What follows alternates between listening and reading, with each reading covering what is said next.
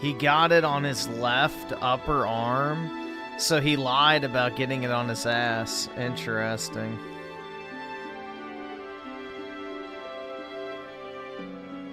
I thought he was gonna get it on his ass cheek. What happened?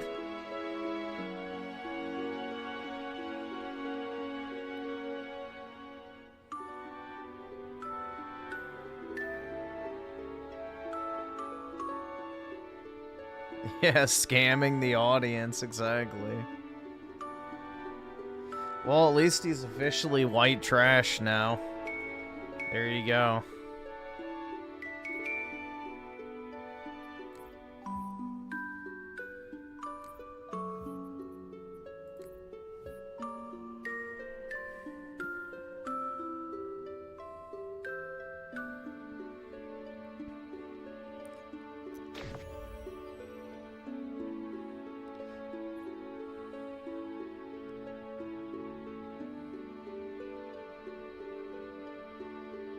Joe Biden lovers, press 1. I don't think there's many of those, bro.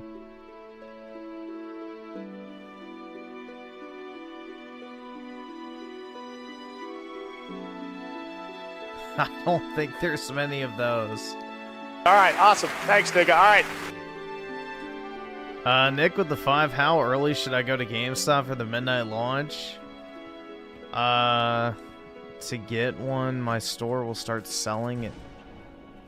Do you have it pre-ordered?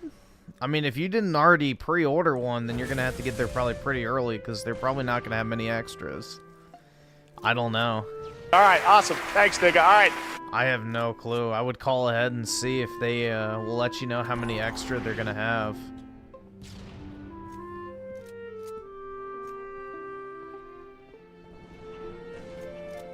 But it also depends on how crowded the area is that you live. I have no idea. But if you pre-ordered it, you can just show up right before, unless you care about sitting outside and waiting. But yeah, generally midnight launches are pretty straightforward with GameStop. At least how they used to do it is they'd let you in the store a little bit early to finalize your pre-order and complete the payment.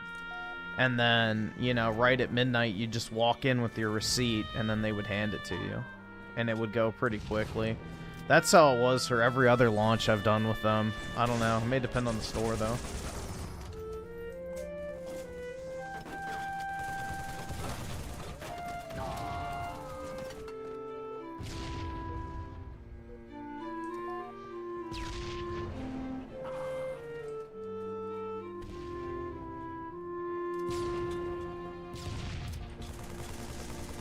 But yeah, they should have an idea of how many extras they're gonna have. So if you didn't pre-order, then definitely check. Because if they have like 3 extra, like, it might not even be worth trying. But I don't know.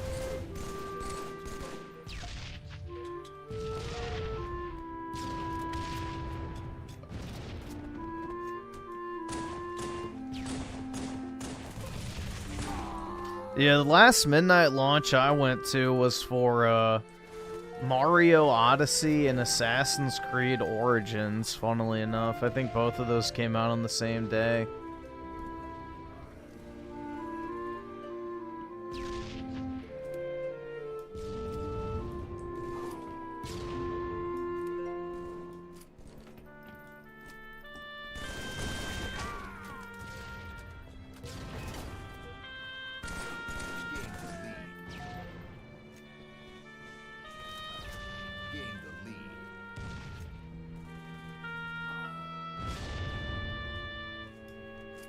You went to a midnight launch for a Ubisoft game? No, I went for Mario Odyssey and Assassin's Creed Origins. It was at the exact same time.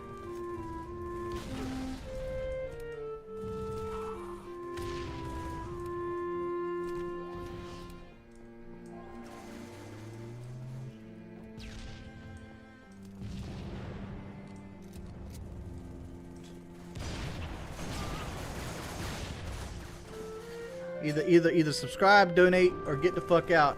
Yeah, I never bought Wolfenstein 2. I always heard it was bad, so I never bothered with it.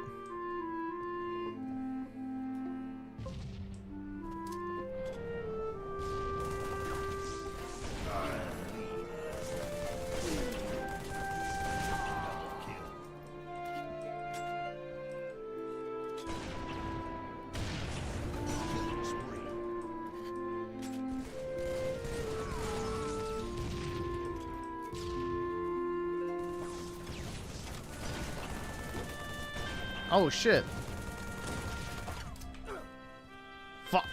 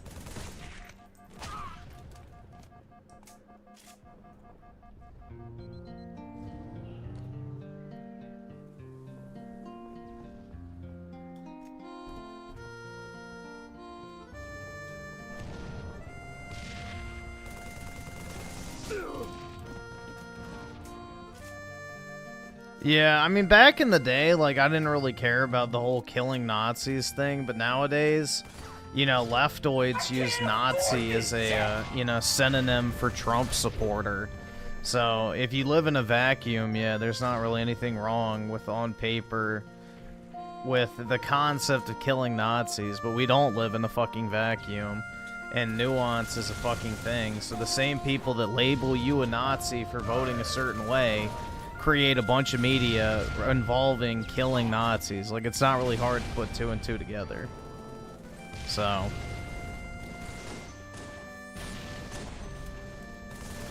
that was also one of the reasons, because Wolfenstein 2 was post, you know, Donald Trump victory, and the first two games were, you know, prior, so a little easier to ignore that type of stuff than it was post 2016.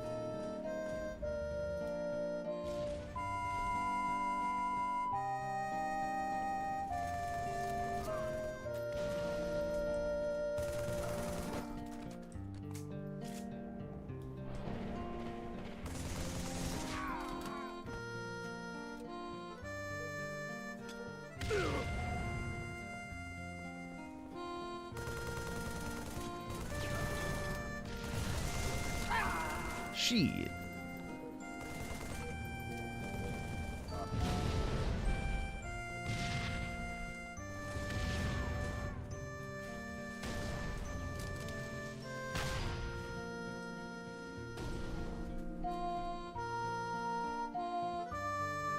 A game I regret pre-ordering? A lot. Red Dead Redemption 2. Pretty much any Ubisoft game in the past 10 years. I know math is hard. When you're an idiot. I don't even fucking know, bro. Like, if you're a broke boy, just say so.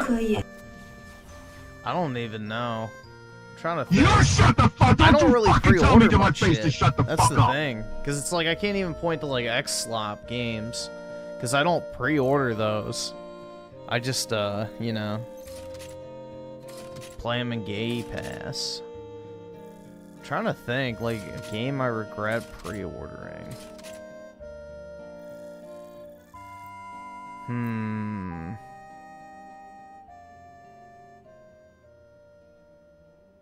I don't know, bro.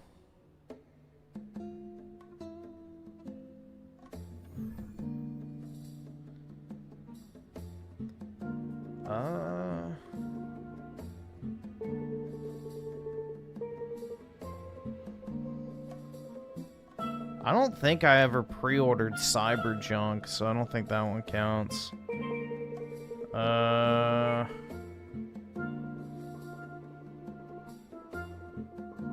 I only ever really pre-order unless it's something I'm interested in. Honestly, I don't know.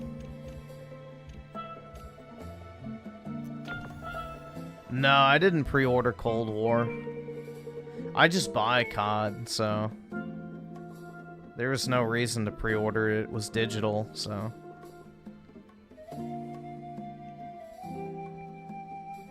I don't know, honestly.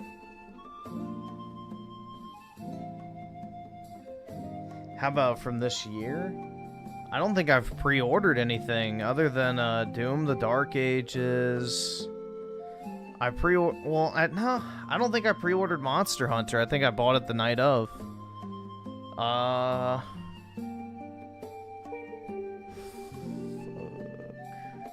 Oh, I know what it is. Metaphor Refartizio, or whatever the fuck. Yeah, that dog shit. Because I played the demo, and the first 6 hours, which was the demo, was actually good. All right, awesome. Thanks, nigga. All right. And then the game just became shittier and shittier the longer you played it. So, there you go.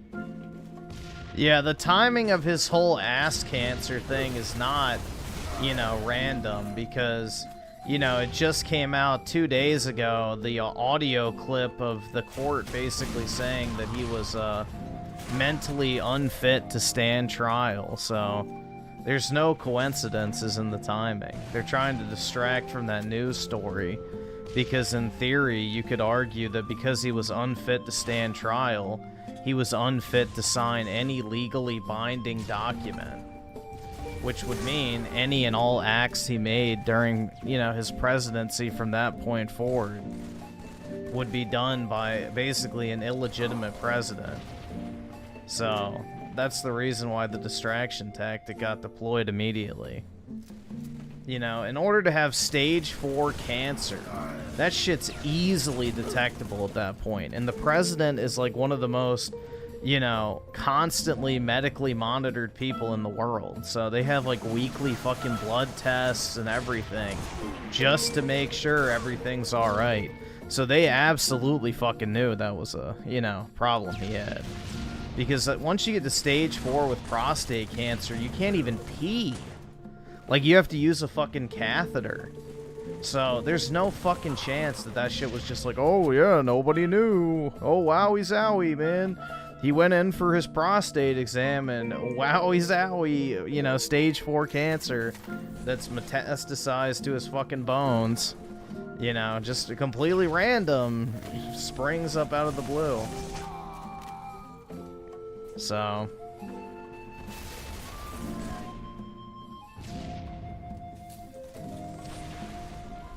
there is no coincidence in the timing.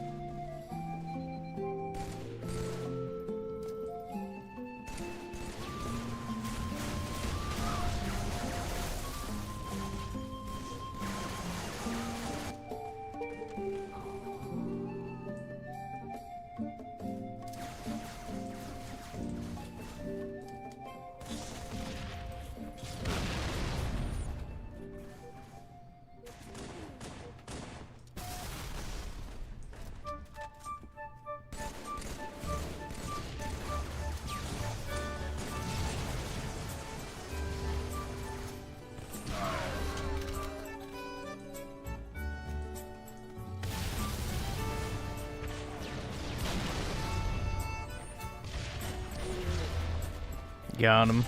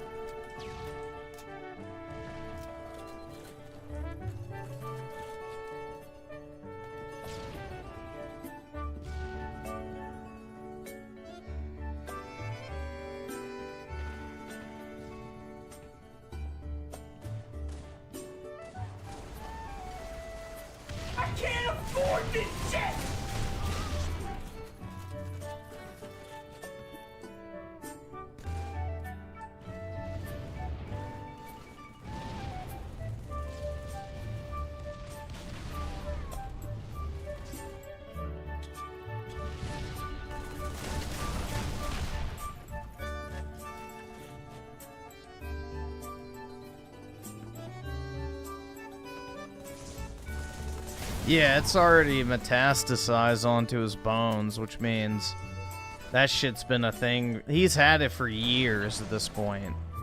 It takes a long time for that to happen. That's not just an overnight thing. So they covered that shit up for years.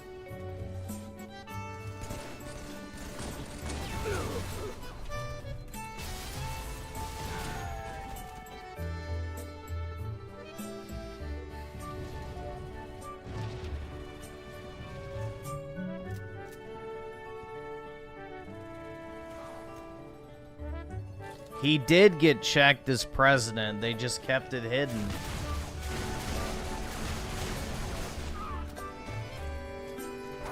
They lied to your face for the past 4 years. Shocker. Just like everything else. You know, nothing's getting more expensive. We have the greatest economy ever. You know, immigrants aren't taking jobs. We have a secure border. Blah, blah, blah. Like, it's just pure bullshit from that entire administration.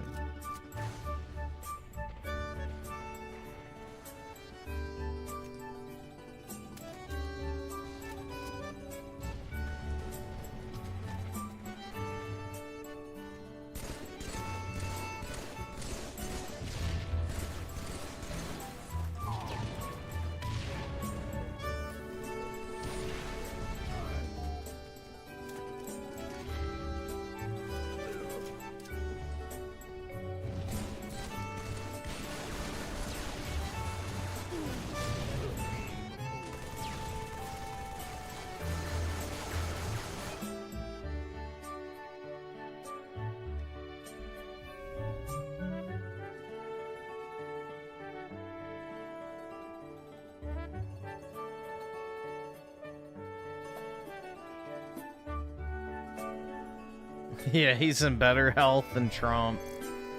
Exactly.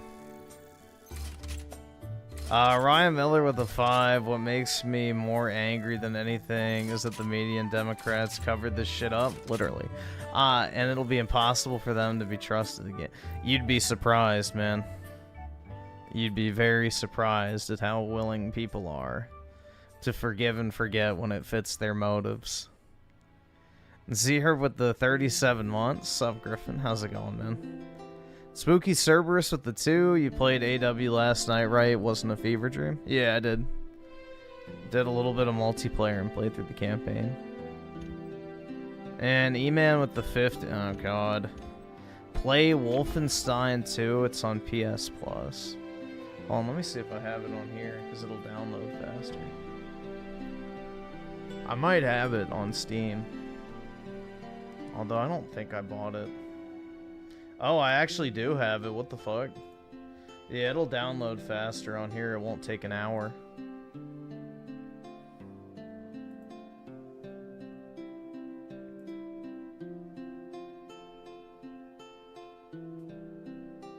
Yeah, I thought I had gotten it for free or something at some point. And then Z-Herb with the 20. Appreciate it, man.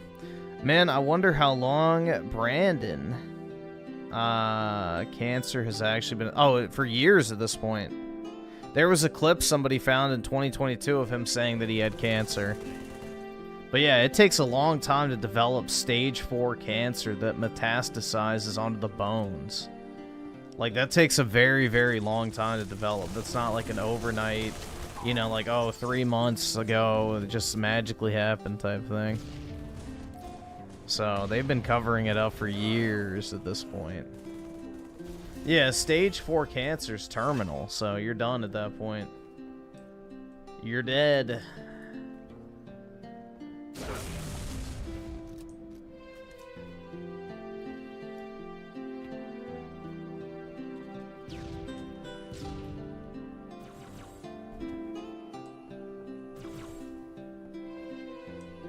A fitting end to a piece of shit. Good riddance.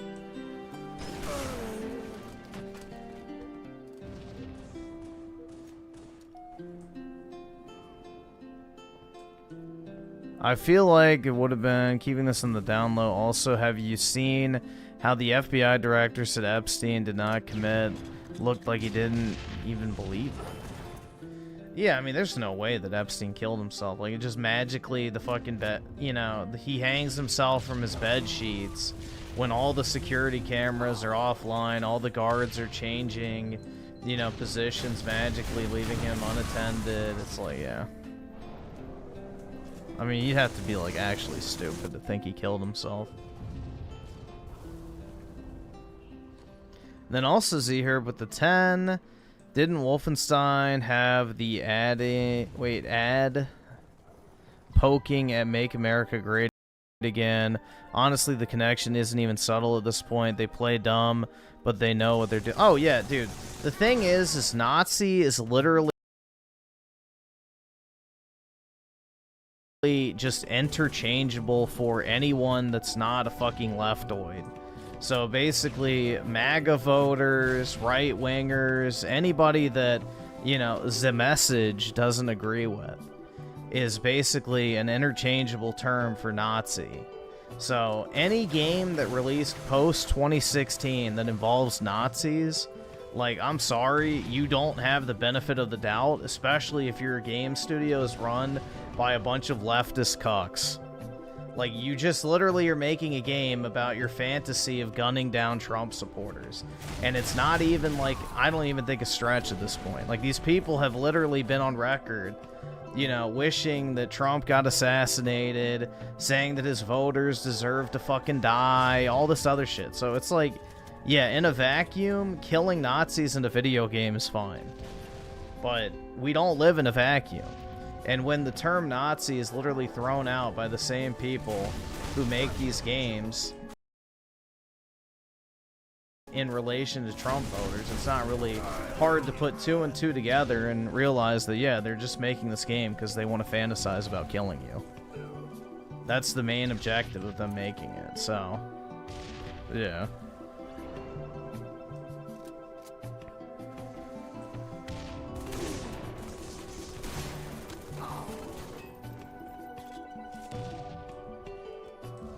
How much you want to bet if you made a video game today where you go and kill communists in like a Cold War setting, and they're just called communists, the leftoid media would be like, they're threatening death against liberals. I guarantee you. So, it's okay for one group to read between the lines, but it's not okay for the others.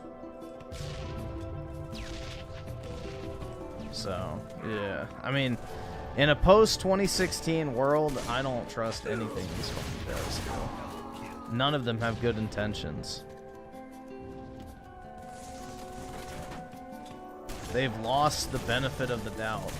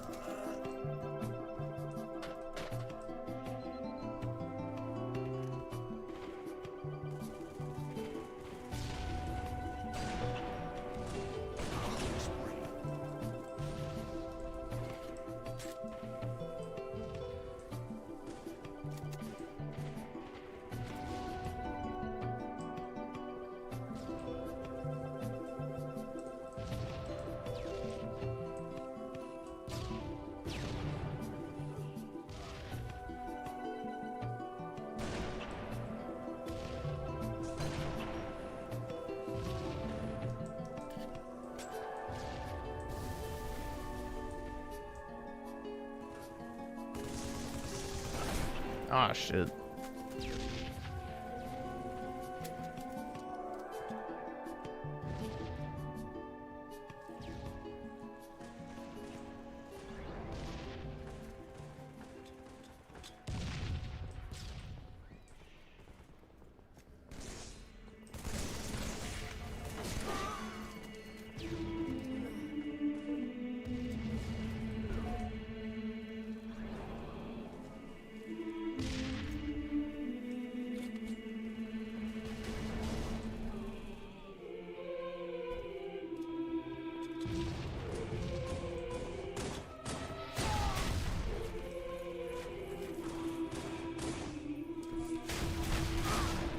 Fuck.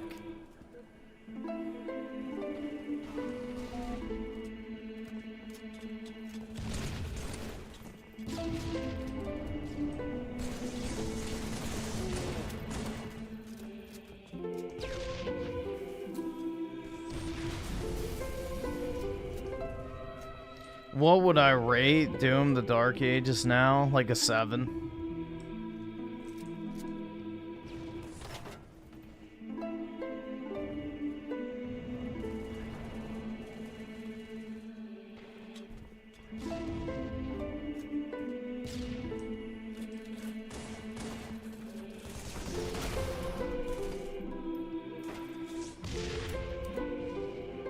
Let's see. Zero with the 5. We got Griffin ass cancer streams. Boys, we have one.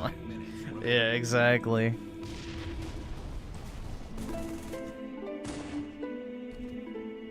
Pour one out for Brandino's prostate.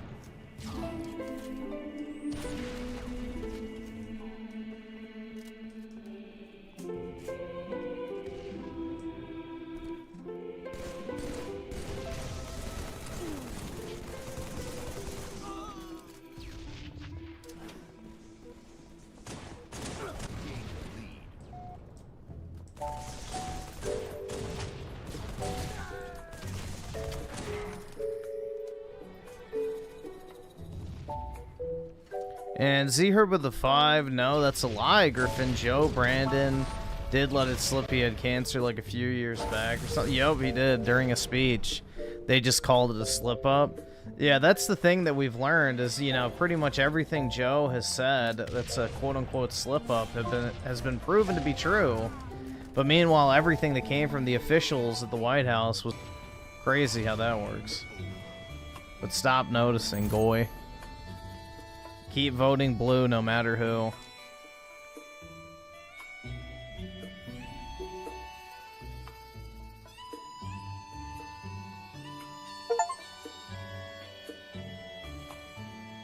Vote blue no matter who, guys. Don't you want to be on the right side of history?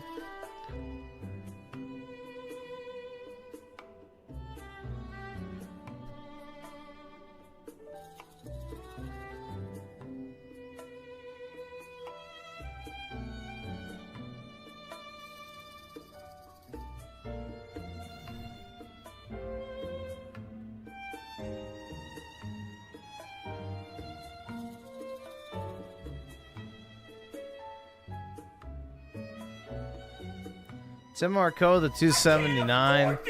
You give Doom the Dark Ages a 7 out of 10. Thanks so much for watching. And I promise whatever I do, it'll try not to suck. Fucking suck dicks in an Olive Garden bathroom.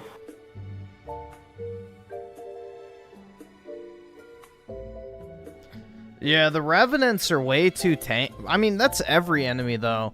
I feel like every enemy just has way too much fucking health in that game.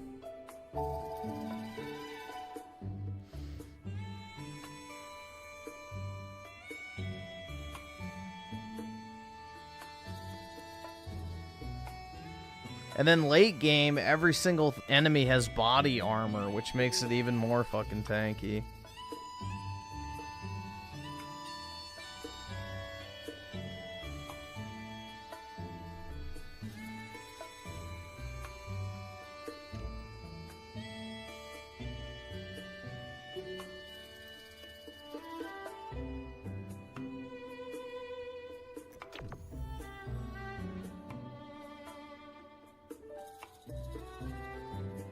Yup, the demon leader thing was dumb as fuck. That was not a good design decision.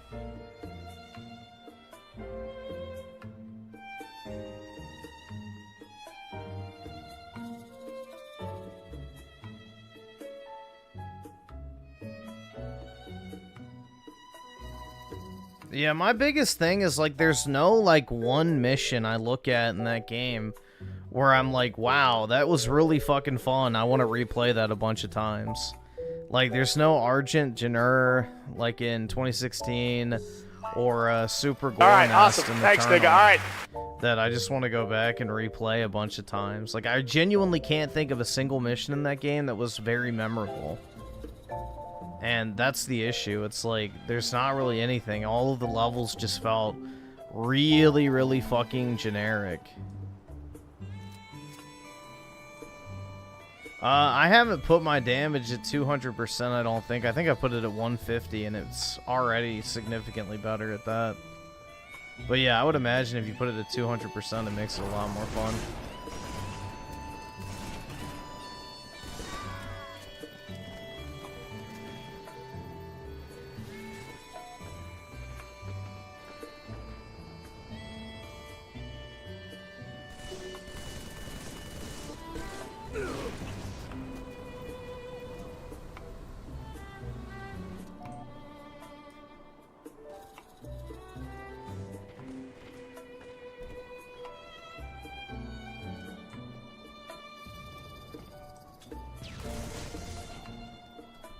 All right, awesome. Thanks, nigga. All right.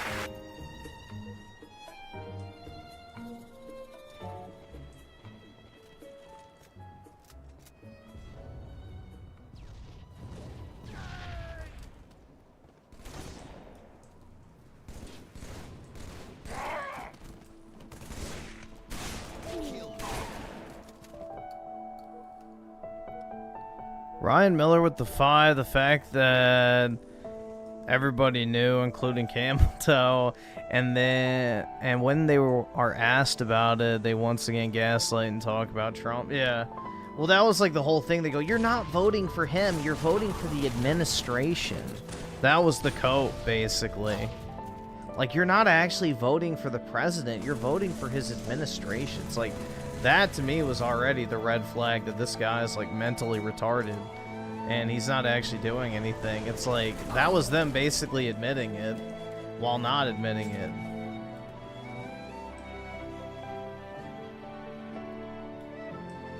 An administration only exists to serve the president, not the other way around. You're not voting for a president so that the administration can run the country.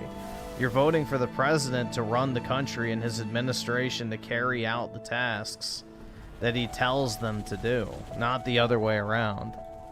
So that right there was basically their admission that he was a brain-rotted potato, incapable of actually thinking.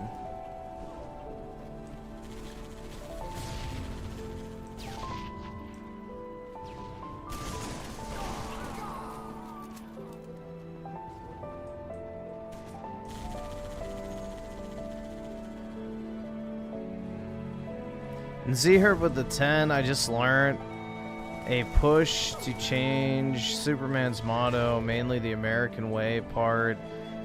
The defense for it is he's about more than America now, and it's outdated. It's demoralization of any American icon. I get, yep, pretty much. America bad, dude.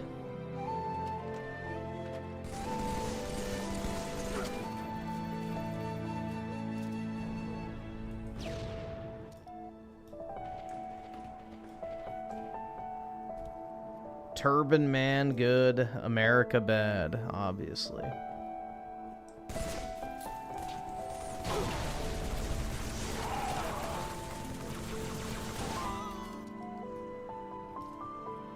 Nah, it's probably because those fucking Chi-Coms are funding the movie. That's why. All right, awesome. Thanks, nigga. All right. Probably the main funders behind that particular movie.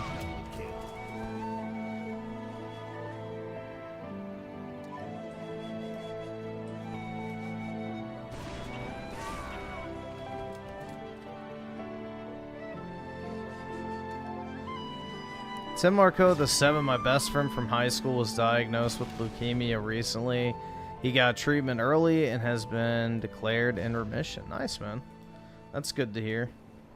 Yeah, if you're young enough and if they catch it early enough, you can actually, you know, make a pretty swift recovery in a lot of cases. But with, you know, Brandino's stage 4 metastasized cancer, you know, he's basically cooked. And has been for a while.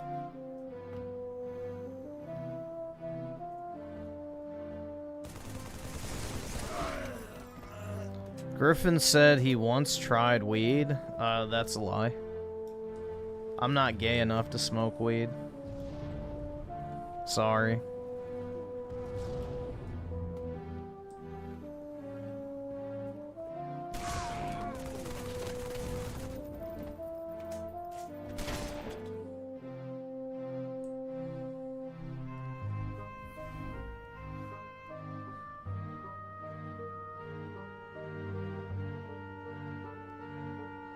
Joe Biden should smoke the ganja.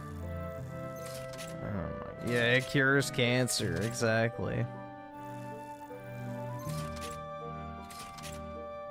Yeah, man, Mother Earth provides.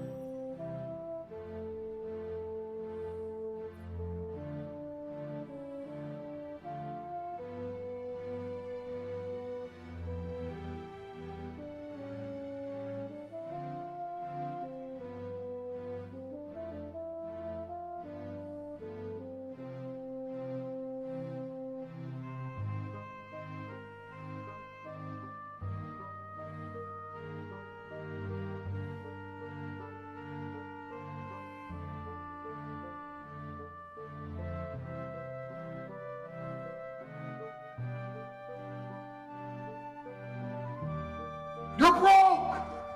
You're fucking poor! Chaka Chaka Gaming with the 2. I'm surprised Fred didn't respond to you yet. Over what? I'm not making a video on that retard. It's exactly what he wants and exactly what he needs to stay relevant.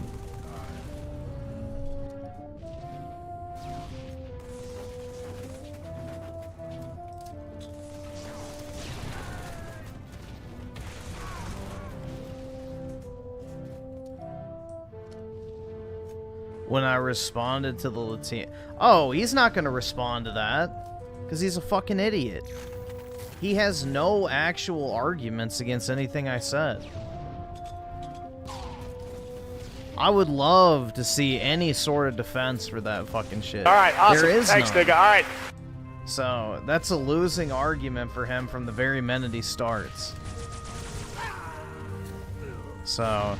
all you'll get is a bunch of, like, nervous Reddit chuckles and him going, "Why do you care, dude? Why do you care? Why does it matter?" Like, that'll literally be it. That's it. That's about all you can expect as far as, like, a reply.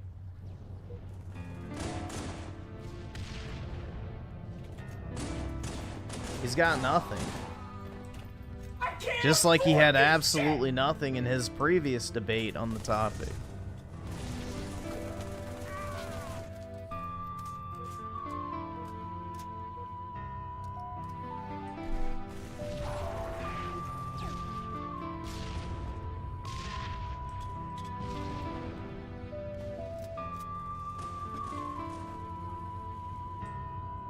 In his stream, he called you weak, I think, because you couldn't handle weed.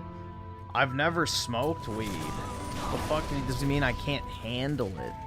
Yeah, dude, I can't handle shit that's smoked by literal fucking retards, I'm sure. Because smoking weed is definitely associated with pure... Alright, awesome. Thanks, nigga. Alright. It's not like the lowest common denominator of society is the most likely to smoke it. Crazy. Yeah, you gotta be a big brain genius like, you know, fucking homeless man number 89 in order to handle weed, man.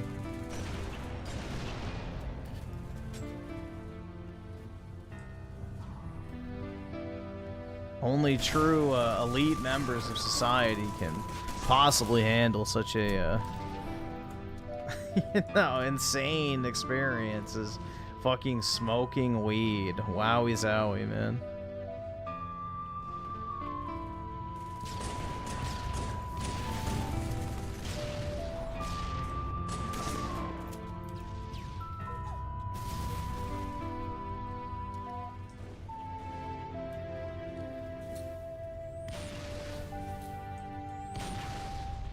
I mean, that just tells you exactly all you need to know, bro.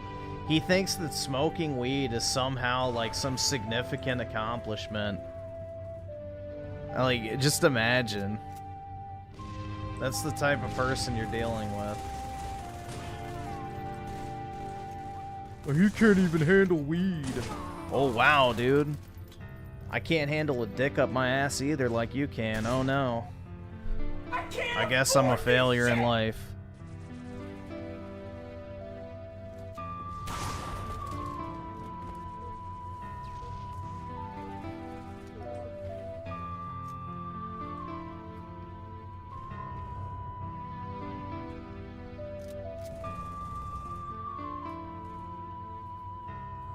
Yeah, that shit's fucking retarded, man.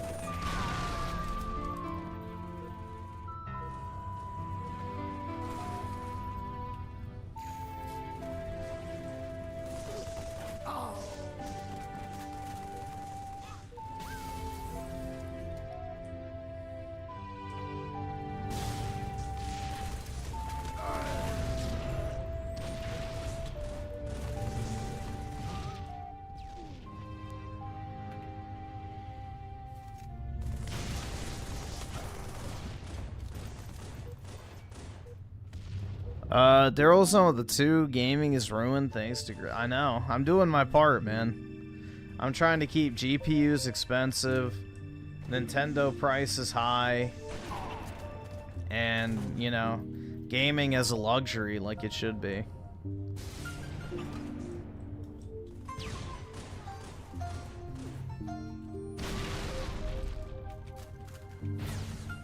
You know, there's a reason why people are willing to pay for expensive things like gyms and country clubs and going to places like Whole Foods and things like that. It's because it keeps a certain class of people out of, you know, I guess your, you know, just daily life in general. It's like an escape. We need to make gaming that for the broke boys. Like, they can't come in. You know, fully gatekeep the hobby. Keep the undesirables out. Isn't my gym super expensive? Not really. I'm not paying like $500 a month or something like some people do. I can't afford this shit! Hamster Basher with a 5. After getting home and finally playing the new Doom game, my take is yes, it's definitely the black sheep for sure. Still love the game, it's just odd. Yeah, it doesn't feel like Doom, that's the thing. If it was a new IP, I don't think I'd feel as conflicted on it. But it does not feel like Doom, and I'm not a fan of the parrying. I will never, ever be a fan of parrying. It doesn't matter what game it's in. But yeah, it definitely is the black sheep of the trilogy. Just like the other Doom 3 was, so kind of fitting. And Chaka Shaka Gaming with the 5. Careful, Griffin and Fred's got weed powers. He'll destroy your channel. That's right, dude. He'll call me a PlayStation fanboy for the 900th time and, you know, say I can't fucking smoke a doob or whatever the fuck. It's like, okay. Sick. How much was your PC, little man? Alright, awesome. Thanks, nigga. Alright. I mean, I guess I'm more of a PC gamer than he is now, right? So... he can't even call himself Master Race in my presence.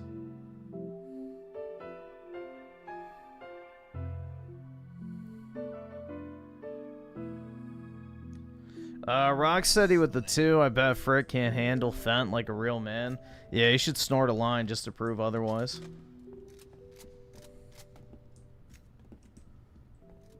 Put a nice Coke-sized line of Fent on the table. Let's see him prove his metal.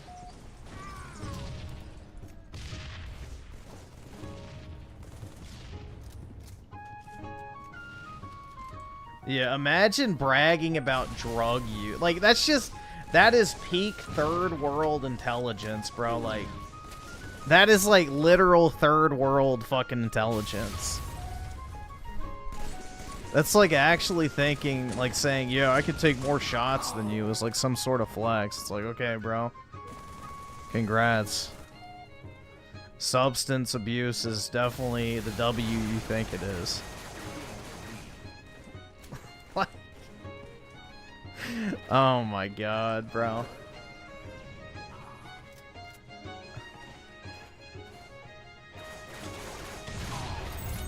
It's exactly the W you think it is. Please, keep going. Yeah, weed smells like shit, bro. It's like I would rather smell cigarettes 24/7 than weed. Weed is so disgusting.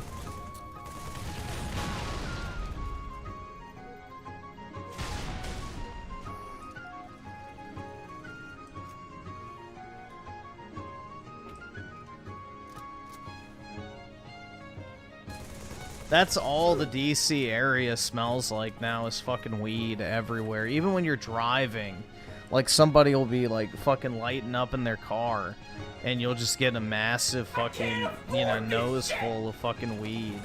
And it's just nasty, bro. It smells like shit. It is one of the worst smells ever. Hands fucking down.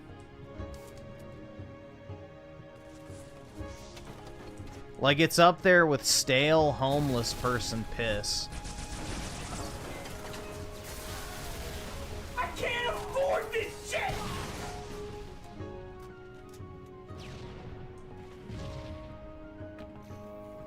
Arson with the 5, the motto was changed to a better tomorrow years ago. Personally excited for the movie, looks old school and is pushing Soup's classic themes. Well, I hope it does turn out to be good. But, yeah, I probably won't be watching it. I haven't seen a superhero movie since, I don't know, when was the last one I watched? I think Avengers 2 was the last one I saw. And it was bad. Or no, I watched that, the Batman movie on HBO, and I didn't really like that.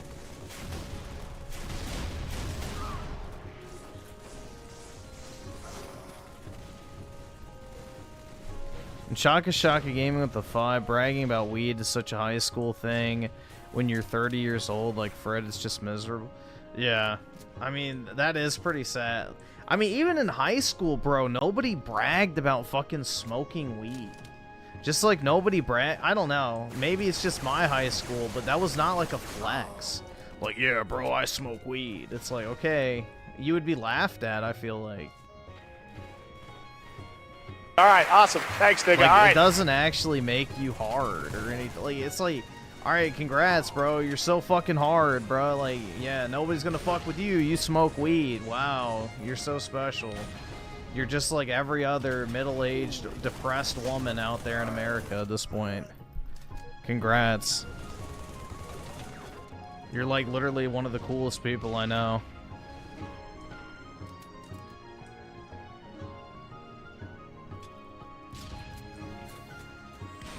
It's like the guys who bragged about drinking and shit, like nobody cared. I don't know, bro.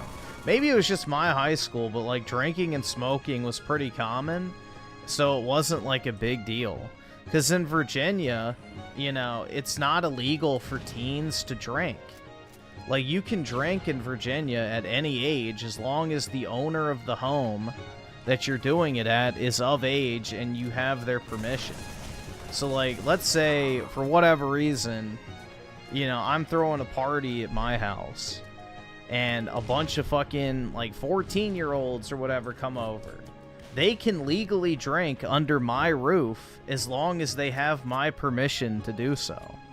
Like, there's no actual, like, drinking age requirement in Virginia, so, like, drinking at a young age in this state is not really a big deal. Nobody fucking cared about it. Like, it wasn't some, like, super fucking huge flex, bro. Like, it was just pretty normal. So, but that's most of the South in general. Most southern states, drinking is not like this fucking, like, holy shit, man. Whoa. Like, it was just kind of, you know, assumed, like, yeah, most people did it by, like, age, you know, 15 or 16, and it wasn't a big deal. It wasn't, like, some sort of flex. Because most people's parents were like fucking Nazis about it, like saying, no, you can't do that shit. Because most people realize that if you don't make it a forbidden fruit, people don't go fucking crazy. But I don't know, man.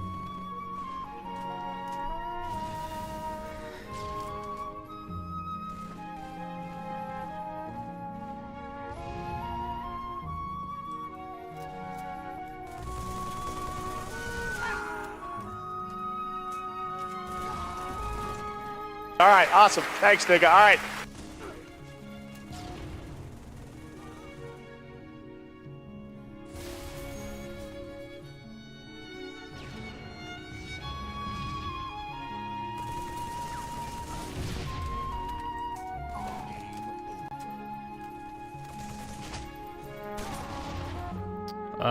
Arson with the 2. What's more cringe, vape or weed? Well, nowadays, most people vape their weed anyway, so it can go hand in hand. But I would say weed in general, because it smells like shit. I would much rather someone vape than fucking, you know, smoke. Because at least a vape doesn't have, like, a lasting smell. Like, you smell it temporarily, but it goes away. Weed smells like shit forever, and it just hangs in the air.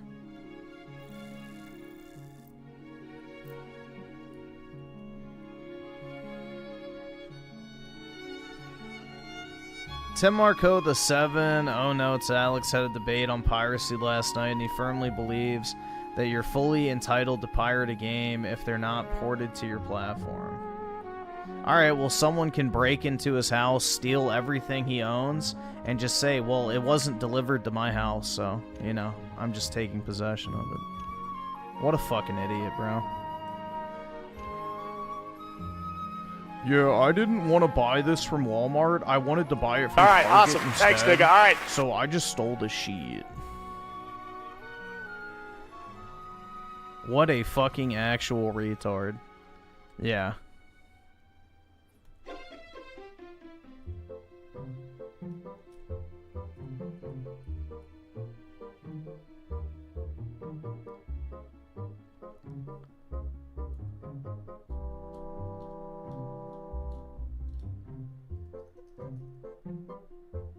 You know, hopefully he gets culturally enriched in whatever liberal shithole he lives in. You know? It would only be just. Z-Herb with the 10, I saw Fruit's latest stream. He had you in the title. I don't know if he reacted to your reaction, though, as he was reacting to another YouTuber talking about it. It wasn't great. I tried one. Yeah, I mean, doesn't he, like, pause, like, every 10 seconds and, like, goes off on fucking weed-fueled tirades? So, yeah.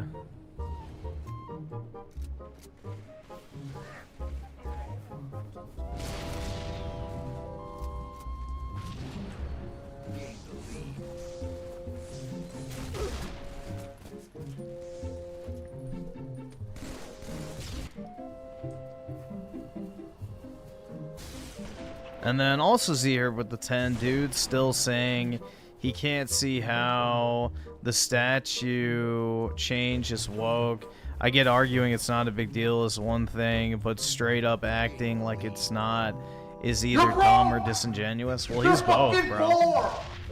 He falls into both categories on that. I can't afford this shit!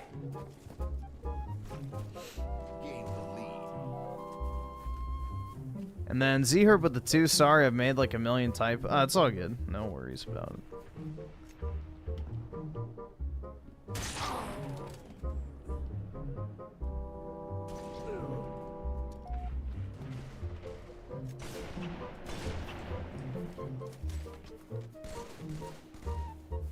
I can't afford this shit!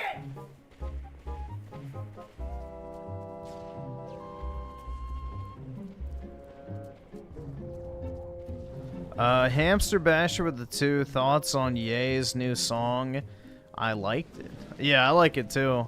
The production's really, really good, bro. It's super catchy. It's super catchy.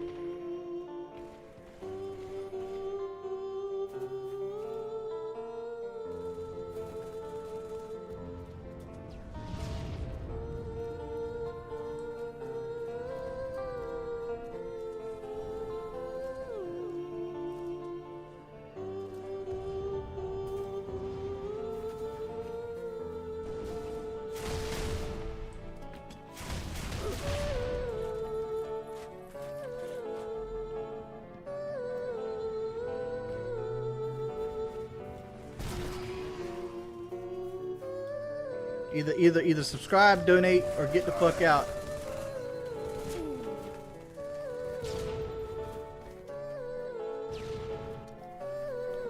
Let's see. So Arson with the 2, FMK, Frit, Alex, and I guess the wizard motherfucker. Who's FMK? I'm familiar with the other 3, but I don't know who FMK is. And Tim Marco, the 279, what's your definition of woke? Anything I don't like. I can't Obviously. afford this shit. The only correct answer, anything I don't like. Checkmate, libtard.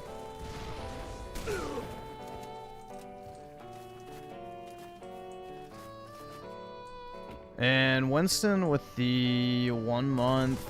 I think that piracy is based. No, there is nothing based about stealing. Like, theft is not based. I'm sorry. Like, that is the opposite of based. You will never convince me that stealing anything from anyone is based. That's like literal fucking crime, add an R to the end behavior. But, yeah. Especially if it's a liberal company, however, even with good companies, people will support it organically if it's good. But this is the thing. Why do you want to pirate a liberal company's games? Just don't fucking play it. It's that simple. Just because you don't like the people that sell something does not mean you're entitled to it for free. Like, as simple as that. Just don't interact with companies you don't like. You don't need to play every game. Not liking who sells something is not an excuse to fucking steal it.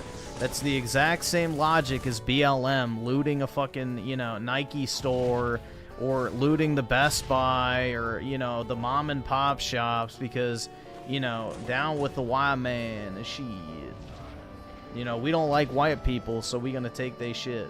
I mean, that's literally the same mentality, if you want to admit it or not. So there's nothing based about stealing. At all. Just don't interact with companies that you don't like.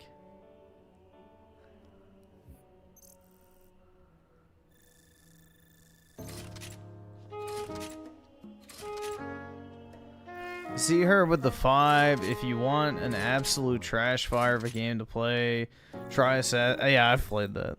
Only good thing is they give good cleavage to the lead. Yeah, it is not very good.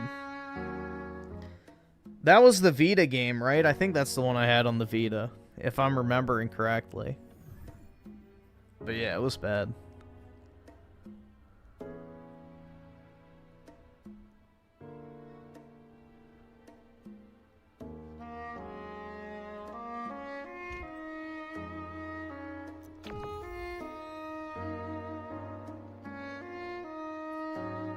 Do you know how many stories there are where people bought something digitally and it just got removed from their account? That has literally never happened in mass. What game has been removed from everyone's account who bought it digitally? Like, I want a specific example. What is a game that people bought and they can no longer access whatsoever?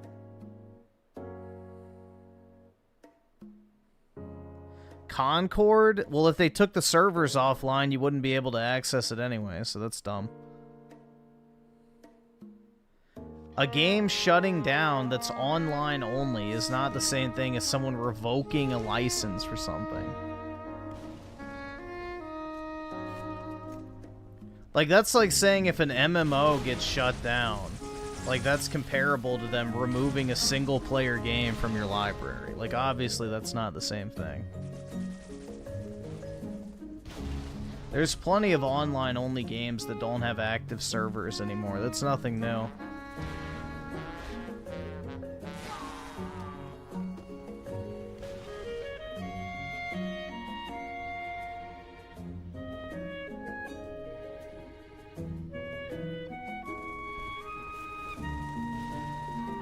Like, what is an actual game All right, awesome. that has Thanks, been nigga. removed from people's libraries? Like, completely.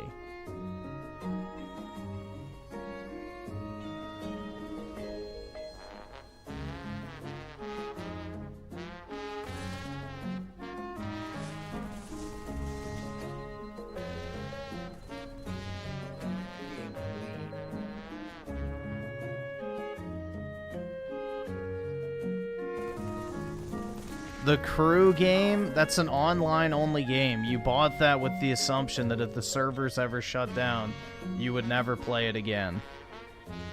Not a good example. There's tons of other games that have done that same exact thing.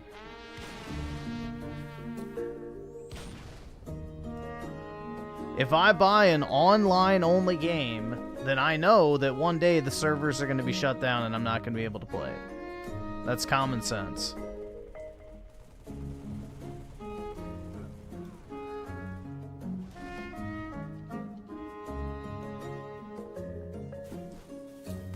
I don't think Doom is online only. I think it just requires a download.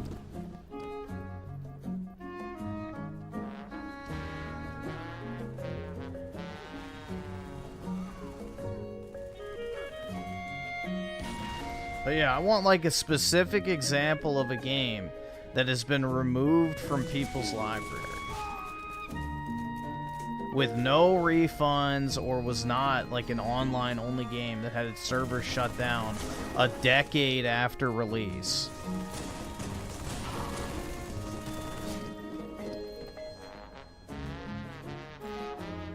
Stubbs the Zombie? You can literally buy that right now.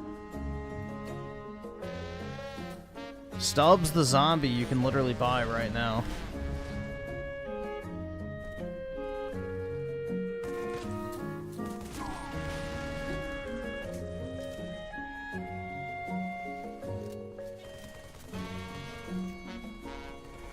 Yeah, PT is not a game. That was a demo, so nobody bought that.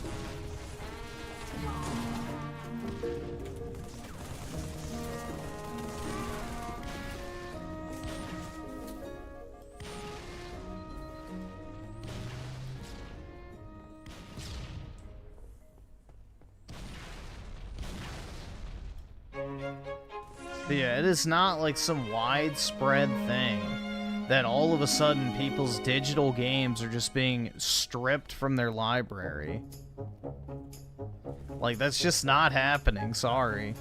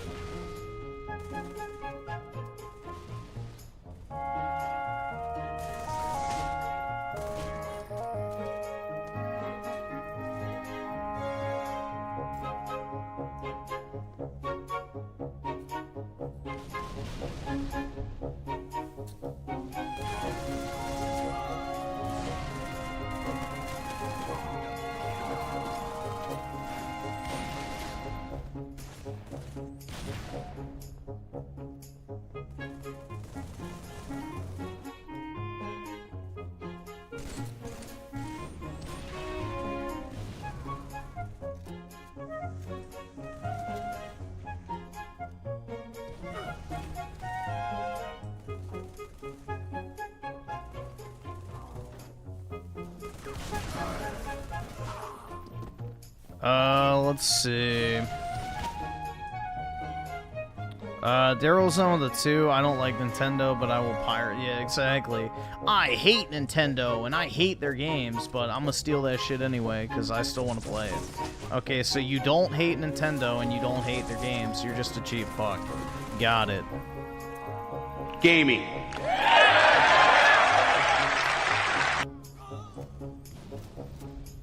I mean, that's basically all you're saying, is you just want to steal that shit because you don't want to pay for it.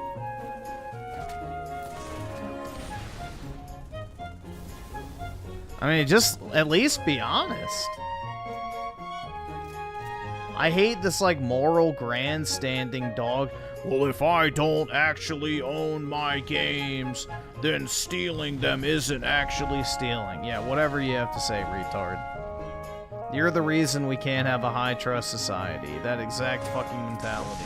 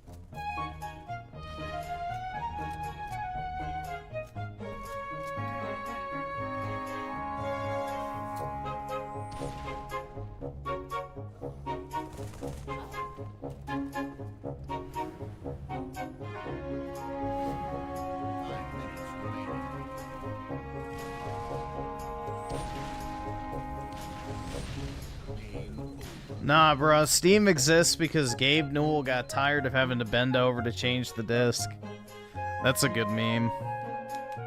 The creation of Steam. It's Gabe's, you know, large ass sitting in a fucking office chair. And he drops his game disc on the floor and has to bend over to pick it up. It's like the birth of Steam. It's probably oddly accurate, to be fair. Because getting up to change a disc is kind of a pain in the ass, bro.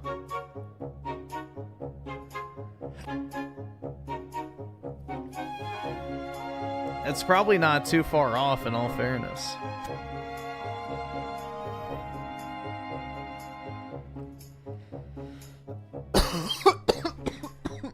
Holy shit. I swallowed weird.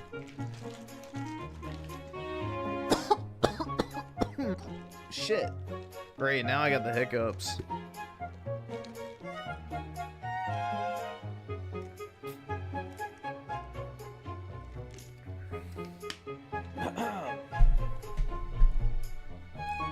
Hold on, let me see if I can find it.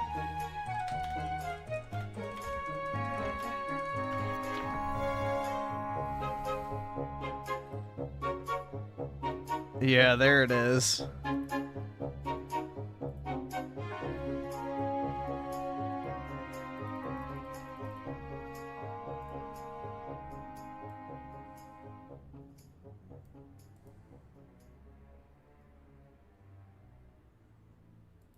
Oh, what the fuck? Oh, shit. I dragged the wrong tab over. It's like, why isn't it pulling up? There you go. The birth of Steam.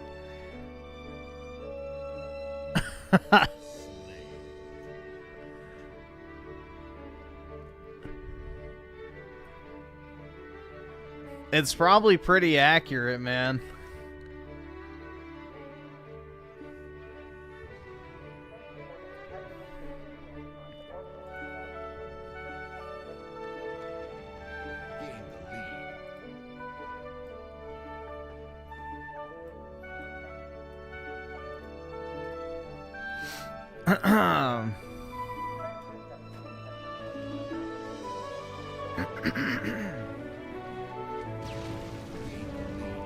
Drinking soy has nothing to do with hiccups, dude. Hiccups is when you have something stuck on the flap that separates the trachea from your larynx, or whatever the fuck it is. I don't know. Whatever the fuck it is. The part of your throat that separates the food tube and the windpipe.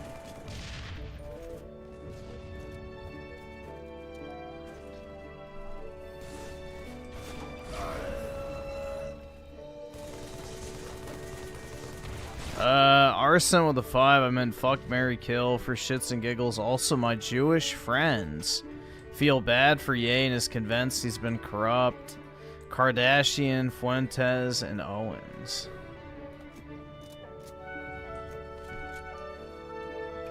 Well, I mean, the thing is, bro, is like, I mean, I don't really know how deep we want to get into the Kanye conversation, but he's already said, like, he doesn't hate all the Jews or whatever.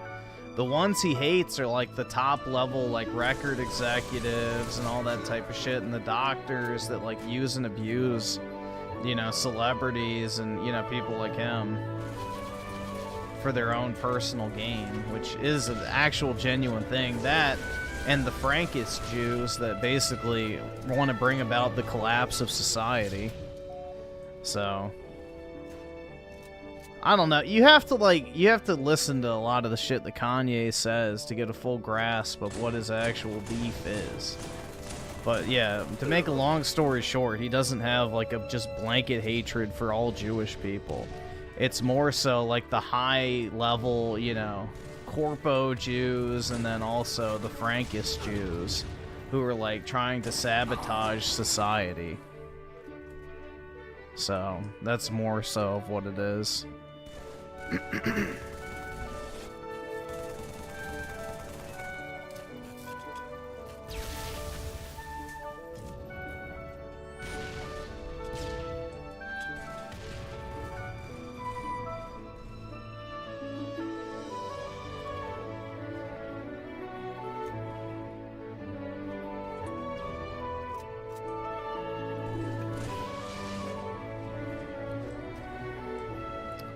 It's not so much rage baiting, it's just more so doing to them what they do to everybody else, which is, you know, profit off of other people's misery, in a sense.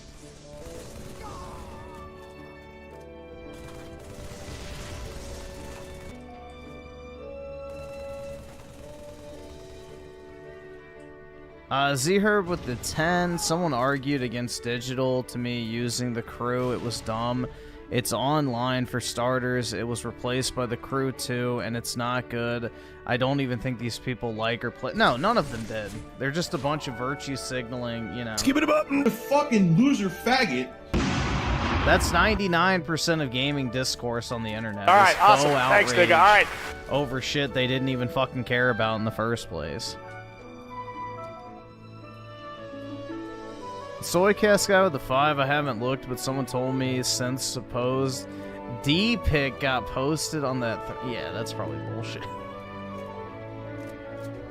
That's probably bullshit. Also, the Pope died on the day Rome was founded. Strange. One might say it's prophecy. I saw JD was visiting the Pope today. Who knows? Maybe he'll drop dead tomorrow. Hopefully not, bro. But we'll see. Apparently, the Pope's 2 brothers are based as fuck, so fingers crossed that he's cut from the same cloth.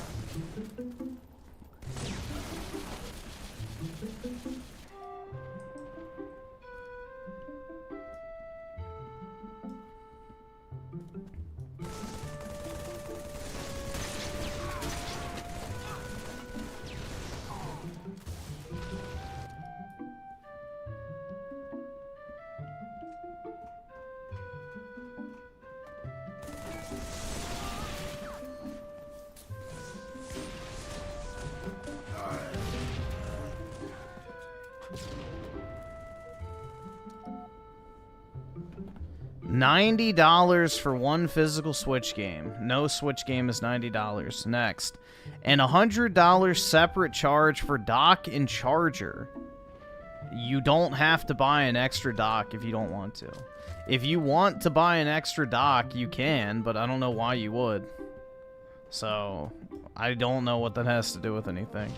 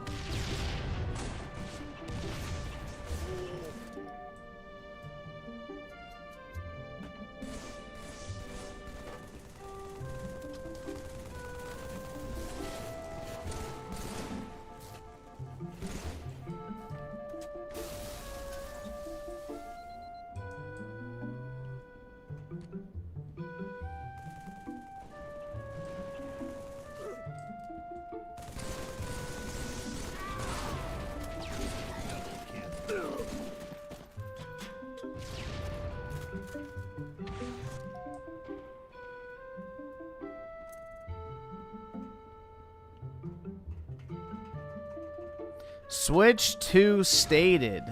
Who is Switch 2, bro?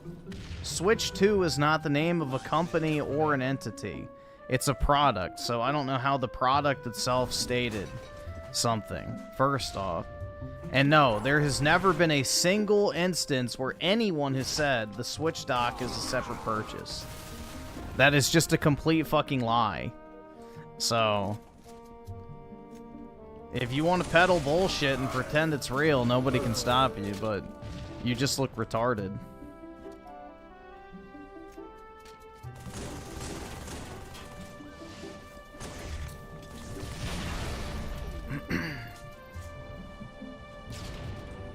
Do you know what does require you to buy a separate dock, though? The Steam Deck.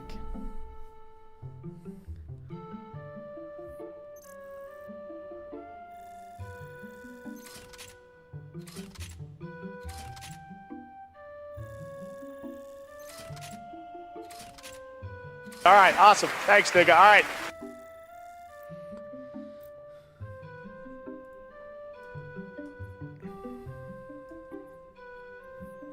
Jay plays casual with the 5. I heard the classical version of Yeah. Hold on, I think I still have it in my, I played it last night. Let me see. Yeah, there it is.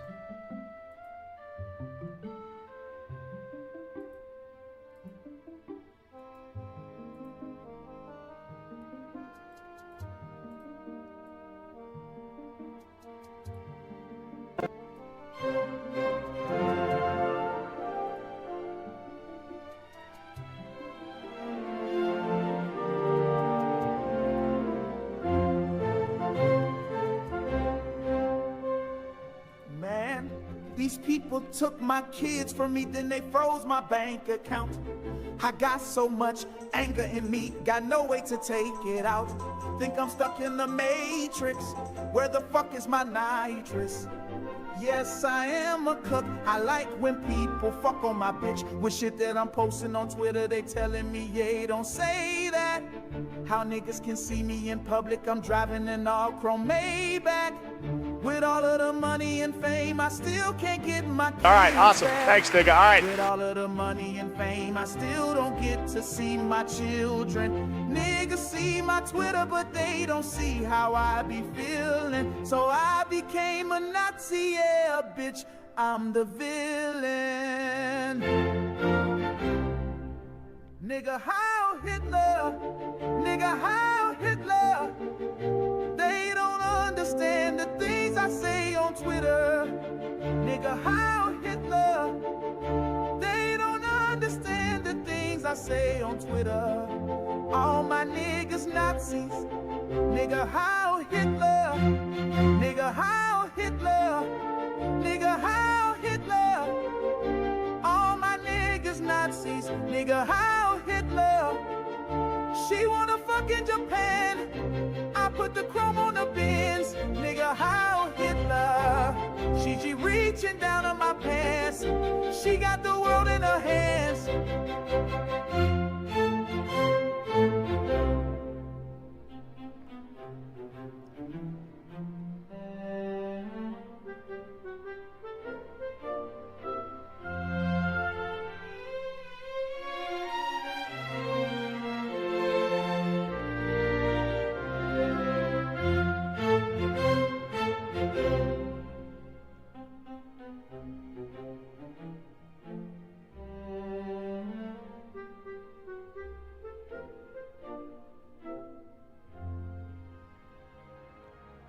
There you go.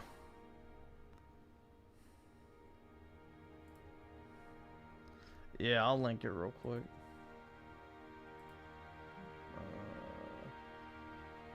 Yeah, I think that's it.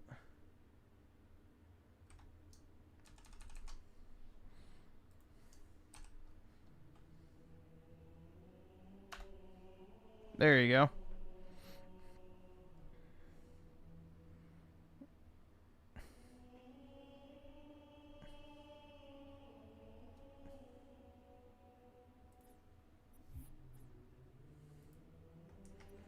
Alright, I guess it's time for slop. Oh boy.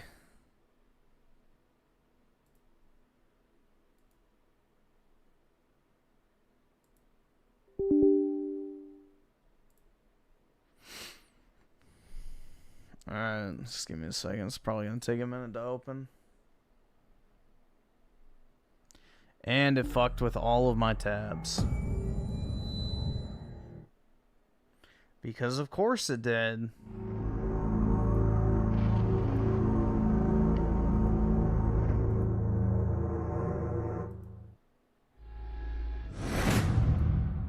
I can't afford this shit!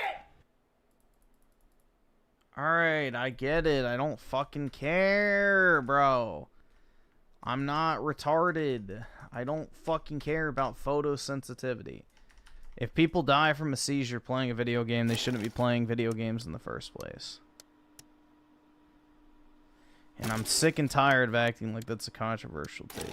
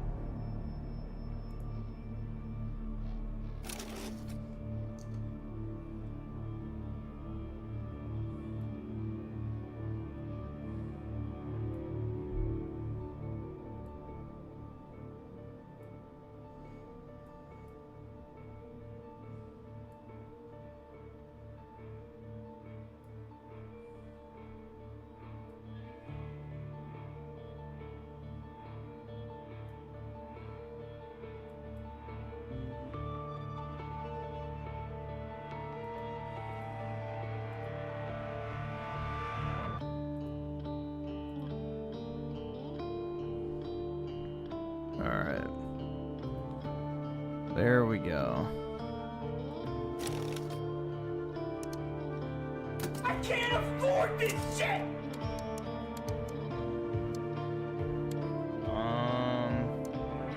Easy difficulty setting. I mean, that's probably It's better. agony to dream like this and wake up to reality. Fergus Reed, one of the old guard. You're still breathing, you jammy bastard. Hey, you're tough as they come, you know. Jesus Christ. Hey, doggy! Catch! Private Wyatt, good kid. See you on the flip side, Captain.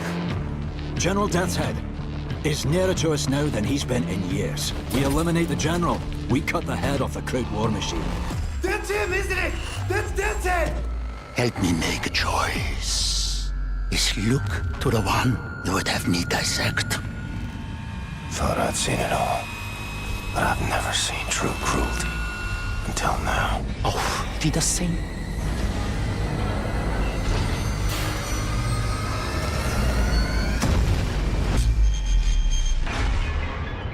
Tak, panie doktorze. W takim razie trafi do zakładu psychiatrycznego. I think I see someone. Her name is Anya. She takes good care of me. It's 1960. The USA, they surrendered 12 years ago when Nazi atom bombed their country. On a train to Berlin. Ich bin Obersturmbannführer Engel. Sehr schöne arische Züge. The resistance fighters, where are they? Alright, I guess this is BJ Blazkowicz. This is Caroline, too long. you're alive. If you call. Alright, there we go. I don't know why it wasn't working. It's too long, I don't care. I genuinely don't care about the flashback.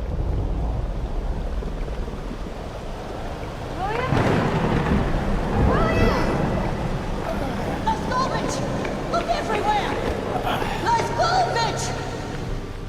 Your father won't be home tonight. Business over in Dallas. Oh, my boy. He hurt you so bad. Just rest. Oh, and of course the fucking chat crashes. Alright, well, I don't care. I'm gonna actually just exit out and refresh it.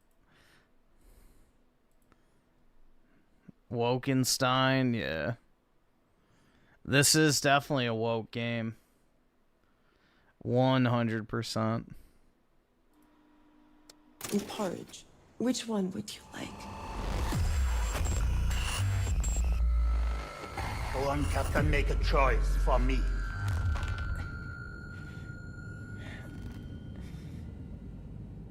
I don't fucking care. Which one's not gay? Captain Blazkowicz. It's a good trait, mine. It's patience. Who should I kill off? Supply. I wonder which will prevail, your stubbornness or my patience. The task is simple, really. You need only look to the one you would have me save Fergus? Okay. I don't fucking know. Anya, what is it? I see him. Caroline, this way! William. Oh, my stupid Mac. Did you think we would just leave you in here? Oh, Jesus, fuck, his bloody innards are coming out! Hold him in! Put your hands there! That's not good. Get him in the helicopter! Easy, easy. Oh, blessing. To have finished the work I was put on this earth to do. Kill all the Trump supporters. You have no idea what it's like to suffer like I do. Bombate, we are out! Fire!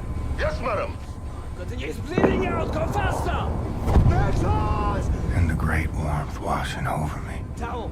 I think the sky's on fire. Don't die. Caroline, he's dying! Press. He's turning blue. Bombate, we'll need a gurney at the hangar bay. ETA 90 Death at the gates again. Howling my name. Come on in, old buddy. Sorry I made you wait. Yeah, didn't they constantly advertise this game with like some black chick with an afro? It's like, yeah, that's gonna really make me want to play this. Let me show you something, Billy. My father told me if I ever had a son, I should give this to him. Oh, a Deborah Wilson character. Oh boy. With our family The greatest video game voice actor of all time. Can you imagine that, Billy? It is what they call an heirloom. When you meet someone special, you will place this ring on her finger. It is worth a lot, this ring. Shit. Must be 100 damn degrees outside. Do not tell your father about this ring. He will take it. He does not know about it. You know how he is. Sophia! Mother, am I acquitted? Was I righteous and just? Good enough to witness the awe of heaven? You have no idea what it's like to suffer like I do. Oh no.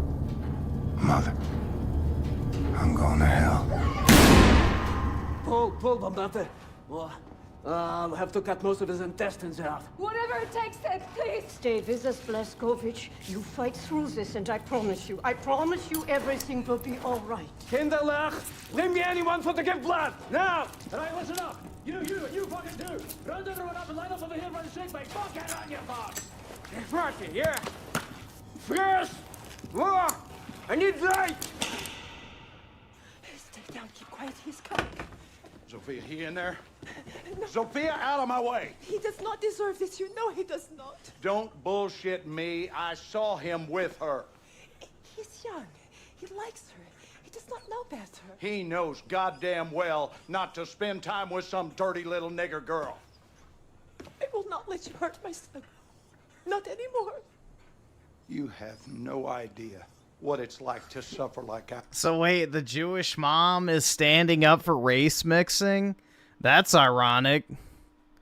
Wow, that would definitely happen. That would definitely happen in the real world in the 1990s. The Jewish mother would encourage her Jewish son to engage in race mixing. Absolutely.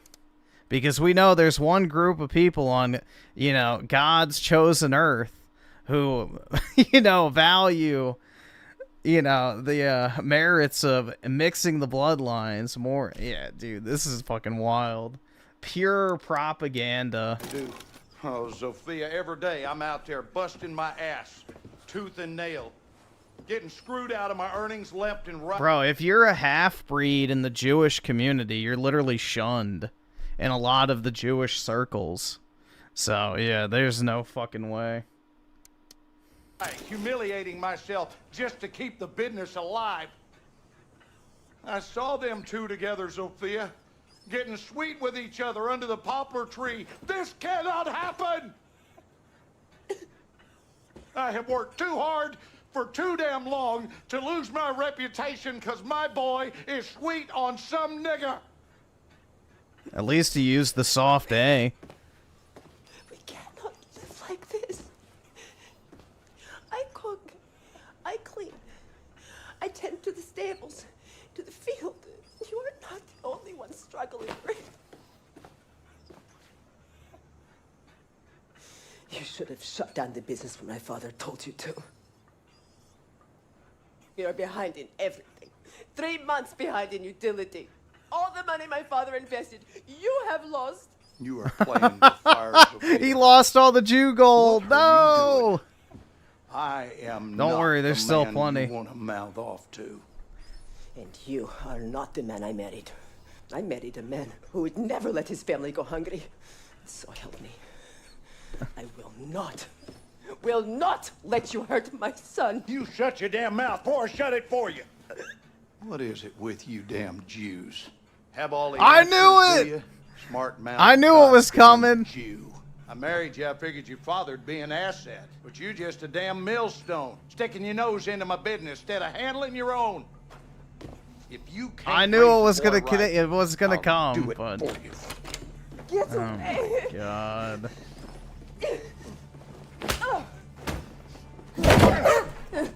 You one great bitch. Hiding in the closet. Make me sick to look at you.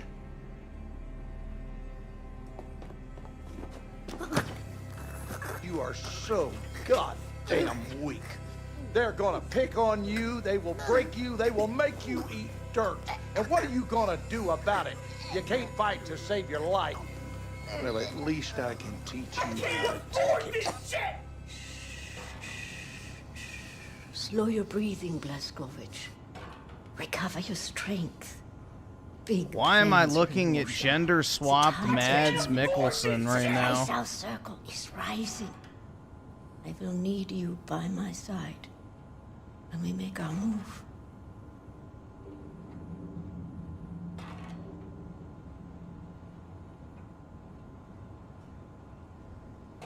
Can you feel the kicking?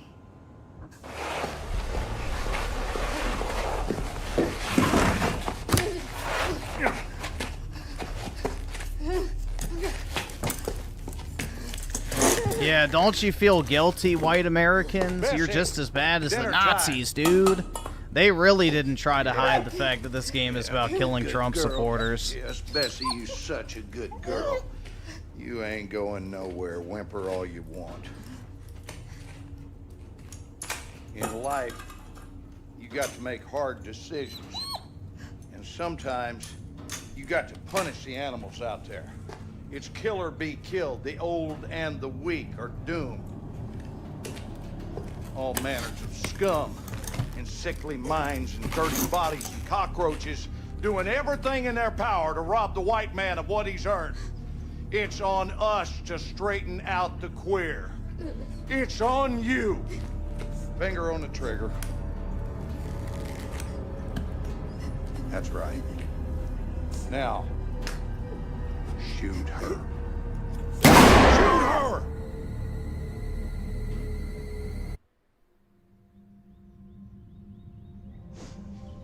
It looked like a pity mix anyway, so it's alright. It will end better than it began.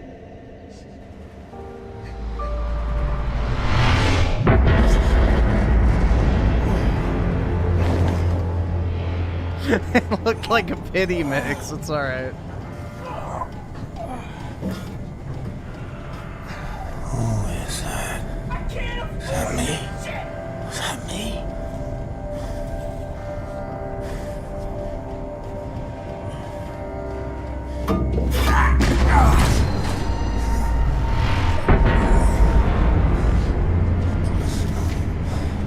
The old and the weak are doomed.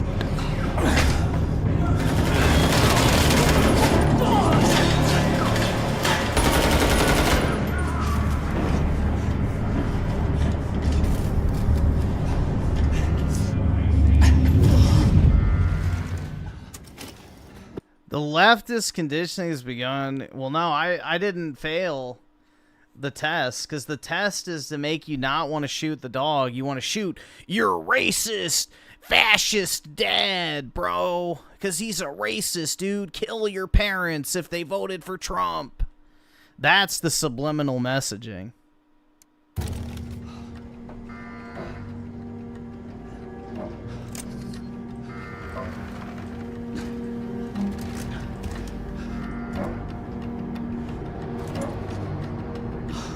It's you. Take this. They're looking for you. Oh, shit! Here they come.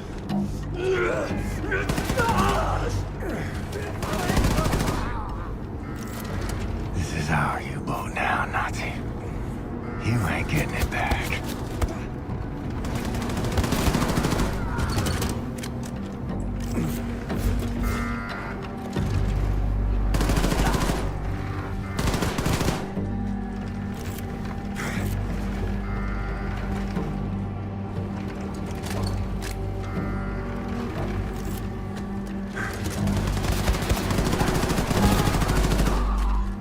I mean, it's like the mentality where kids were turning in their parents and shit for like BLM and all that type of stuff. If you guys remember, reporting them for not getting vaccinated. Like, that's all this type of shit is, like, conditioning people to do, is turn on their own family.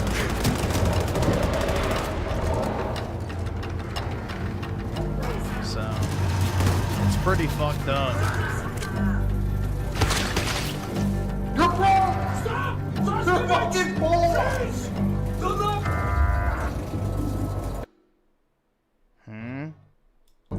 What even killed me?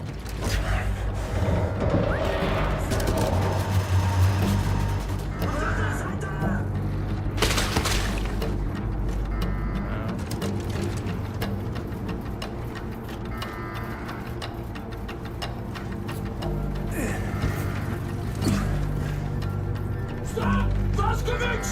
Freeze! Do not move a muscle until I say it's okay, alright? Alright? Don't even pass wind! Microwaves will turn you into mush. You don't want to be mush. Scripture, do you? Okay, wait. Wait. Okay, now! Come to me! Be careful, the floor is...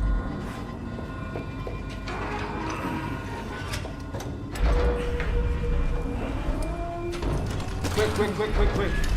Ah, there we go.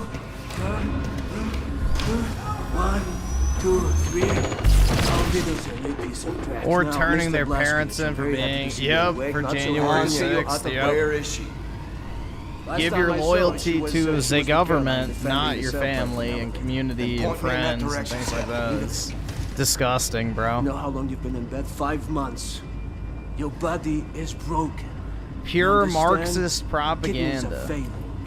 You might have difficulties to urinate, to use your schmeckhole, to do many No other time things. for this, just tell me. Frau England, she's been hunting for you. She's been moving heaven and earth. Zher with a 5, Ye is a true Nazis artist. He's reached the embracing being the so-called bad guy. That's all people see him. He's a lyrical god. Hell yeah, dude. I told you no. Said, help me find the sail platform elevator. Definitely good at getting attention, that's for sure. You are such A an menacing guy with the 2. Hey Griff, should I get advanced warfare? many Nazis I became here wouldn't in pay the like a sail ton of money, platform but you can get a elevator. pre-owned for like $3 I or set $4, several I'm pretty traps. sure, on I didn't have the eBay. time to But activate yeah, it's a them. fun But campaign to look play at this. through. This is a map. But I've been doing Show alright. you where the traps are.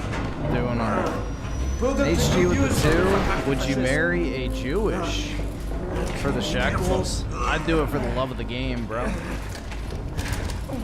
Try not to get I'll killed just if go you on the don't. record and say that every Jewish girl I've known in real life has been incredibly hot. Frau Engel, So, you're hunting me. personally. Got But that yeah, backwards, I don't lady. really care that much. I'm hunting you. But yeah, the money would be a nice bonus.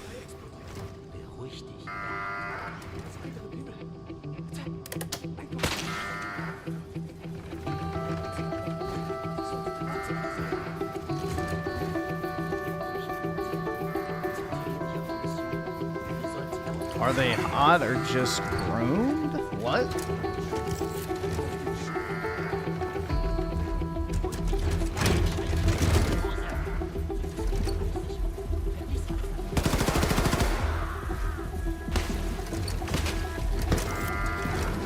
Caroline, wherever you are, you do what you have to do to keep everyone alive till I get there.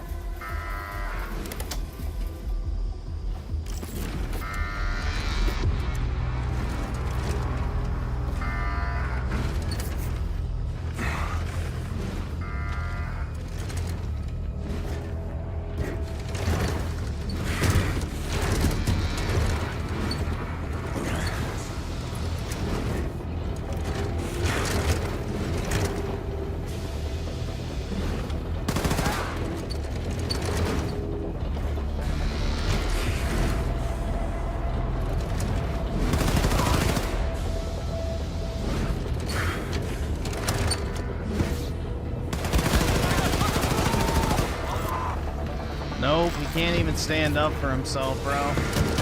Against his dad, or even now. He's a husk of a man. I can't afford this shit!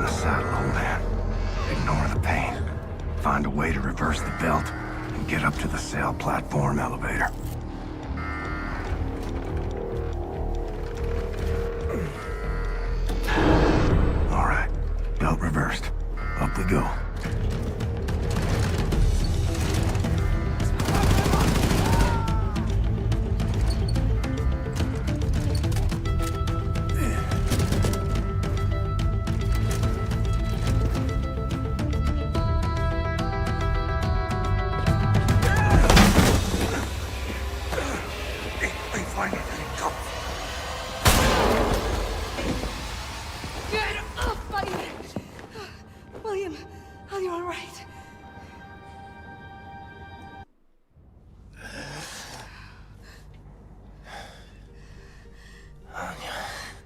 William, I prayed for you to Creator Freedom with the 2. Z-Herb with the 2. Bah, dude is in a wheelchair. Hilarious. I know, man. Let's get you up. Peak Reddit humor.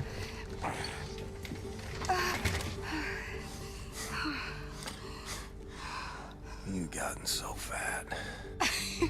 Z-Herb with the 5. My family twisted my nipples. That's why I said I had ass cancer. Should I turn on my parents? Absolutely.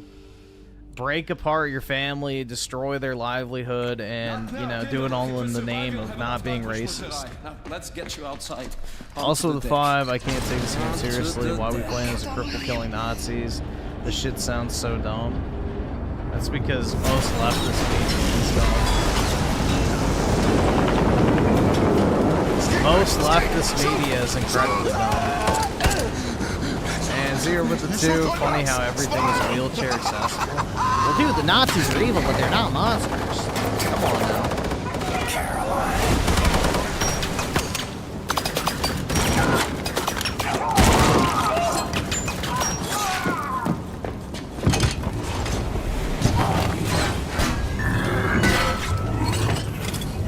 Good. Kill her. Noch so ein böser Junge mit einer Waffe? Loslassen! Loslassen! Sigrun, warum atmest du so schwer? Ich weiß nicht, Mutter. Ah, das weißt du nicht? Bro, there's no way there'd be a fat Nazi chick. Ja, Mutter. You weren't allowed to be fat in Nazi Germany. Vergib mir, Mutter. Ich habe gestern ein kleines Stück Kuchen gegessen, nur ein ganz kleines. Du dumme Kuh! Du bist eine Schande für deine Rasse! Base! Und für deine Familie! Das werden die Leute sagen, wenn du in eine Klinik für Fettsüchtige kommst. Die Generalstochter! Was für eine Schande! Los! Warte herhalten! Das ist nicht mal eine Backpfanne wert. Er ist da oben. Da bin ich mir sicher. Abmarsch nach drinnen! Ja, Mutter. Los, A black man anally fucks her late. Yeah, dude. Pure propaganda shit. Unaddressed! The terrorist and murderer! William Joseph Blazkowicz! Also known as Terrapin! I'm willing to spare the life of everyone in your vessel if you surrender! The doors are open! Come alone! I mean, they're not even, like, trying to be subtle with the propaganda. Don't go under, William. It's just wild, bro. They have our people. She trapped our vessel, Anishka. What can we do? You're right here. We'll have to somehow release our U-boat once you're up there. I can't lose you. You're weak, William. You're in Yeah, no shape send to all the fight. people who made this to the chambers.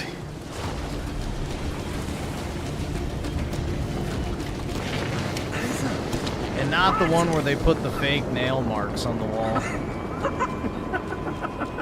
You going to run us over with your little wheelchair?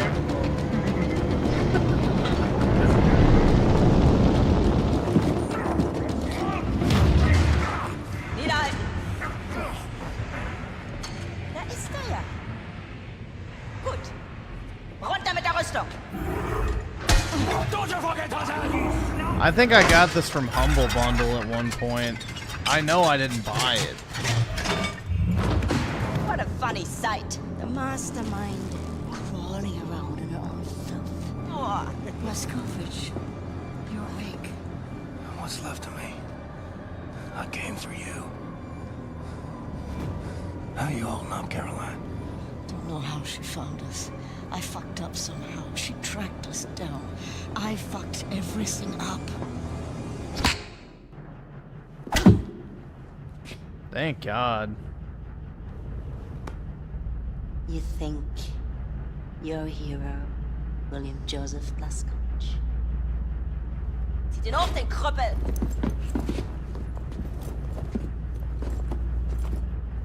Let me tell you, you're not. Only the degenerate rats of the slum admire you. The filthy dregs, festering in the ghetto. But once they see you, this will change. I shall put you on international television. Look, everybody. Is this how a hero looks like? A crippled wretch of a man being in a tomb. Everyone will see what a useless joke you are. Loslass. Danke schön. Oh. Zieh sie am Kragen. Good. Bow your head. Don't be silly. The resistance does not bow. Just chop it off already. Oh, of course fucking Porky gets in the way. Still, ich arbeite. Ich dachte, du würdest sie freilassen. Aber das tue ich doch. Ich befreie ihren Kopf von ihren Schultern. Aber du hast gesagt, dass du sie hast gesagt. Du machst deine Leibesübung und du verzichtest auf den Zucker. Und was haben meine Männer in deinem Zimmer gefunden, als sie durchsucht haben? Schokolade, Kekse, Limonade, Bonbons. Ganz abzusehen von den kranken Sachen, die du in dein Tagebuch geschrieben hast. I can't afford this. Willst du befreien? Gut. Nimm. Nimm! Mach schon. Befrei ihren Kopf von ihren Schultern. Hm? Du hast mein Tagebuch gelesen. Lenk nicht ab! Köpfe sie! Oder du kannst dich auf was gefasst machen. Los! Los, los! Los, los, los, los, los, los, los, los, los, los! Don't do it, girl! Sag zu! Ich kann nicht, Mutter.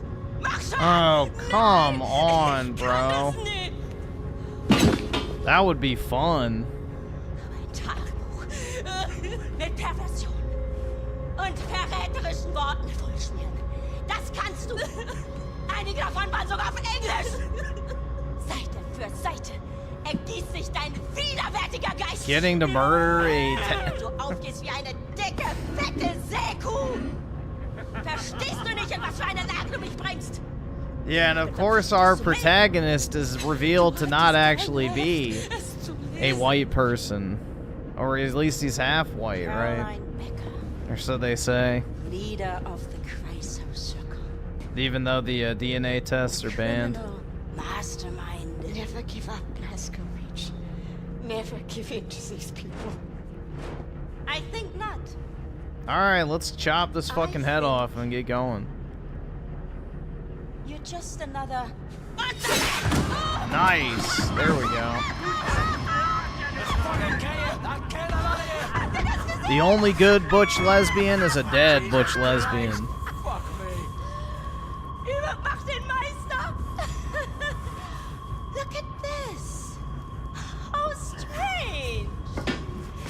One moment she was here, and now she's gone.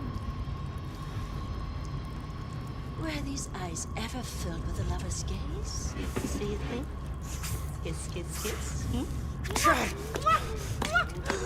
Das ist nicht komisch. Oh, willst du auch ein Küsschen, wie du es in deinem Tagebuch geschrieben hast? Auf deine dicken, fetten Wangen? Oder vielleicht lieber hier unten, ha?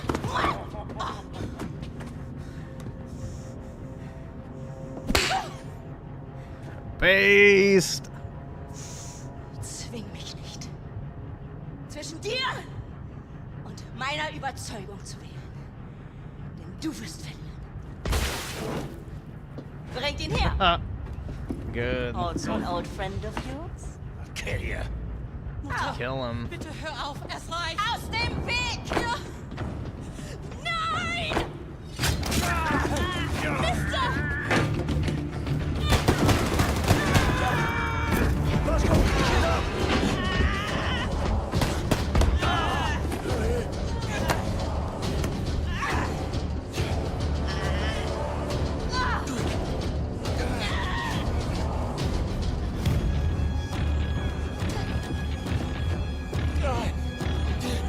I want to see if he can get choked out.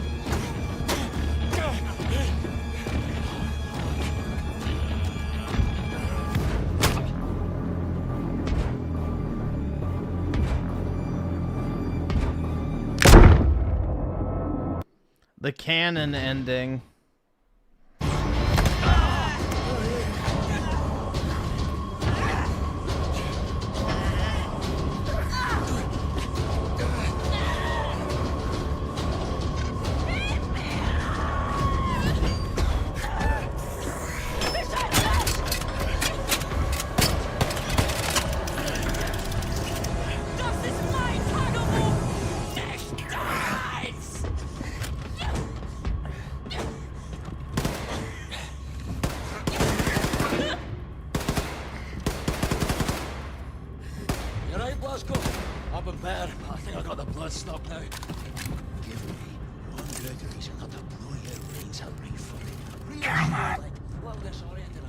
Why can't you shoot her corpse? I bet you can shoot the other corpses. Oh, of course. Of course you can shoot the other corpses, but not the fucking disgusting butch lesbian. I know sie kommst du open them. Wait. How do we release her you? Sie doesn't lead to sie Kontrolle me. Ihr tut mir Kontakt hat. You can see it is there. That will release your U-boat. You open that door. Yes. All right, Blasco. Yeah, no fun allowed, man.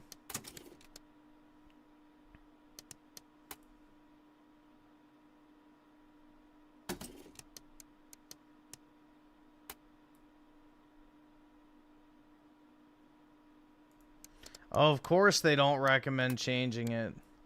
Well, that's too damn bad. Oh, wait, fuck. Advanced settings. Oh, there's no off for motion blur. Are you fucking kidding me? Not on in there. Locate the controller bay and release our U-boat. Don't think I'll be much use to you at the moment. I'm sorry about your friend. Shut up, lass.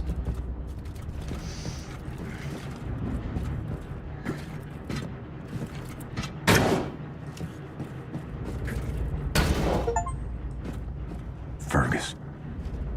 Gotta respect a guy who can lose his arm and soldier on like it's nothing.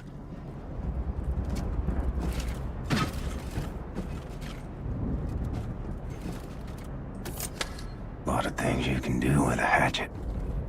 And a Nazi.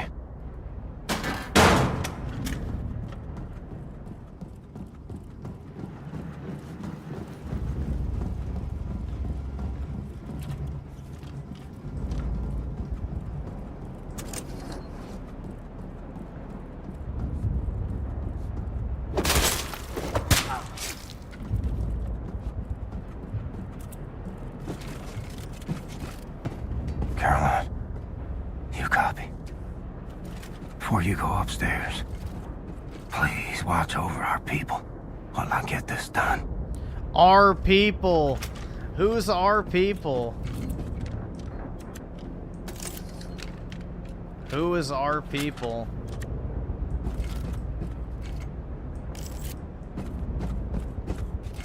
Because we already know that the white Americans are evil too, man, because, you know, his dad was a white American Christian who was evil.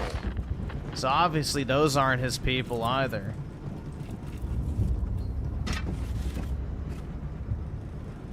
Very subtle, right? Very, very subtle. Like they taught us back in boot camp. Take out the commanders first. Hören Sie mich!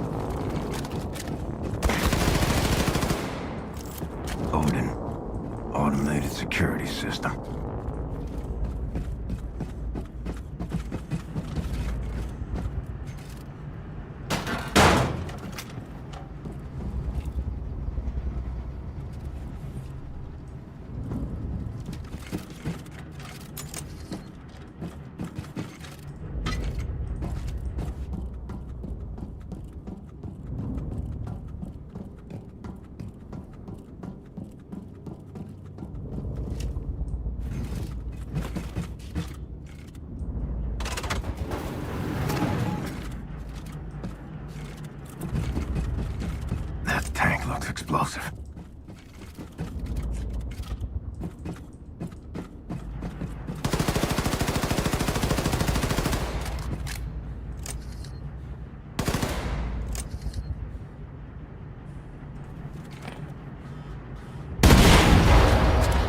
Got myself a new exit. Achtung, Explosion in der Hangarbucht. Sicherheitspersonal im Bereich unverzüglich untersucht. Wiederhole, Explosion in der Hangarbucht. Sicherheitspersonal im Bereich unverzüglich untersucht.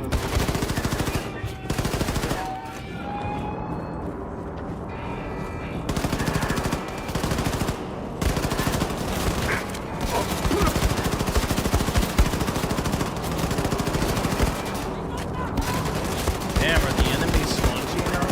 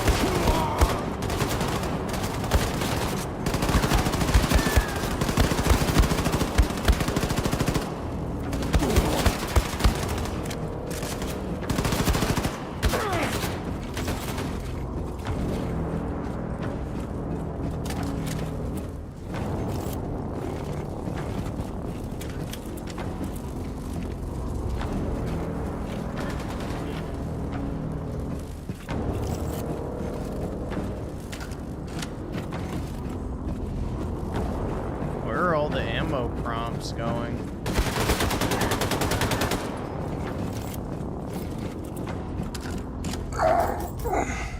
Caroline, I'm hurting.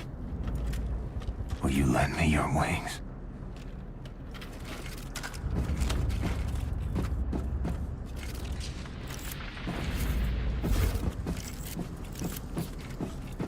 Will you lend me your wings?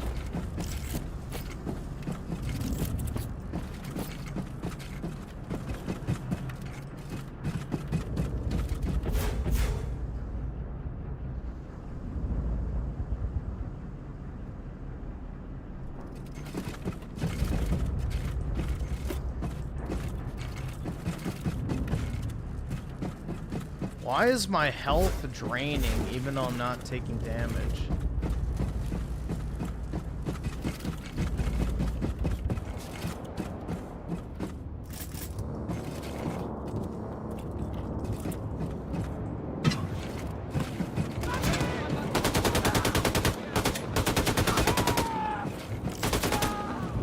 That's it.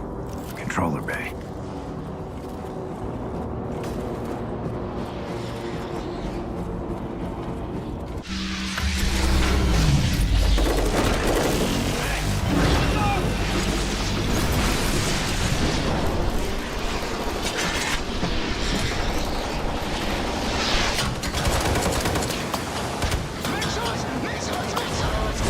At this point, Griffin needs to become president so he can be the next Abe Lincoln. Well, not for the reason you probably think, but yeah, I'd be fine with that.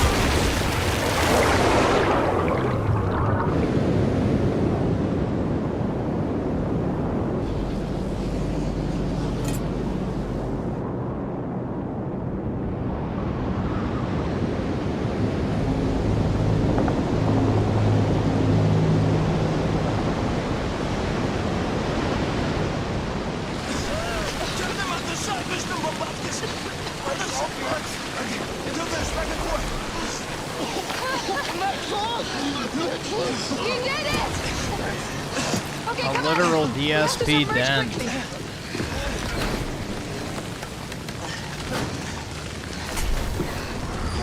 Success, Mr. Blazkowicz! Alright, you should go out. English. You should go out.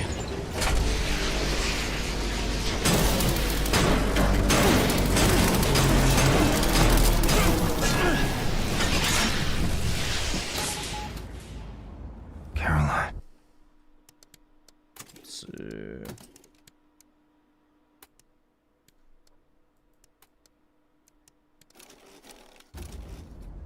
released the Eva's hammer, and I'm heading back to our people. I hate to ask, will you stick around so I can keep your wings a little longer?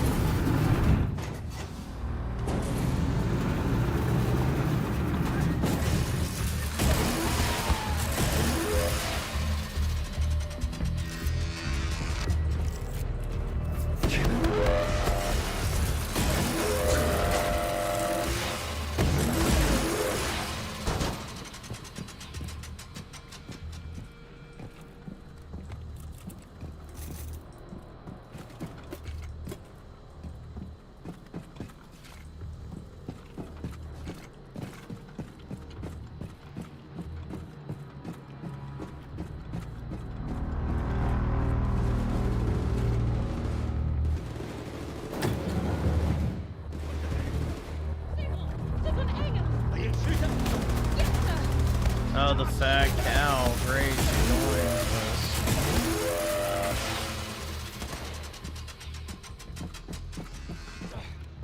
Wowie zowie. Let's go. We have to get the fuck out of here now.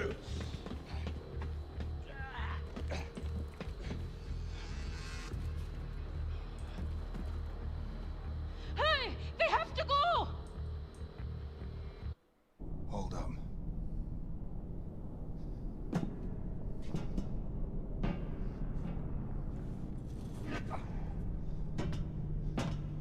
What is he gonna do? Fondle her dead body on the way down?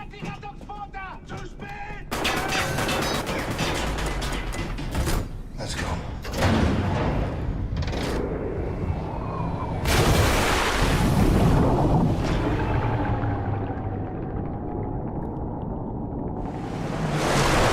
Zero with the 5, bro. Why am I relating to the bad guys? It's hilarious. The hero is in a wheelchair. Sorry, I just can't get over it. Yeah, it's sad, bro. And then, let's see. 10 more code with 279. I think you missed my super. No, I can't check right now. Give me a second, I'll take a look. And then, also, Creator's Freedom with the 2. Which is more funny, a Jew or a clown? I feel like that really depends. Stop fidgeting. You want something for the pain? No, just get on with it, man. Now listen up. Caroline had a plan. Yes, the liberation of the United States of America.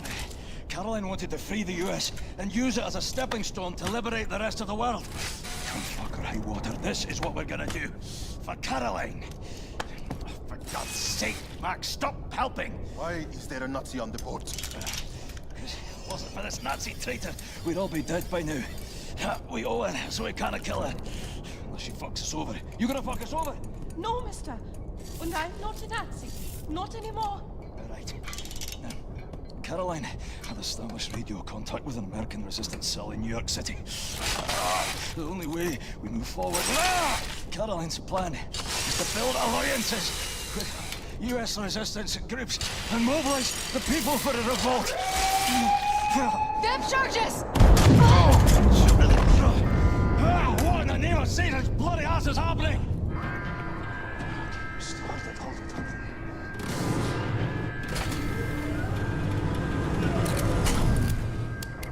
I hear surface breaches.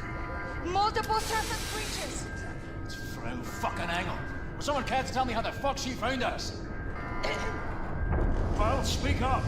Someone inside your U-boat is transmitting your position. That is bloody marvelous. The Ausmerzer has been receiving messages from someone inside your boat. That's how we found you. Fucking who? Section F. Fucking what? Okay. There it is, Section F. But there is no Section F. The maps The are not pregnant accurate. We've woman looked and goes there is no naked doorway. later on. Oh If someone boy. is hiding in there, transmitting that signal. You want to investigate? How I'm exciting. gonna have to go have a lie down. Kindle, come. Must be here. Move this locker. Astonishing.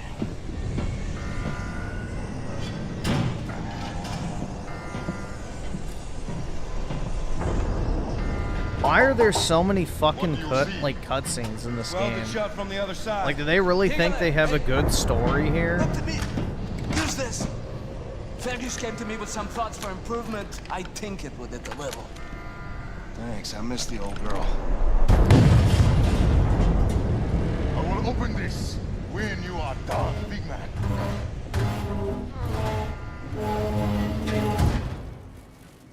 Yeah, I'm glad I never played the slot back in the day. William, you have to find the transmitter and shut it down, or the depth charges will rupture our hull.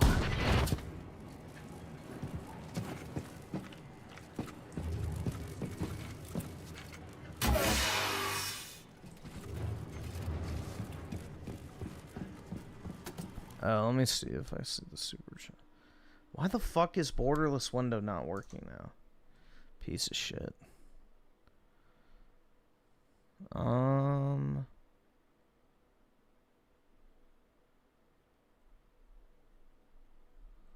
Was it this one? I thought I read this one. I'll read it again. Tim Marco the 7, as Jethro said before, Alex also said that you can't compare his piracy to stealing physical goods because stores don't have exclusive products. Yes, they do. Yeah, people who... I don't know. It's pseudo-intellectualism. Like, my version of stealing is okay because I said so. On the floor plan, It's basically Section all F he's just saying. looks like a little laundry room. We looked for it when we first searched You know, the just U-boat like after you BLM captured says, it, I but can steal we shit didn't because see it's the from a entrance white door. person. And with all the things we were worrying about back then, I suppose we didn't bother looking too closely. But now I've re-examined the floor plan, and there's a reference to a completely different document. The engineering map of Section F. I'll report back as soon as I find it.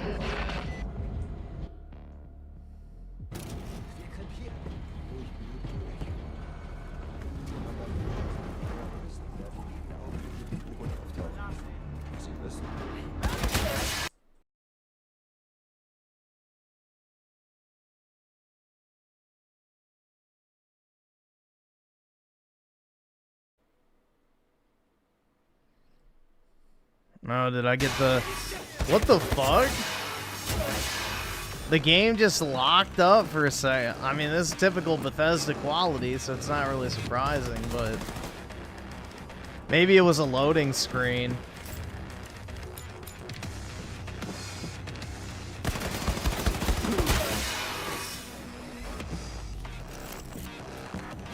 Yeah, it's probably a loading screen or some shit. I don't fucking know. The typical Bethesda experience.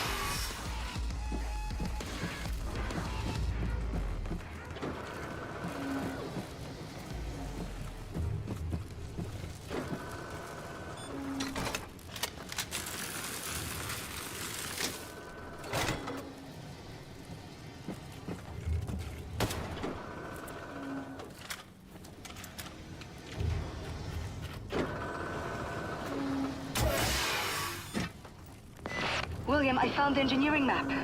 Palace. Oh, great. Now the chat's fucked up.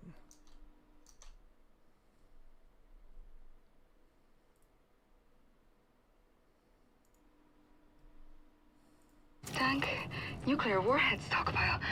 Oh my god. Section F stretches along the entire hull of the U-boat, and we're on the biggest U-boat in the world, so this section is gigantic. Some of it must serve as a main ballast tank or something, because it's a massive volume. Be careful, fuck? William. I'm like stuck. No telling how many Nazis could be hiding in there.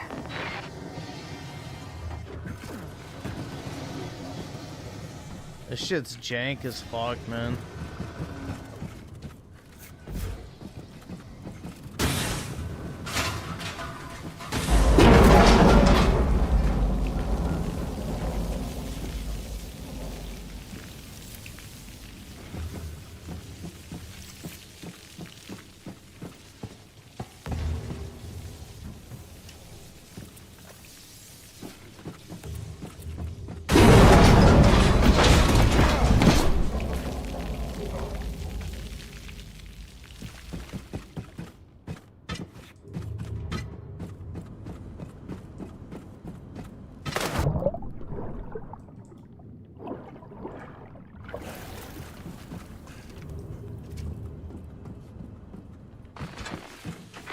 William, those Nazis have been surviving in there ever since you captured the U-boat 5 months ago.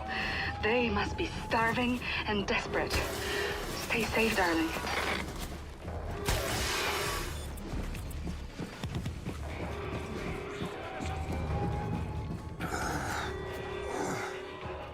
Caroline, don't think I'm gonna make it. A few more weeks, maybe. With your grace.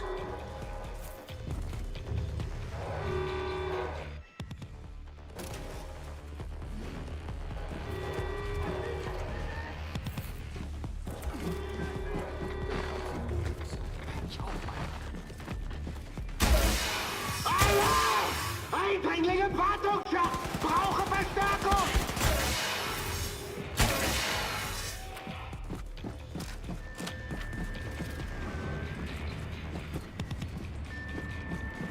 Nazi radio room ahead. Gotta find a way in.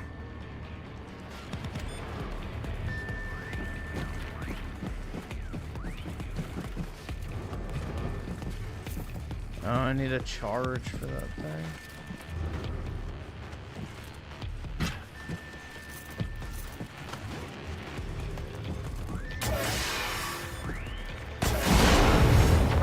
Thank you, William.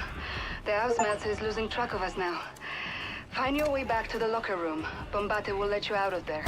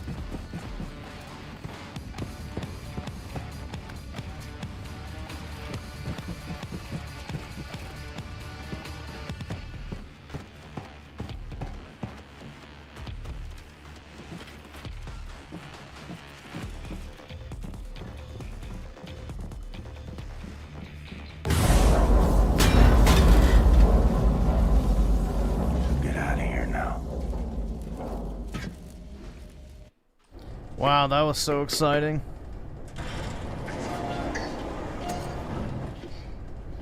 Well done, Blaskowitz. Come. Thank you, brother. Everyone is gathered.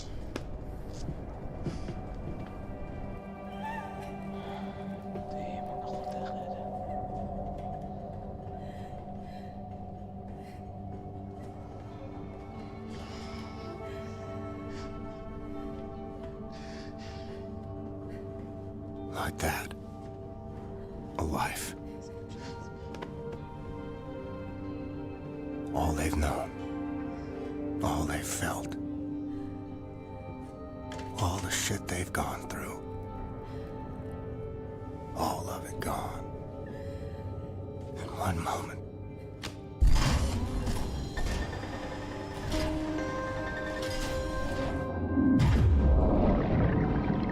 Like water. Like it never was. Yep, more cutscenes. Darling, take as much time as you need, but at some point, can you please go see Sid at his workshop so he can check up on you? I worry about your health. And I better eat something before I pass out.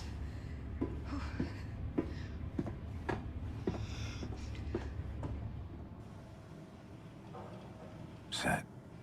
He knows as well as I do. What I got, he can't cure. Okay, Max. It's time. Max Huzz. Hey, Max. Why you look so glum? I know, like...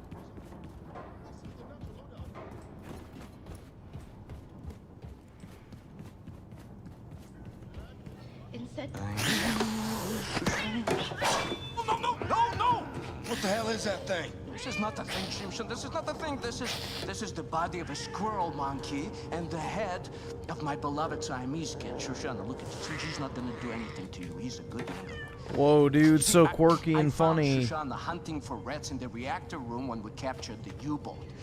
A few months later, she was dying of bowel cancer when I stumbled upon this practically brain-dead monkey chewing on a blasting cap. And please do me a favor, Mr. Blaskowitz, lower your axe. You're So making me nervous. heckin' This is not funny, only dude. my favorite animal. This is most probably my most significant scientific This is probably achievement. like peak Redditor humor to some of these fuckers. You hungry? Here's a fish cake. You see, in order to do a cross-species head transplant, you need to A, bridge the spinal column, she's okay. B, harmonize otherwise totally recalcitrant biological system, respiratory and circulatory. And Okay, I get it. Spare me the science mumbo jumbo. what am I doing? I'm like an old kachkik who had such a long day, and I'm... Too many fucking cutscenes, man. You want something for the sleeping gland? No, I just need to keep busy. Distractions, huh? No, I understand. We all grieve in different ways, but I have a perfect distraction for you. Here you go. Look, a few days ago, Anya asked me to make a shooting range for the fighters. All right, awesome. Thanks, nigga. All right. But I was experimenting with an old German drone for target practice when suddenly this fakakta machine... Soycast the 5, you know Allah in Islam comes from the old pagan Arabic moon god. I mean, I don't know, the crescent moon looks pretty similar to demon. Feel free to try my Well, shooting range. Allah literally just translates to God, so... Okay, I'll have a look. I wouldn't look too much into that, to be honest. Because they probably referred to a bunch of things as Allah in the past, prior to Islam, just because it's just literally the translation for the word God. Shimshin, please take care of the drone running amok in the shooting range. Thank you very much. Islam is demonic. Yeah, I agree. How are you feeling here, Mr. Stone? It's a false religion.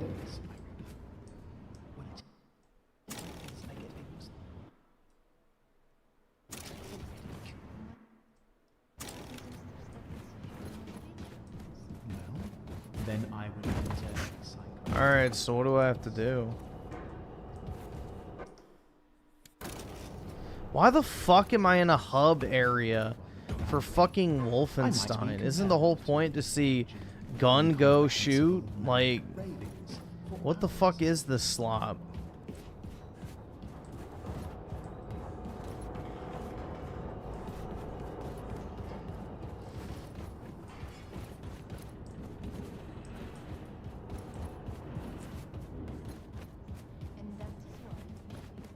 Can't believe Caroline is dead. Who will lead us now? The angry Scottish man, I think. Pathetic leadership, you mean? No, I know. I keep on. This is a good home for us, Caroline. Angel, You always made the right call. Hello, Captain.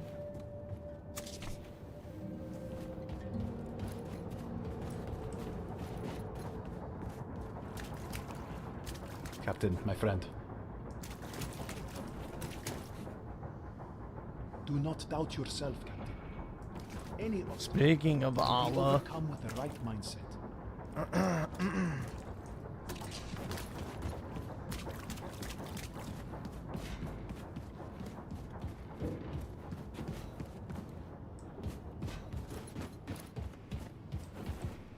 Alright, where the fuck am I supposed to go?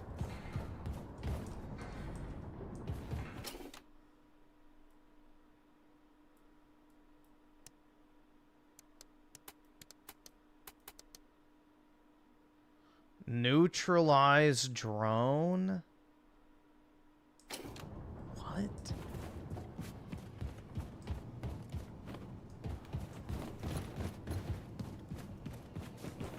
Why does that always leave such a mess for us? I don't know, my friend. Pleasure, Captain Blasters.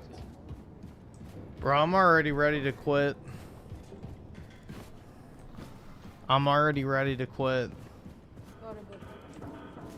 Horrible. What happened to Caroline? Always good leader. Not like the foul-mouthed old Scot. Hey.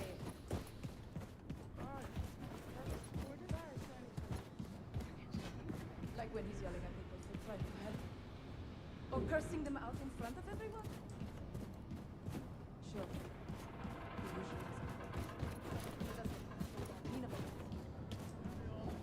Show me where I'm supposed to fucking go. I don't fucking want to explore.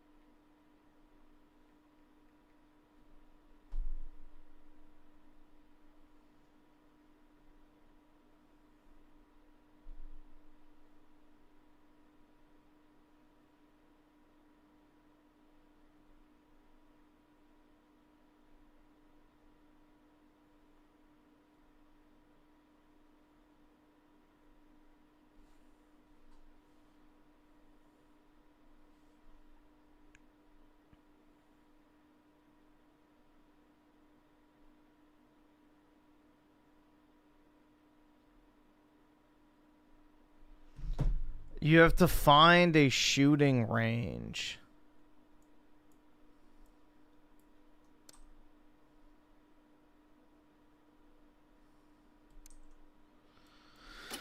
Oh my god, bro. This is already so fucking boring.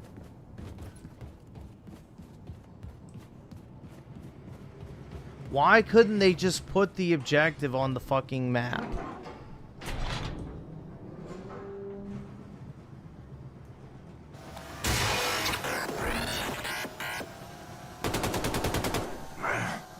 Gonna make me chase you, ain't you?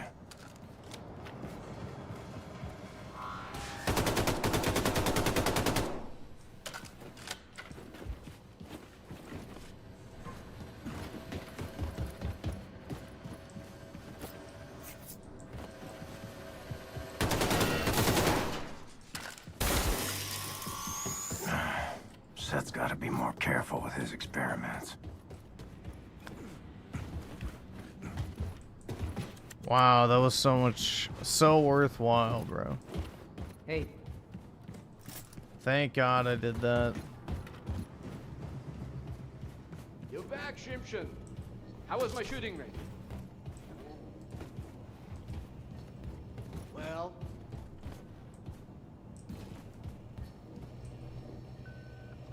well done, Yingler. You fresh apple, you... Herr Blaskovich, your lady, Anya, she was here looking for you? Oh, yes. Anya found Caroline's notes about the American resistance cell in New York City. Look for her in Caroline's room. Have you listened to the paper, Hassan? Yeah.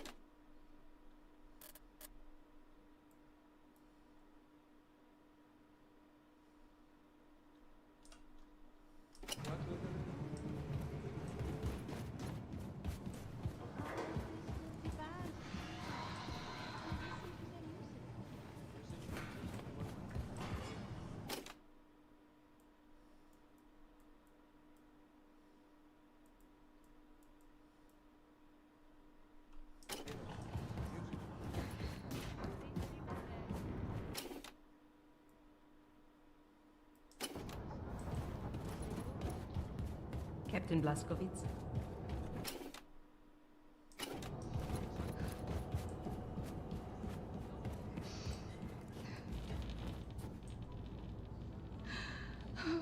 William. I can still smell her in here. I found Caroline's notes on the American resistance cell in New York City. I know their exact location. Can you look for Fergus for me? He's been back on his feet again after the surgery. I asked him to bring me some nitroglycerin from the ammo depot, but he hasn't returned. Go to the ammo depot next to the shooting range and find him. You are free of your mother. Oh. You can go on any romantic event. You alright, Fergus? How's the arm? Please. Please help me. What happened to your face? I think she's trying to kill me, Blasco. Last word. Have you ever drifted off peacefully to sleep, only to be brutally awoken by your own prosthetic arm savagely gubbing you in the eye? I had to turn her off. Is that normal? What's that say? Something about there being a learning curve and whatnot. How I needed to learn how to trust it. I don't know. I'll tell you, I don't think I'll be using it to take a piss anytime soon. Maybe it's like training a game dog. You show weakness and it pounds. What you gotta do is show that thing who's in charge. Right. Well, you just stand there and be ready to step in case looks like I'm about to die. All right. There we go. There's a good girl. You're a good girl. Oh, fuck! Ha ha ha ha ha! Big funny! Stop it! For the love of... Oh, no, gotcha. All right, everything's fine. Calm down. There's a good girl. You, high and tight there, Commander? Oh. Yeah. Everything's under control. Right this way. Okay. Helmet 5. I have reviewed Caroline's notes. The New York City resistance group is concealed at the top of the state building. Said I assume the high altitude means the radiation is at tolerable levels? Definitely. Right. However, we can simply fly in there in our Nazi helicopters because we're gonna be shot down. Can't we re-establish contact there and let them know our helicopters are friendly? I've looked, but I couldn't find any means of contacting them in Caroline's notes. Bloody hell. Well, we'll need to approach from ground level then. Introduce ourselves properly, face to face. Ground level. The whole city is saturated by fallout from the Nazi atom bomb. Lethal levels of radiation if we go there without protective wear. Yeah, well, this one... Well, this armor will shield from all radioactivity. Well, Will you do it then, Blasco? Have you grown too weak and useless now? Always wanted to see the Big Apple. Lovely. Bombate, drop him off now, eh? No problem, Wing Commander. Can I be of use? I don't know, lass. Can ya? Weiter Port. Umsatz continues. Straight forward. Got you, Blondie. Hey, big friend. You better watch out for the crocodiles. Crocodiles? It's not New York underground crawling with crocodiles. No, I'm from Texas.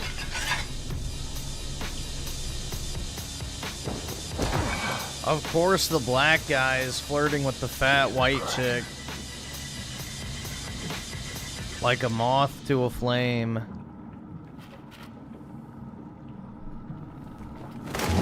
Men, women, children. Not screaming, but I can still hear you.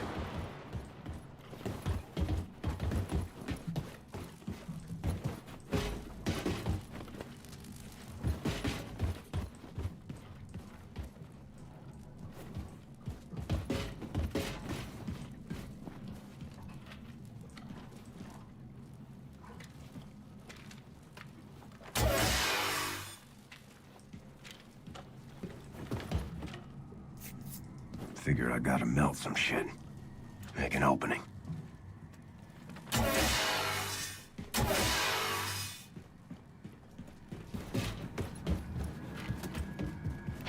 Yeah, Blasco. Find your way through the bombed-out city and reach the state building. It's Faster beautiful. The better. Fergus out.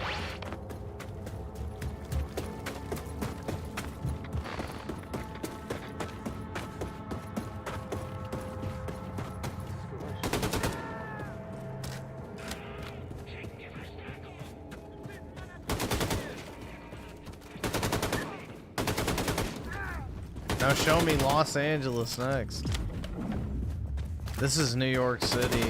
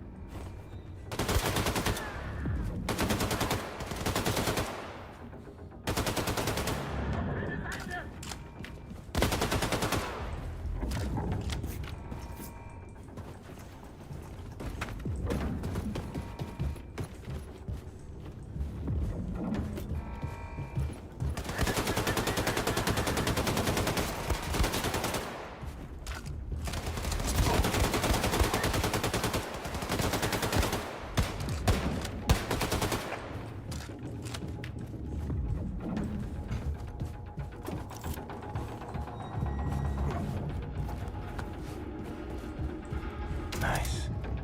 Should get to work on upgrading my weapons.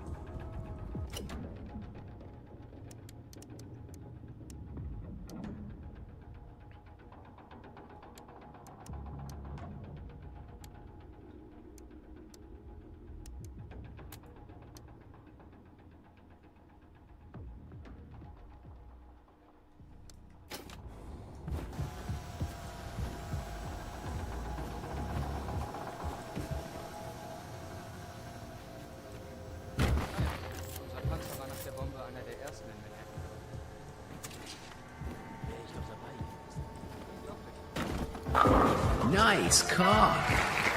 Perfect.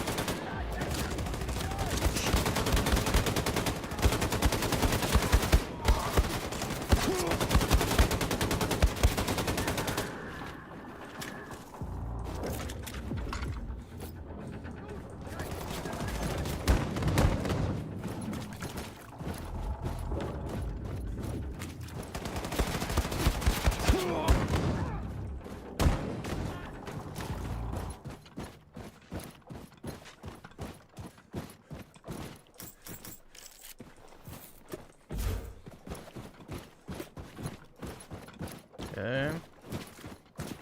So I guess through here. Long walk to the state building. Caroline, will you help light the way?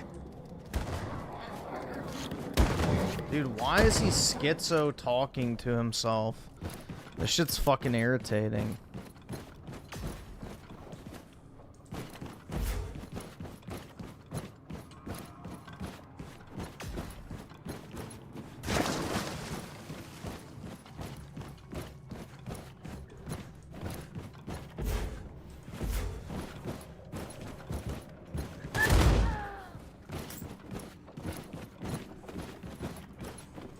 We get it, bro. You're lay sad because your fucking butch lesbian lover died.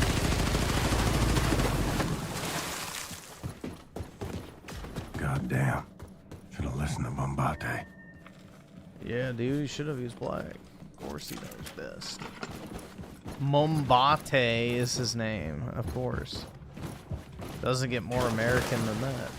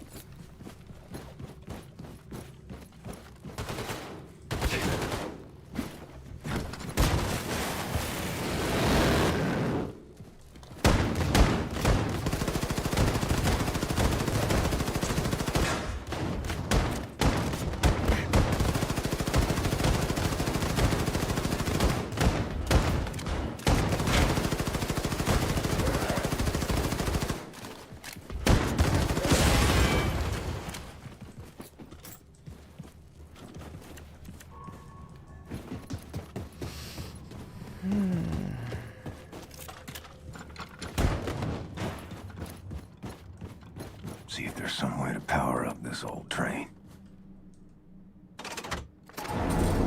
Okay, train's got power. Let's find the controls and see if it moves.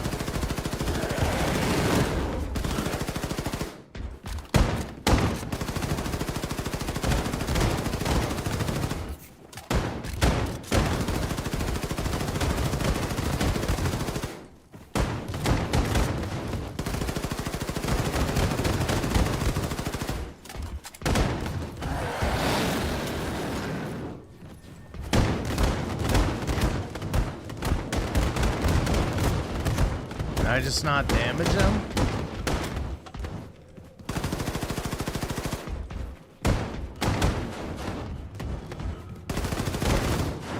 I think my bullets are just passing through him.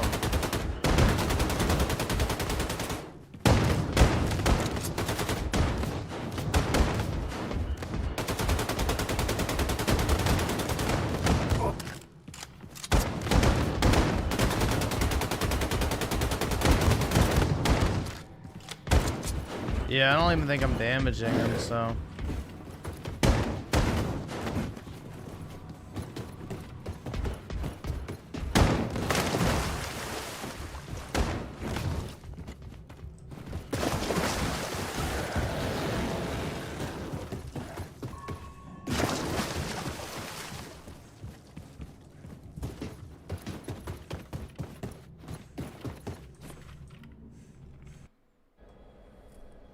Oh boy, another cutscene.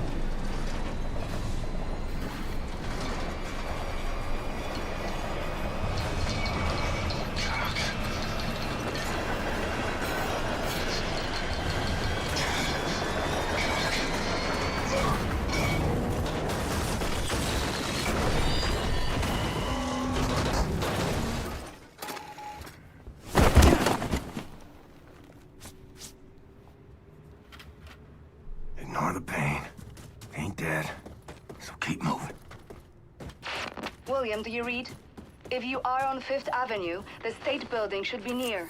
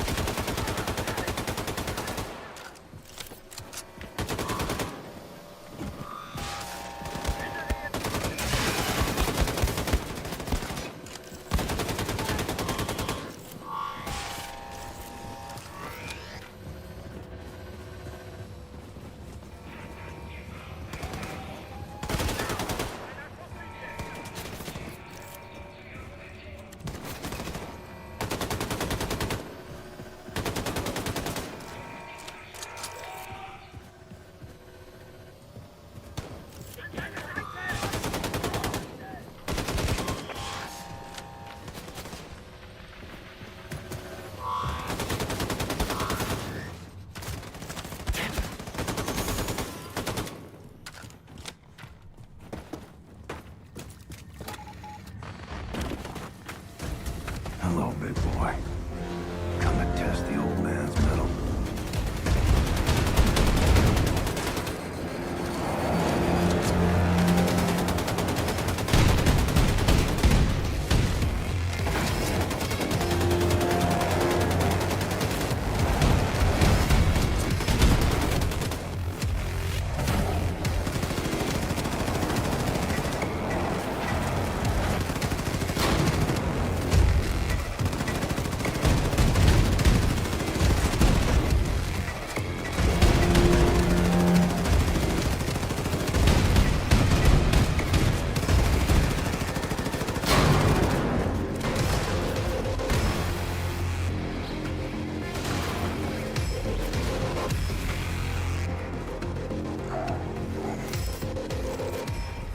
My guts are falling out. That man walking. We get it, bro. You're fucking... Oh my god. Shut the fuck up, honestly. No one fucking cares. Kill yourself, please. You're not doing anything of value anyway.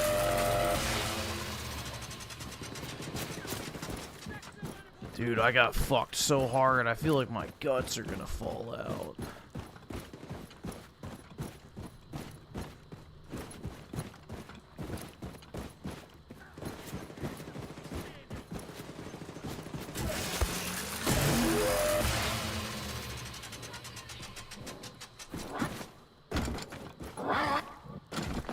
Find a way to reach the top of the State Building and make contact with the resistance group.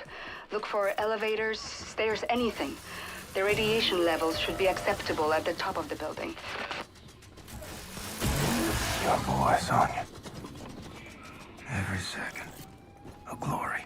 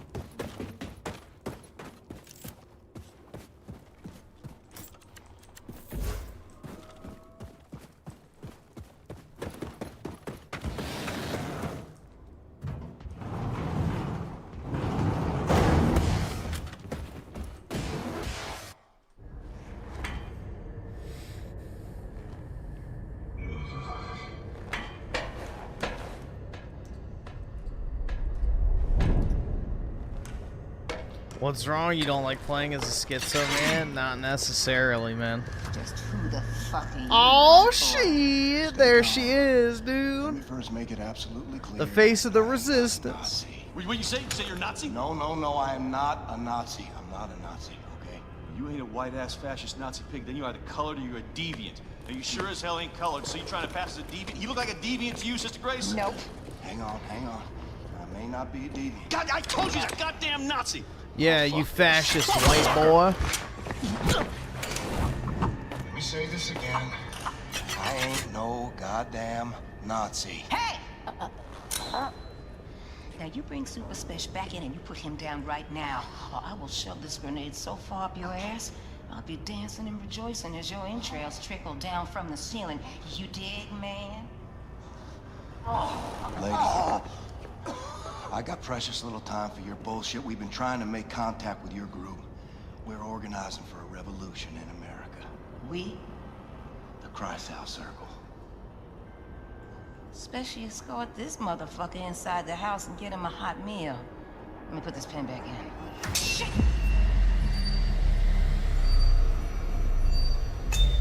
Take cover! Relax, man. It's just a duck. Oh, you bitch got a sixth sense of humor. Dude, you're crushing me. Yeah, get off Rosen Goldstein McShuckleberg, bro. You're gonna hurt his rib cage. So what's with the chicken fence? That's my Faraday cage, man. You dig? It keeps the Nazi alien conspiracy from finding us. I almost got killed by William goddamn Blazkowicz. Yeah.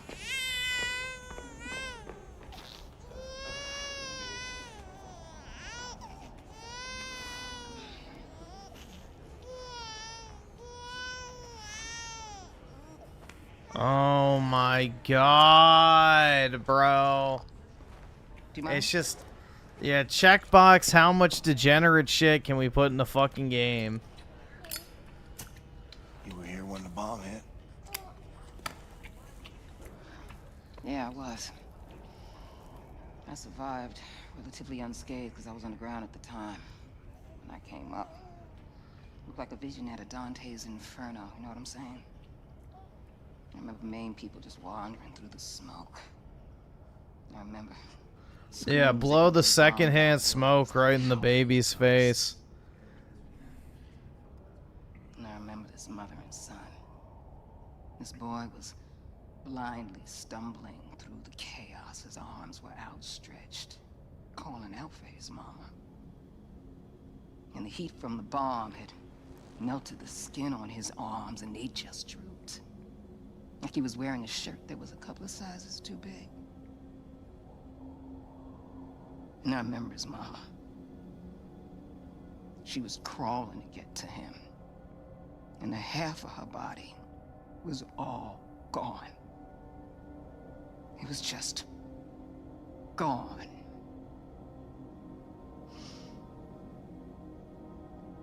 What are you thinking in a moment like that? When you know you're losing everything you love.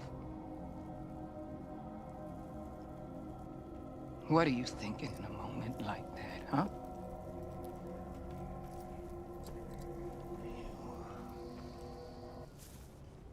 Shit. That's gonna leave a mark. Monsters did this. Not monsters. Men.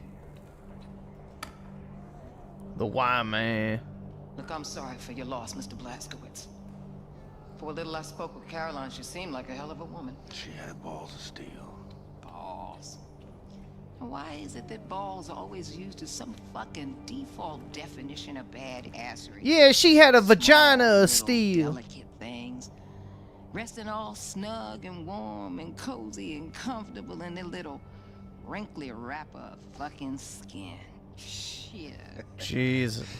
What she say? Shit. What's not a mystery is the sweet juice they produce. Yeah, I got a couple of my own on the way. Cute little guy. It's a girl. Oh, sorry. What are you sorry for? What's up, Special? There's pigs, lots of them coming up the stairs. They're like a fucking army. Shh, the fuckers found us. Well, you got an escape strategy, Mr. Blazkowicz? Anya, we're gonna need immediate evac. Understood, William. Dispatching has 1 and has 2 for immediate extraction. Copy. Move your people to the roof. I'll stall the Nazis until our ride's here. Brothers and sisters, listen up! I need everybody to get up to the roof now. We're evacuating. And bring all the The Black Panthers. Come on, let's hustle, people! Come on, come on. Get your shit. You cool? Just make sure your people make it out.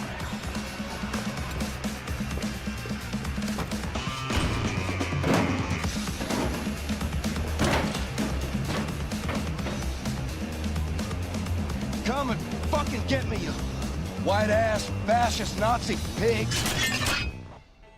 White ass fascist not. Wow, dude. Real subtle, guys. Real subtle. The subtlety is just so intense. Like, wow. Who would have known that this is an anti-white game, man, and that Nazis are just another word for racist Trump supporters, dude? Whoa.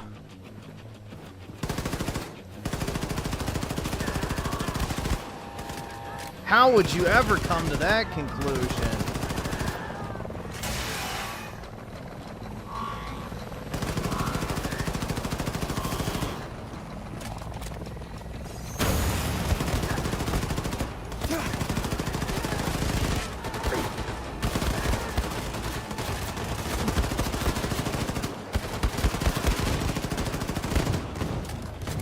And what makes it worse is the game's not even good. Like, look at this. Exciting shooting mechanics, bro. Infinite health enemies.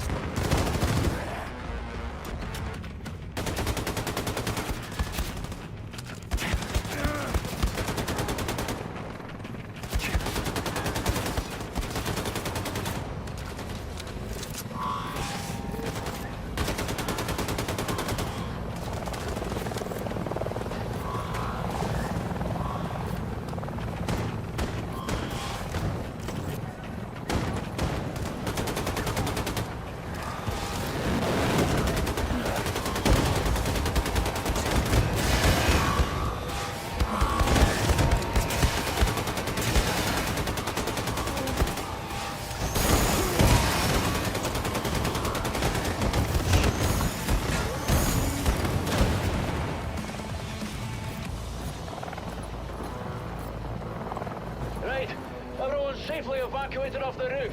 Jump in, Blazko. Caroline. Look. Safely evacuated off the roof. Jump in, Blazko. Caroline.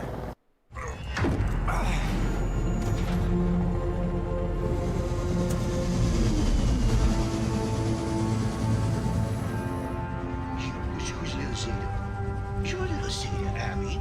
Yes, you are. You're such a little great. You're such a little great. We gotta set this right, Grace. Put the fighting spirit back in the American people. Ignite a revolution. Shit. We've been fighting every motherfucking day, Blazkowicz.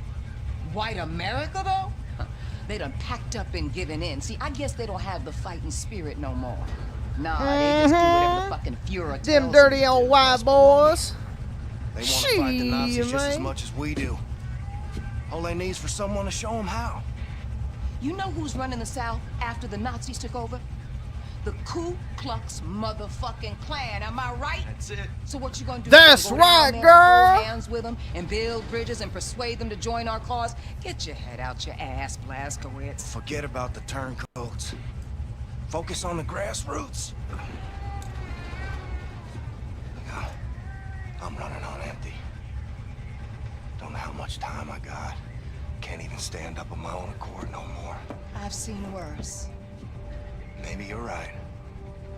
Maybe the American people grew comfortable living under tyranny. Maybe the Nazis will still be running the show after I kick the bucket. Sister Grace is always right, brother. I learned that the hard way. I don't know. But I know this. You take freedom away from the American people, you're playing with fire. And I intend to pour some gasoline. People gotta know they don't have to take this shit no more. And if nothing else, that's what I'm gonna do before I go. See, that's what I'm talking about, Blazkowicz! You want to strike fear in the Nazis? You want to hit them hard for all to see? You want to cause some real motherfucking havoc? Well, then you come to the right woman. So if you still got some Nazi fighting, killing skills up in you, then guess what? It's just I got a plan that's gonna disgusting. send shockwaves throughout the nation. Oh, shit. Is this the one where I go home to Roswell? Show you right. What do you think about this, Schmidlik? I think I got you now, my little Goylem. Thanks, Hoss. I don't know, Maxilla. So this is where all the decisions are made. Huh. We're gonna need a room to sleep nearby. This one looks empty. Super Spash! Hey, Englishman. I'm gonna need a new home for my people. Power outlets, radio room access, and a can. You got it? Please. Say what? Please. You ask for something, you say please, and don't fucking call me Englishman. Okay, you wanna step to me, motherfucker, you wanna get shit done. Cause I'm game either way.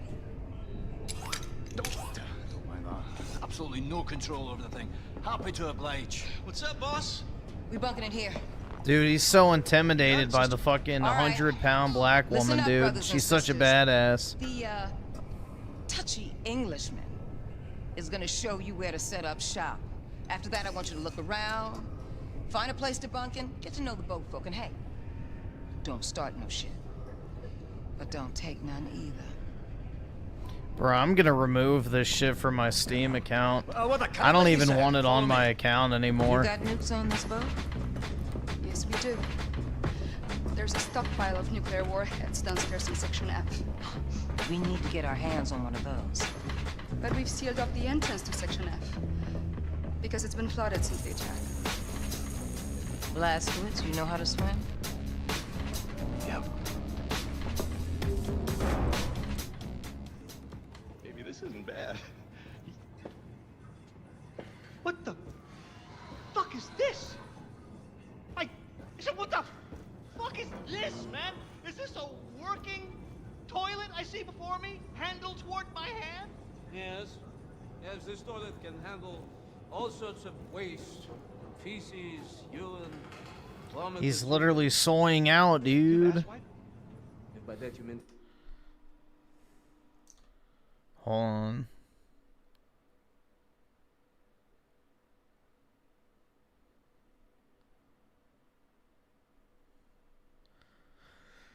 Yep, I've been playing for almost 2 hours, so we're good.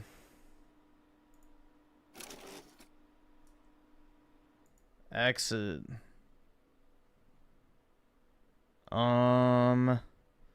So let me remove it from my,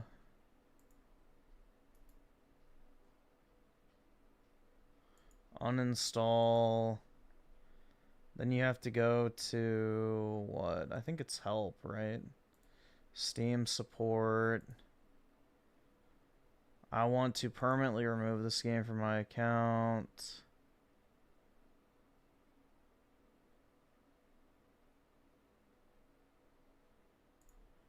Yes.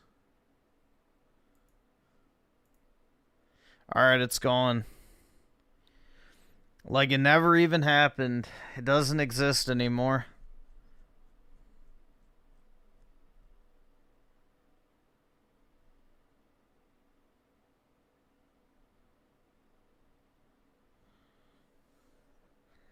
It's gone, man. Vanished.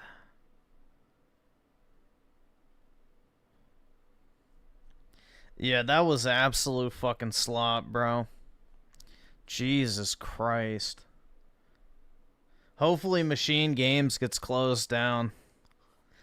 I won't feel a bit of sympathy. Makes me even happier that that Indiana Jones game flopped.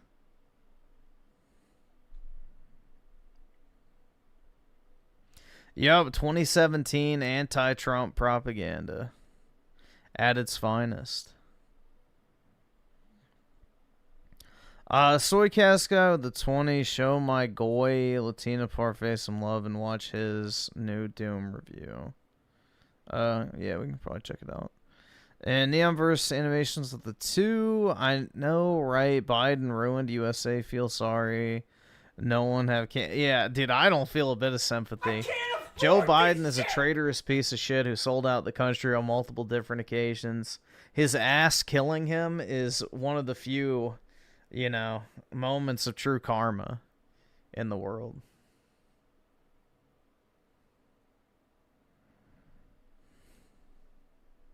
I wish you could get rid of this stupid What's New tab, bro. I have never once clicked on this shit once. This is so irritating. I hate looking at it.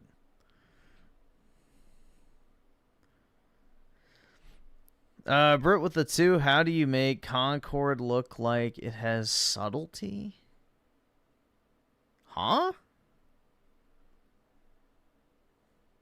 What do you mean by how do you make Concord look like it has subtlety? What do you mean by that?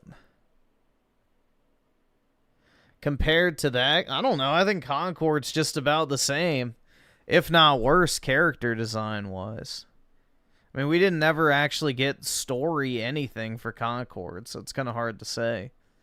But character design-wise, it's about the same. There wasn't a single white male in the entire game. So...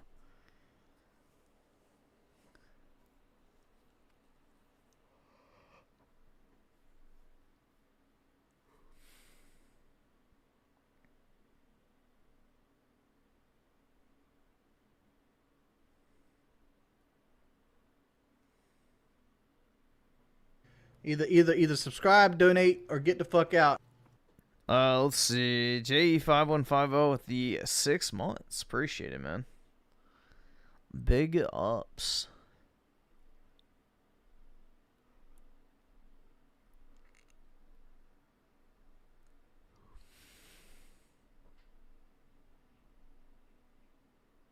Yeah, Expedition 33, I dropped it.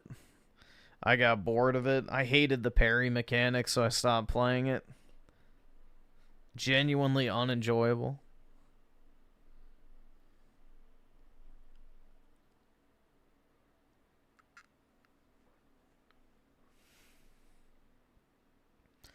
Oh yeah, I bought this. I don't know if you can play it yet or not, but... the Skyrim clone from the other night.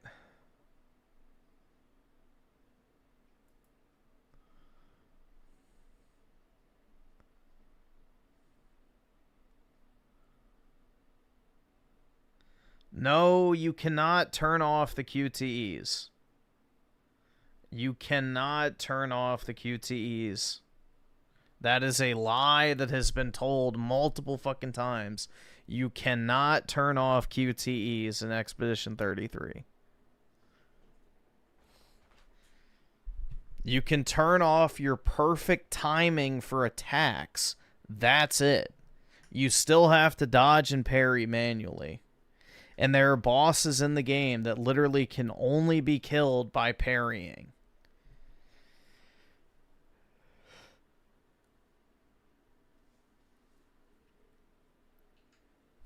I can't afford this shit!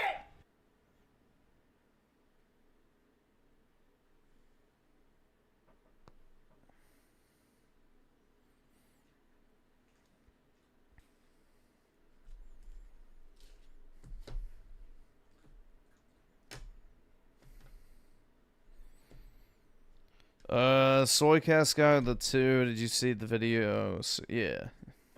The $20 one? Yeah, I saw it.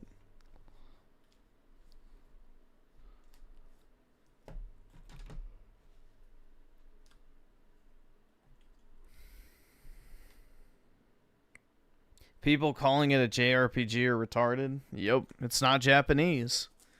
It's just another shitty movie game with like a Persona-esque combat system.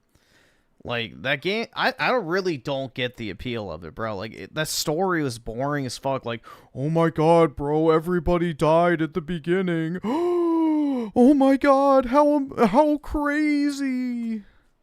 It's like, yeah, they literally took the fucking... I mean, like, literally, it's like the shock factor of fucking Squid Game. That's it. Like, basically, they took the first few scenes from Squid Game where everybody gets fucking killed, and they acted like it's some shock factor thing. It's like, okay, wow. Cool, we've never... Like, literally, the game is just a bunch of other people's ideas. Copy and pasted into a fucking Unreal Engine 5 movie sim.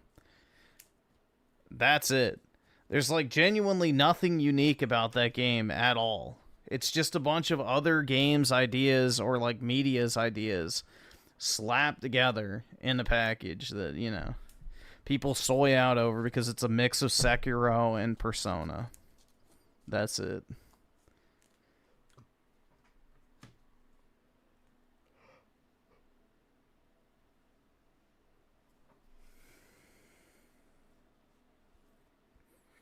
I legit fell asleep watching you play other... Yeah, it was boring.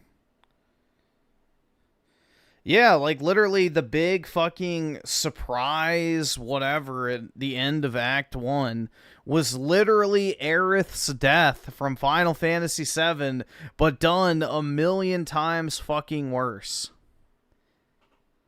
They completely ruined it by having him get, like, killed, but then he gets back up and fights like nothing ever happened and then gets killed again, basically. It was the most retarded shit ever, but they were trying to have their Aerith moment. And it just did not fucking work at all. At fucking all, bro.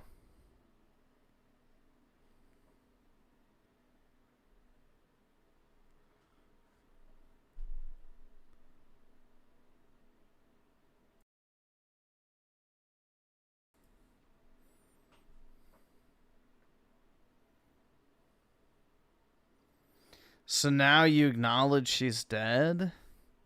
In the original Final Fantasy VII, Brit, yeah. That's what they tried to do. In Act 1, Aerith dies in Final Fantasy VII at the very end of Act 1. Then Act 2 begins. And that's the exact same structure that they had for Expedition 33. At the end of Act 1, the Gustav guy gets fucking shot through the heart with a fucking laser beam. Which was just fucking stupid, but yeah.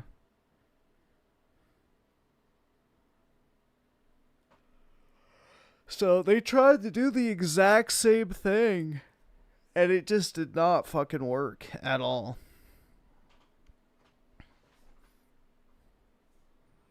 Because, one, he was a fucking massive pussy who already suicide baited at the beginning of the game. So you're like, yeah, I don't fucking care if this guy dies. He's a massive pussy.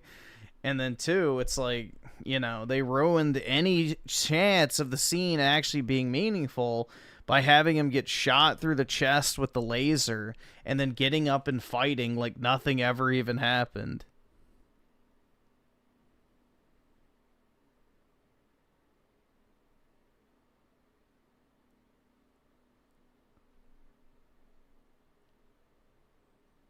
I mean, I genuinely don't care about any of the fucking characters, bro.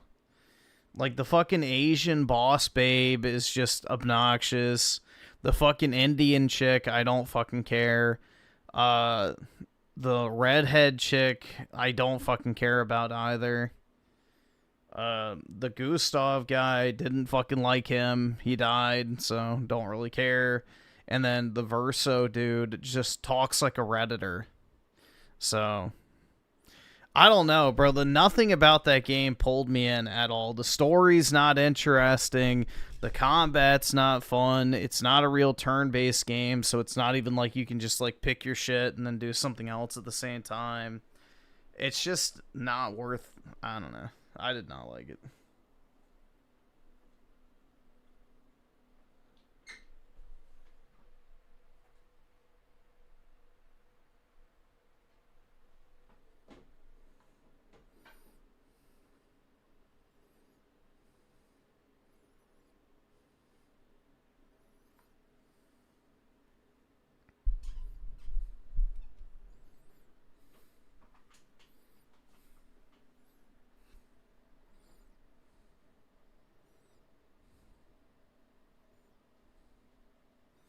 It was way too gassed up for sure.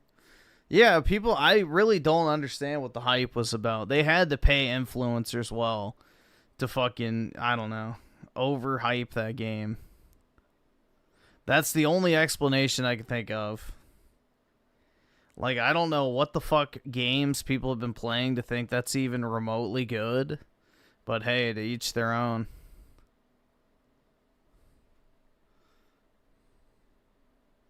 It's going to be one of those games that a bunch of people bought based off the hype. They'll never finish it, and nobody will fucking care about it in 2 months.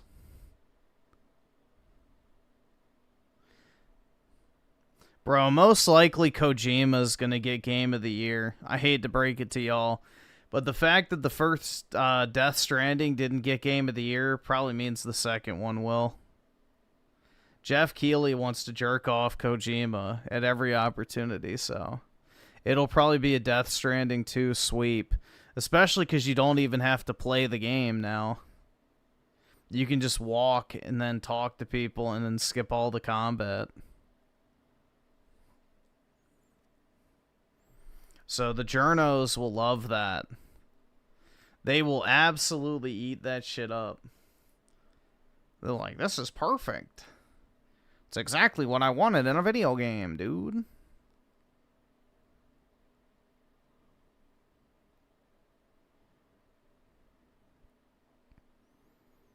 It's as if they never saw or played any RPG that came out for the past several... Yeah, like the last decade. It's like you completely skip the RPG genre. And then you're like, bro, it's the greatest game ever.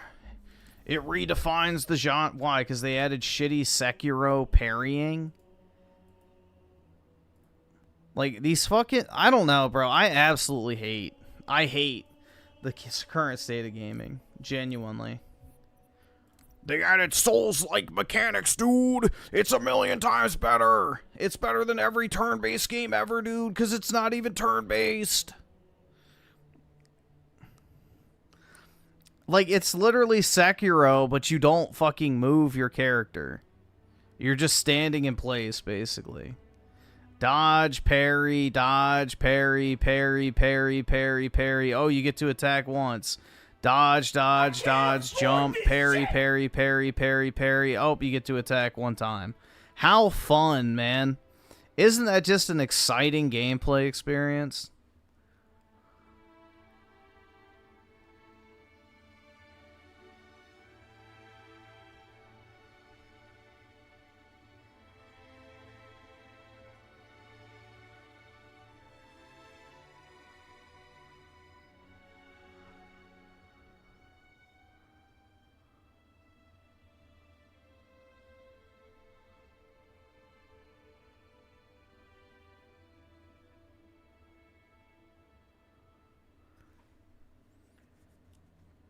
All right, awesome. Thanks, nigga. All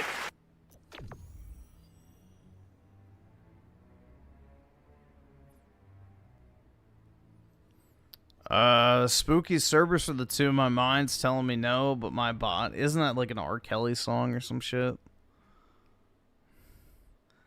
And Shadow Evil with the 5. The moment someone uploads... all cutscenes video, the game's existence is pointless. Yeah, I mean, the game is like 50% cutscenes, and that's probably being conservative. Like, that game has an absurd number of cutscenes. Like, even for modern gaming standards, it had a lot of cutscenes.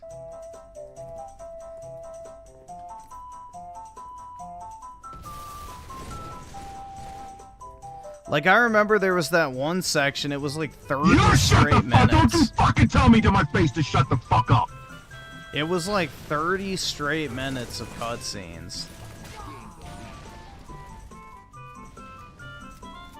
It's like, what the fuck, bro? And people said that Rebirth had too many cutscenes. It's like, but y'all ain't got a problem with that? Interesting. That's all I can say, is there's not a single instance in the entirety of Rebirth where you have 30 fucking minutes of cutscenes. Not one. I've played through that shit multiple times, so I know for a fact it doesn't exist. But yeah, 30 minutes of cutscenes, dude.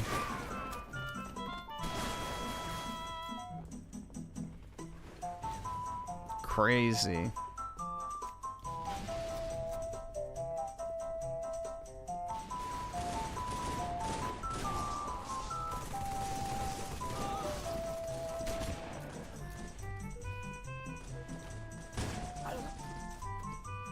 And the thing is the cutscenes aren't even interesting. Like, the story's genuinely shit. I don't know. Like, ooh, dude, I wonder what's gonna happen. You have to fight the paintress. Ooh, wow. And it's either gonna be all in someone's head or a figment of their imagination or blah, blah, blah. Like, you could just already tell where it's fucking going.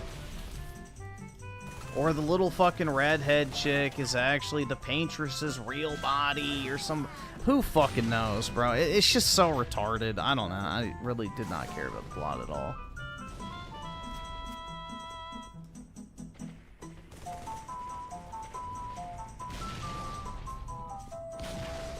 It's a knockoff multiverse time. Really? Oh, so now no one has a problem with multiverses. Interesting. Another game that's anti-God.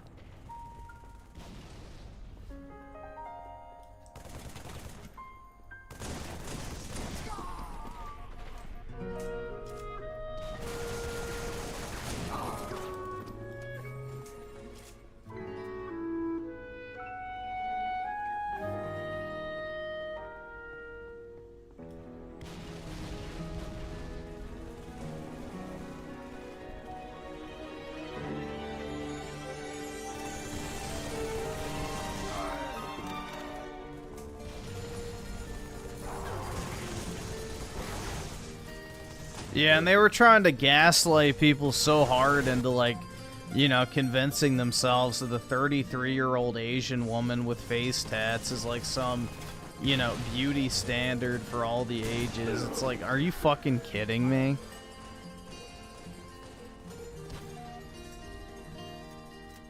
Yeah, some sub-5 Asian with a face tattoo is like your new beauty standard, I'm sure.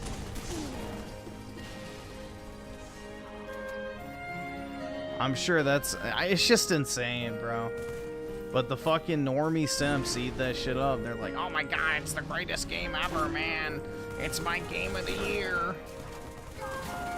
That fucking... Who was it? The Kid Smooth, like, Xbox guy who does the Goy Pass song. He uploaded a video or some shit saying that he cried or something. It's like, bro, what the fuck?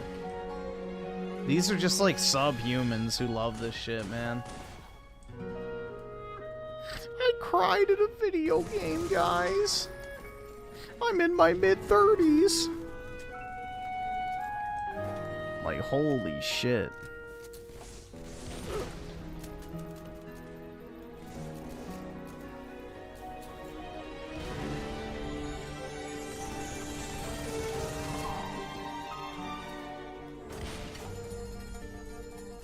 The fact Dark Ages isn't doing well on Steam makes me sad. We can't even have masculine AAA.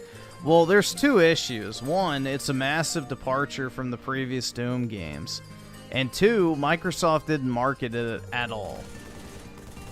Like, Microsoft's marketing is literally putting it on the Xbox homepage and they say, well, we did our part. Like, there was no hype cycle at all for this game.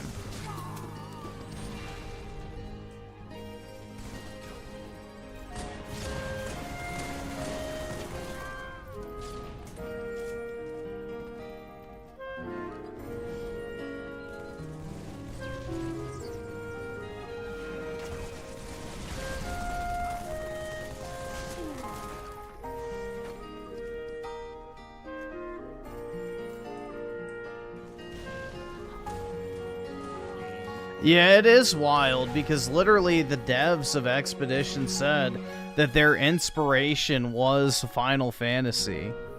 So it's like, okay, yeah, so yeah, it's Final Fantasy if it was good, I'm sure. Exactly, that's why the devs literally said that Final Fantasy was the inspiration for the game. Right.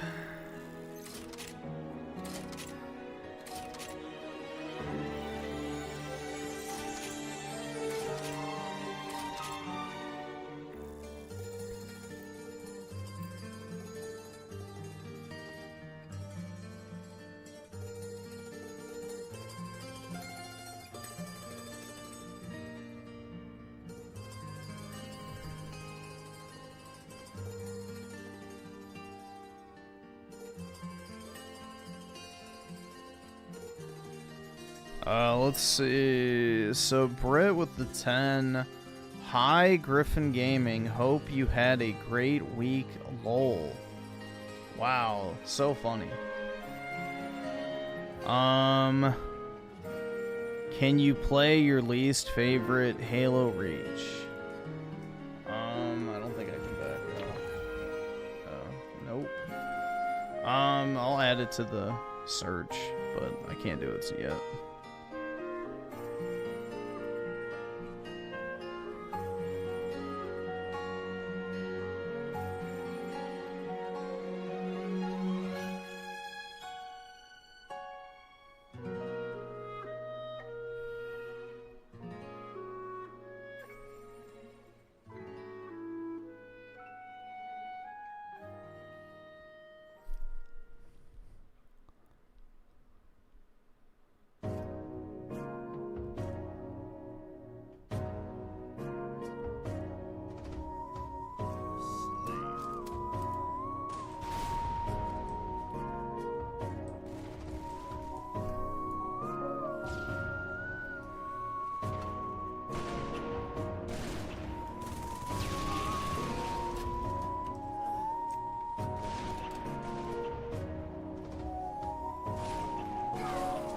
Shit.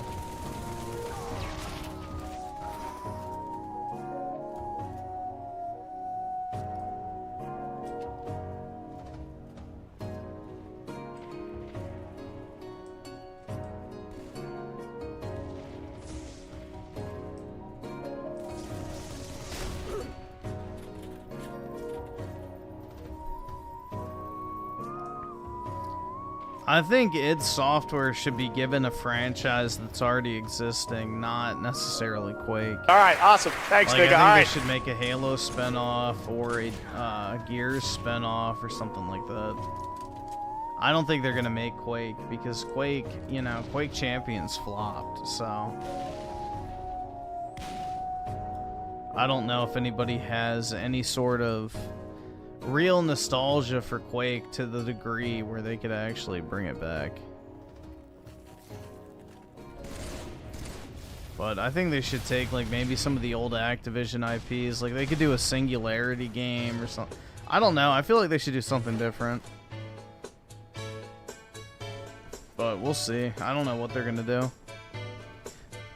I feel like they're tapped out on Doom, though, right now, because it's like they're trying too hard to make each game different, and I think that's going to eventually come to bite them in the ass even more than it kind of already has.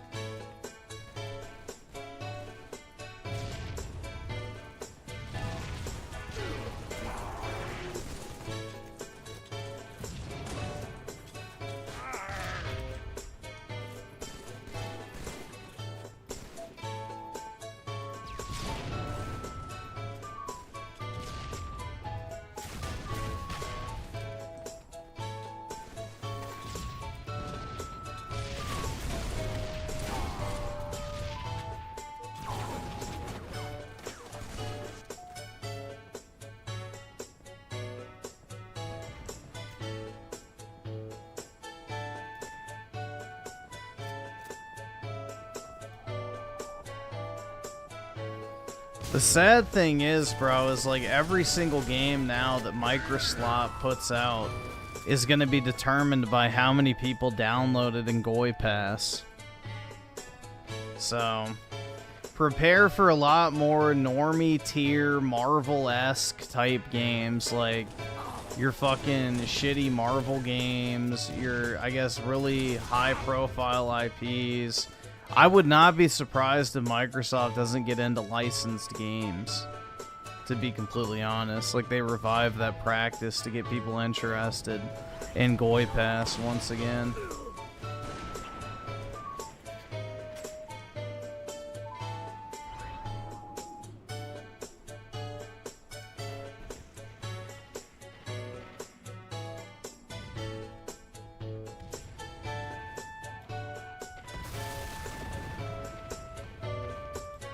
Not necessarily tie-in games, but just like, I mean, kind of, but they wouldn't release at the same time as the movies. Like, I could see Microsoft going to, like, whatever studio saying, we want a Dune game. We want a fucking, I don't know, Batman game. Like, that type of shit. Not necessarily that it ties into a movie, but that they're just gonna milk all these popular IPs they can get their hands on and just have their devs make that shit instead, because it'll like bring in, you know, the normies into subbing to Game Pass, because all their IPs have lost their appeal. Like, nobody's gonna buy Game Pass for Halo. Nobody's gonna be buying Game Pass for Gears of War.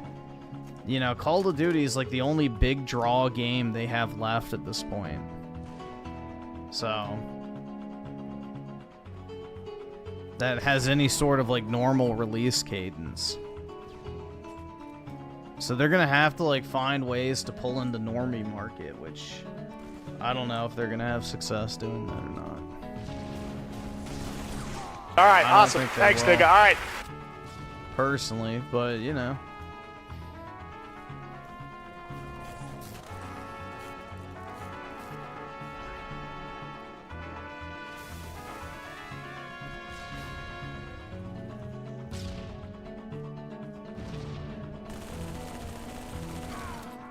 A yearly release is normal for a subscription service, bro. You have to have shit releasing constantly in order to justify a subscription service. Like, how many shows does Netflix have every single month? Probably like 3 to 4 minimum new seasons every month. So, you're gonna have to like start doing that type of shit.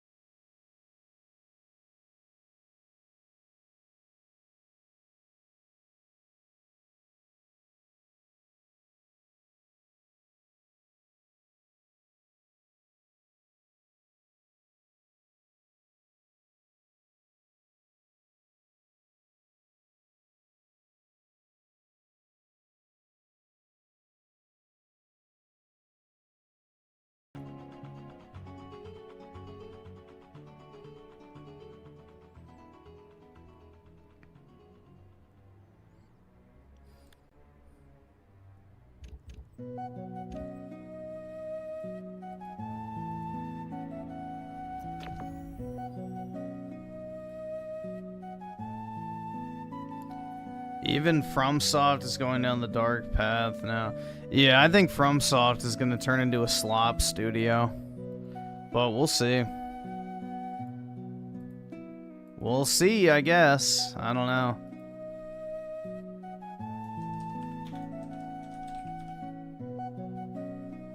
Slayer. We'll see.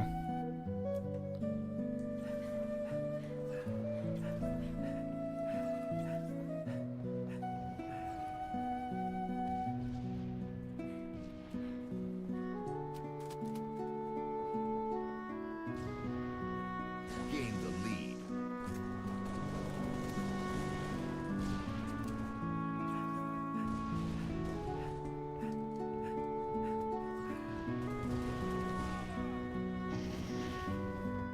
This is such a shitty map. Just like everything else in Halo Reach.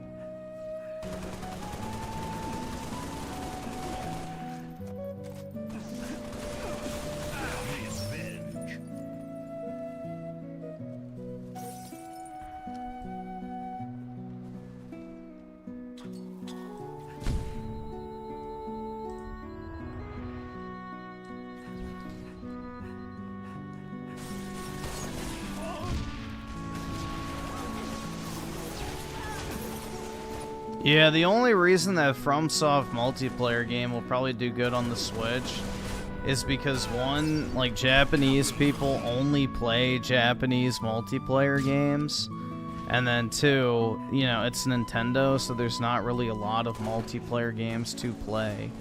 So it'll do well because of the Japanese market, but I don't know about the Western market. It'll probably bomb here. But my guess is the Japanese will mass adopt it. Because of the name of the studio, and then also the fact that they only buy, like, Japanese games, typically.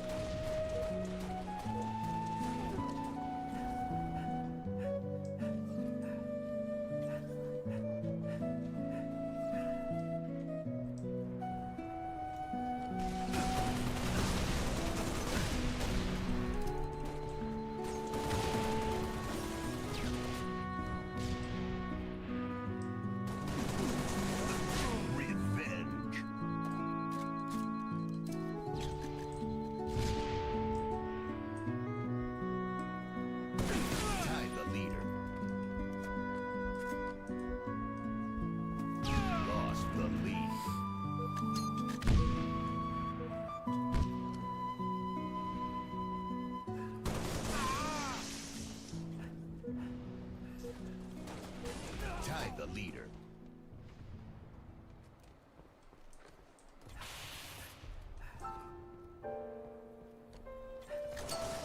Revenge. Gained the lead. Lost the lead.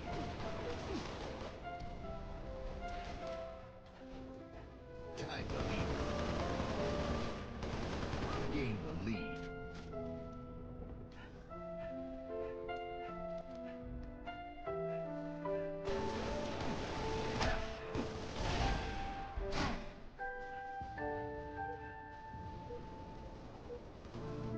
Gain the lead. Gain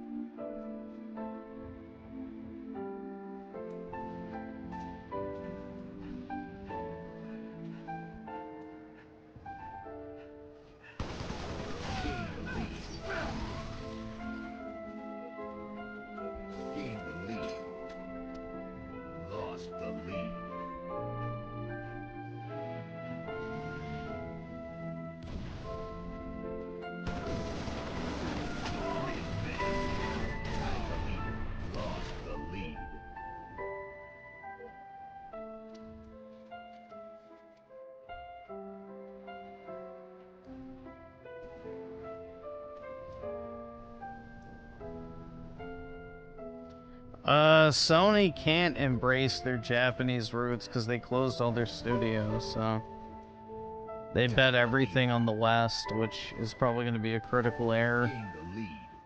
Nintendo's the only one of the big three that has, like, legitimate Japanese presence anymore.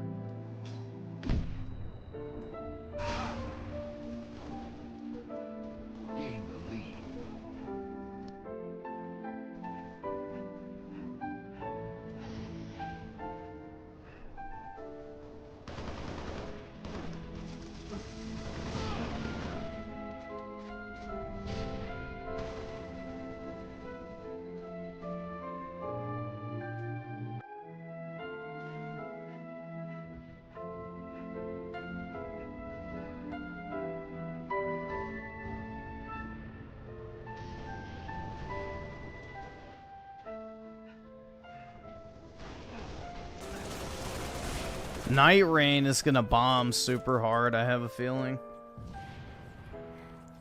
All the streamers will buy it, and then they'll be disappointed with it, and then, you know, it'll die.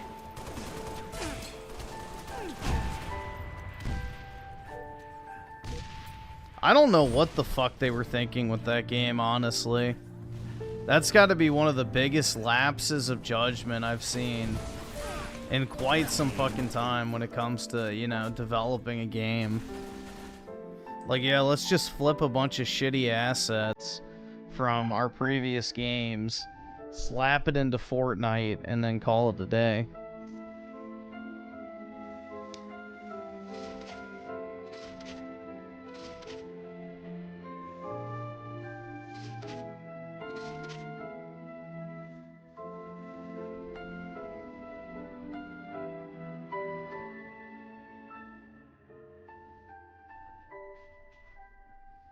Let's see. Oski will ask you with the 5. Shuffle it if you want. Alright.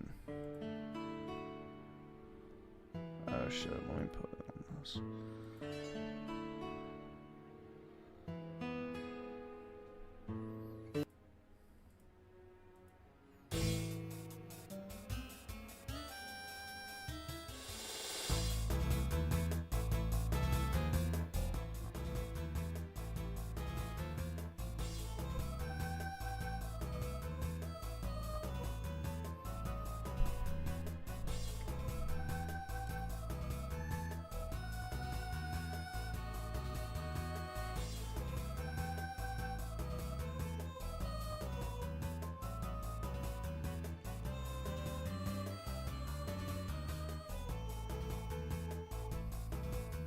Can't afford this shit!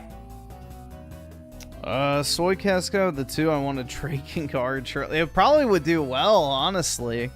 With how popular Nier is, they could probably resell Drakengard and probably get a decent amount of money for it. Like, just give it an HD upgrade, resolution-wise, and people probably wouldn't even care.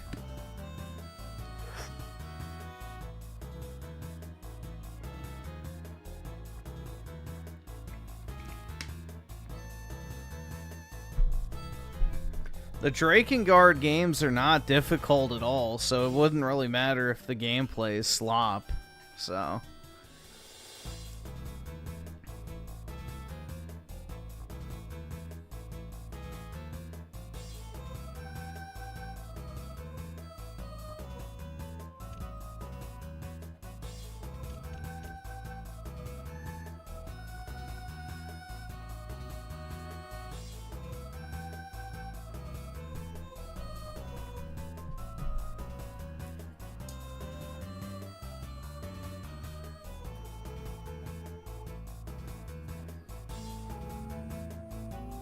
Drakengard 1 was the most disturbing game you ever played. What, you don't like sister fucking?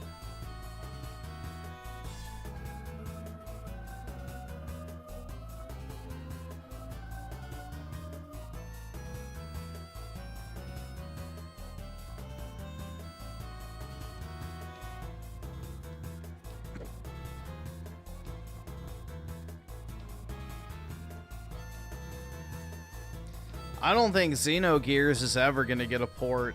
What they should do, if Square Enix was smart, they would just finish it. They would redo the second disc, make it like an actual game, and then sell it. People would buy that shit, bro. People would shell out big money for a Xenogears remake.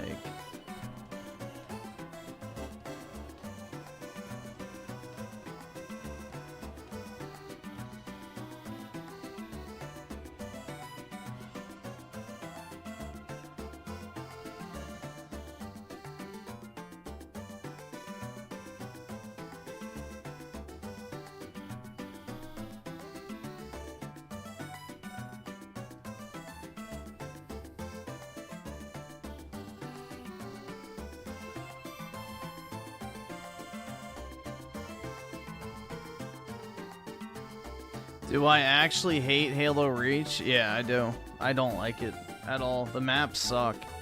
They're probably the worst in the Halo franchise.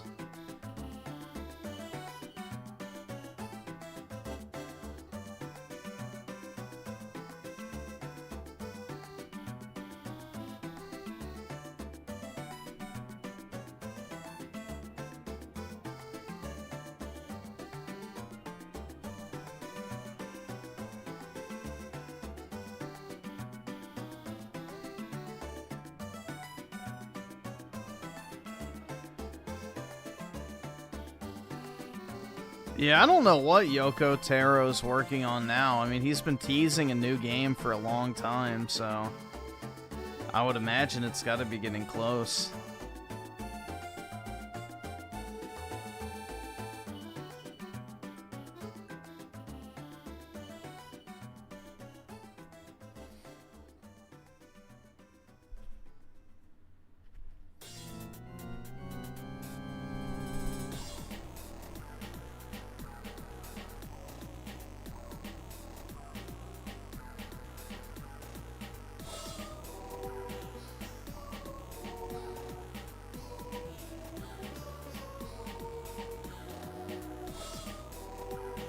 I didn't like the Reach campaign. I thought it was pretty boring, to be honest. Halo Reach's campaign really was nothing that special, if you ask me, but I don't really like Halo campaigns in general.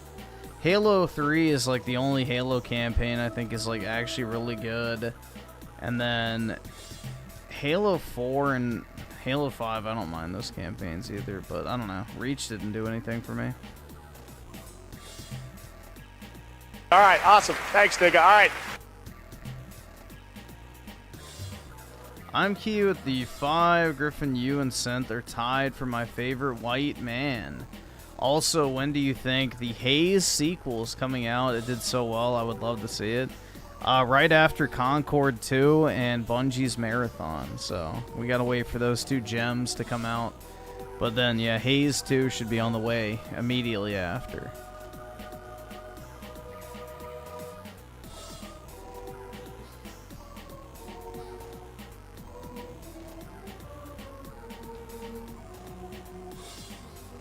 You'll be waiting. I think everybody will be. Alright, well, that's not doing anything.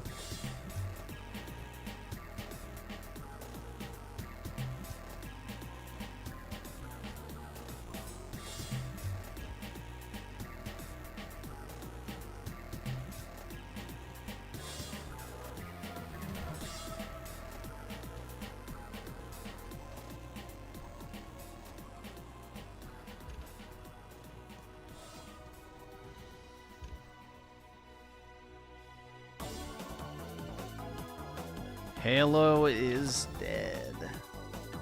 There we go.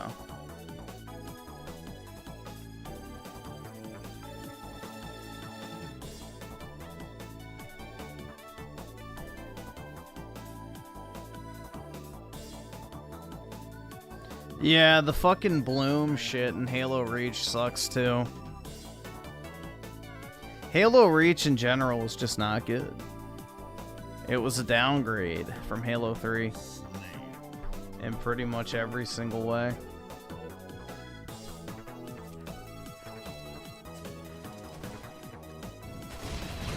First strike, gain the lead. Gain the lead.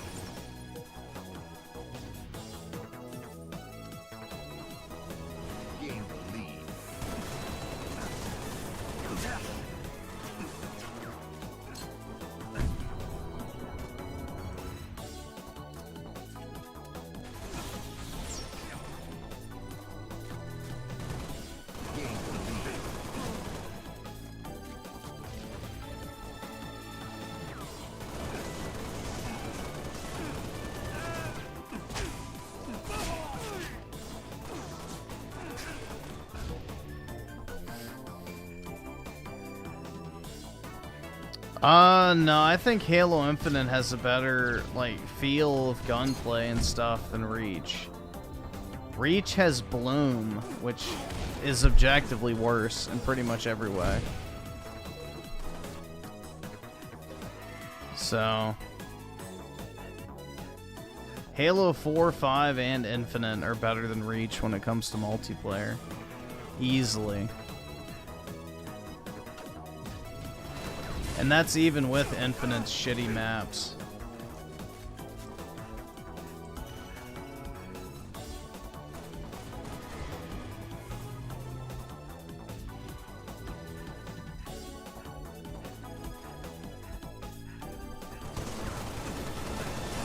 Like, look at this shit. You don't even regen your health. It's fucking trash, bro. Literal trash.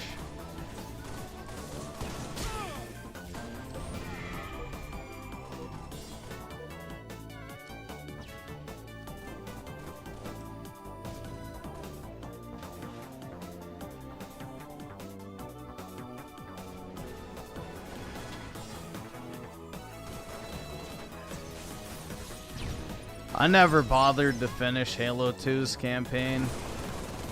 I got bored about 10 missions in, or however many, I don't actually know. Maybe less than that. But I got to one of the flood missions, and it was like so fucking sweaty. I was like, yeah, nah, I'm good. I don't want to try in a Halo campaign. Alright, awesome. Thanks, nigga. Alright. I don't have a passion for Halo, so... I don't really like the story at all. I think the Halo story is very generic.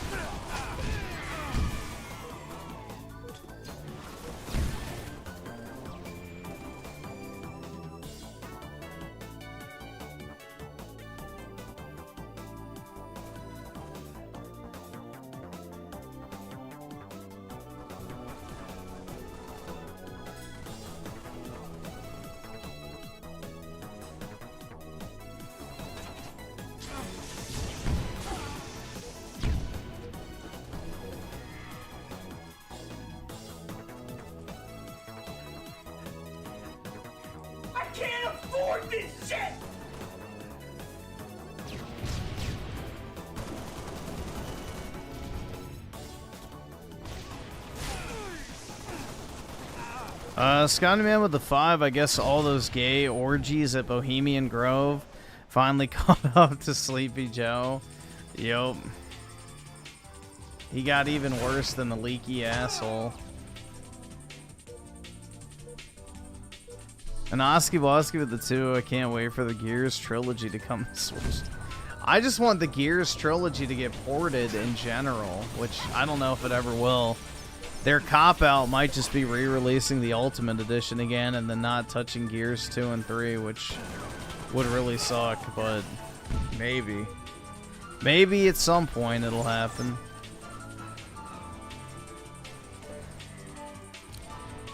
Soycast guy with the 2, I'd rather replay remasters of old games than new. Same here. I get more excited when one of my previously enjoyed games gets a remaster announcement than I do for new shit, so.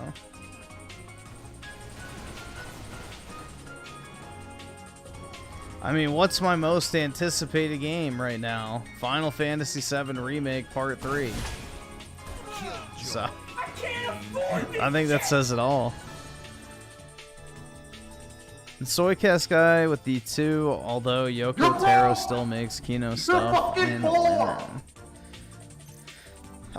We'll see. I mean, he hasn't put out anything in what, 8 years now? So, it's time. We need something.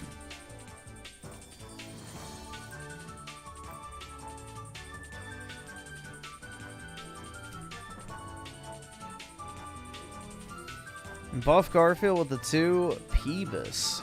Thank you for that.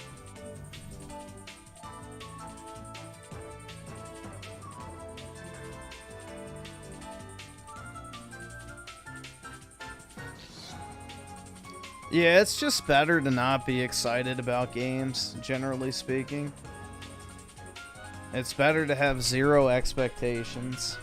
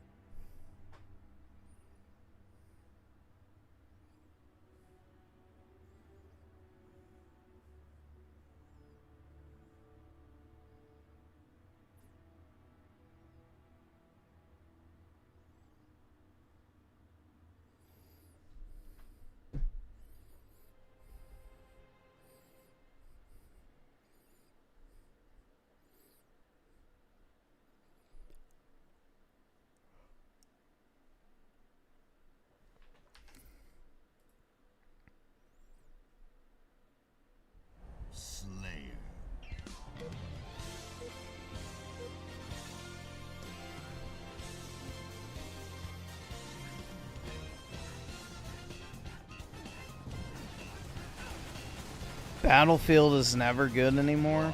Yeah, it hasn't been good in a while. We'll see, but I don't have my hopes high at all. I don't even know if I want to play Battlefield anymore. Like, my patience for that type of stuff is basically non-existent nowadays. Like, running across a massive, empty, open-world map, I don't know, would even appeal to me. Because, like, there's so much downtime in Battlefield to where I don't even know if I'd want to play it.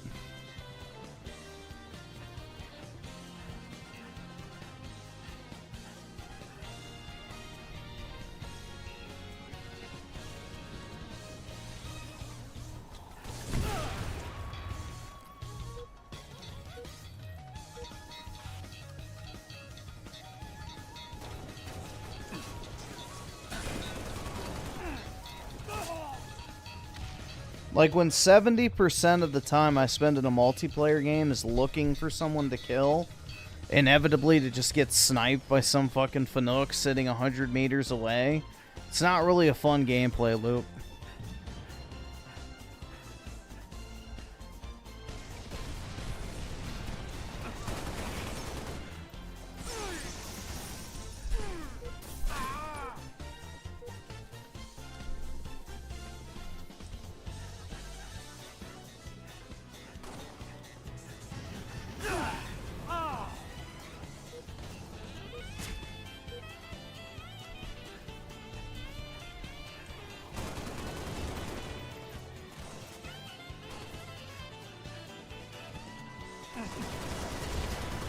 Dude, why is it putting me on the shittiest fucking maps over and over again?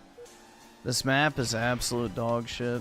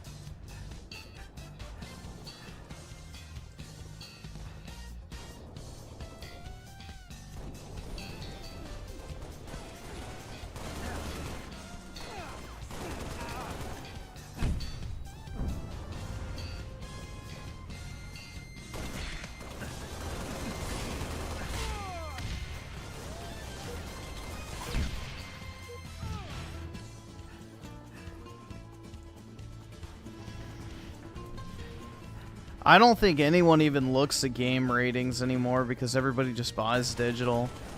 Game ratings are basically completely irrelevant nowadays, and studios that like try to chase a teen rating are fucking retarded because literally no one cares.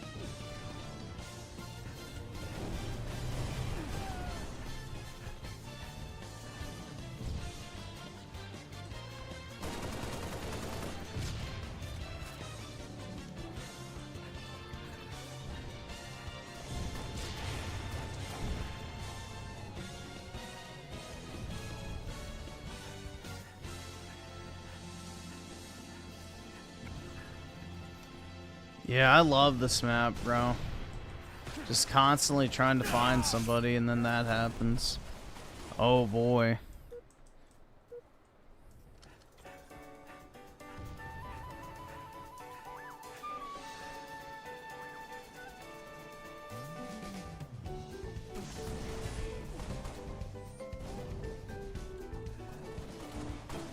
I can't afford this shit!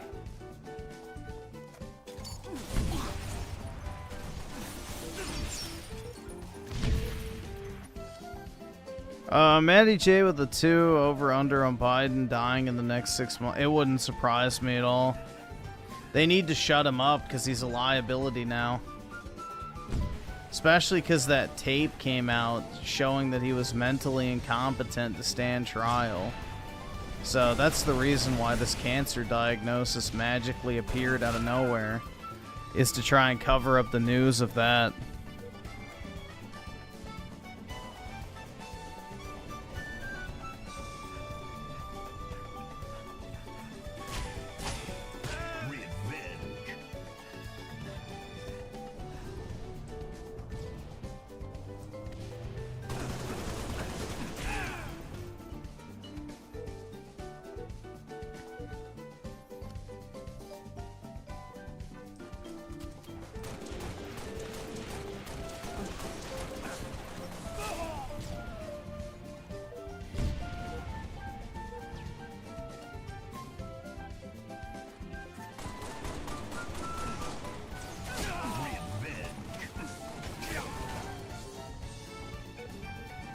I don't even know where I got shot from.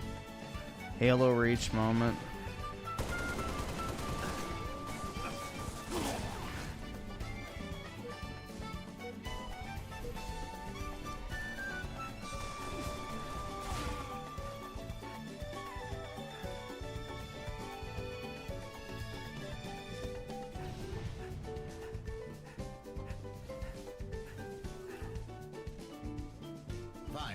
Remaining.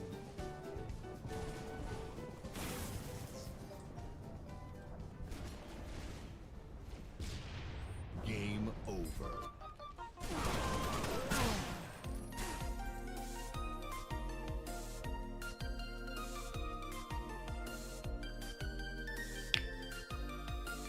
Ooh.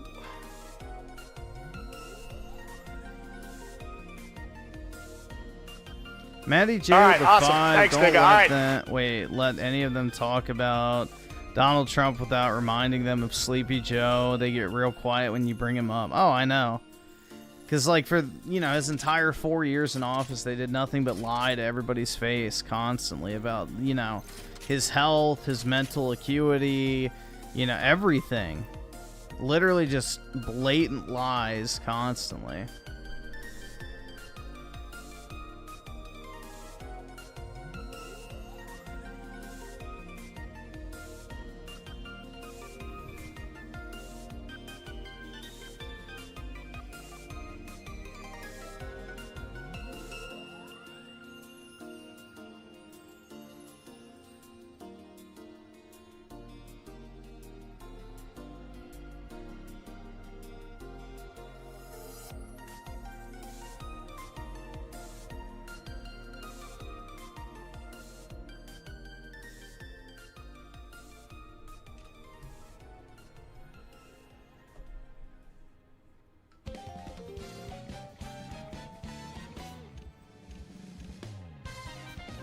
Yeah, the last 4 years, we genuinely did not even have a president. Like, it's just kind of crazy to think about. We had a literal fucking potato just being, you know, puppeted around.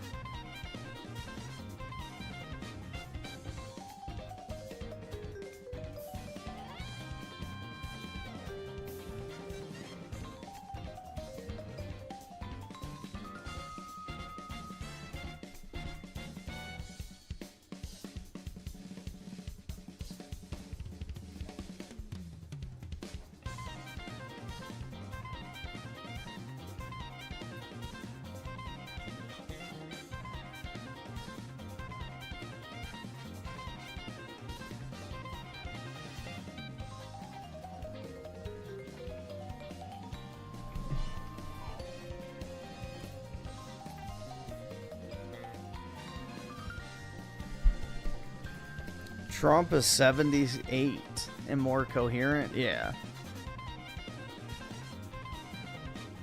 There's a huge difference.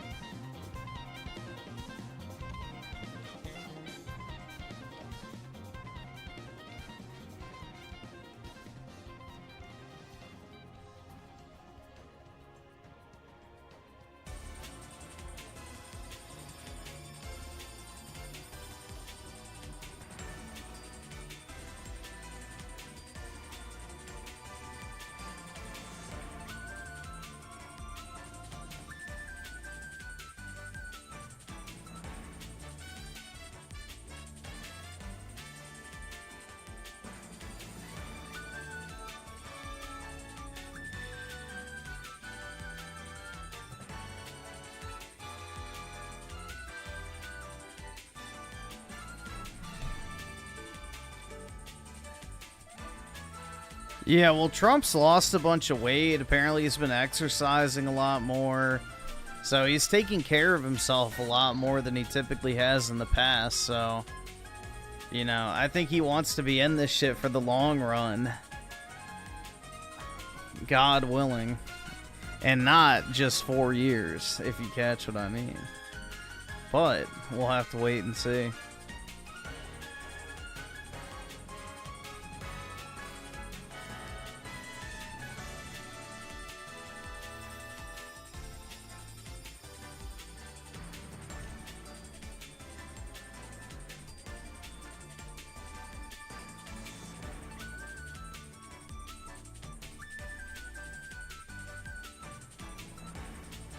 Yeah, if we're going to end up with a king, which we will eventually, all Republican forms of government, you know, turn into that at some point. But, yeah, we might as well have Trump be the first. Because at least for a while, we'll get good lineage.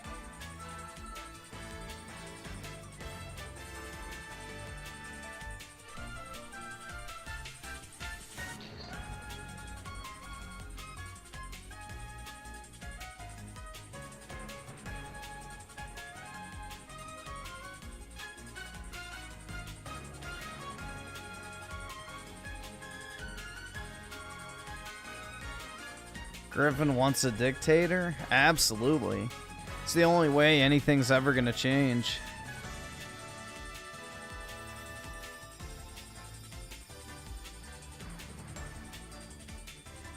But it has to be the right person as dictator, otherwise then it wouldn't be good.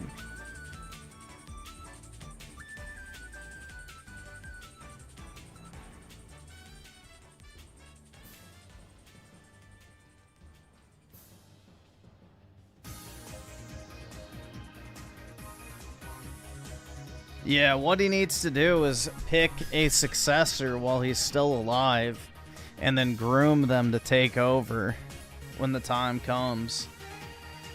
Like Baron, for example, would be perfect because he's young and he would be around for a long time.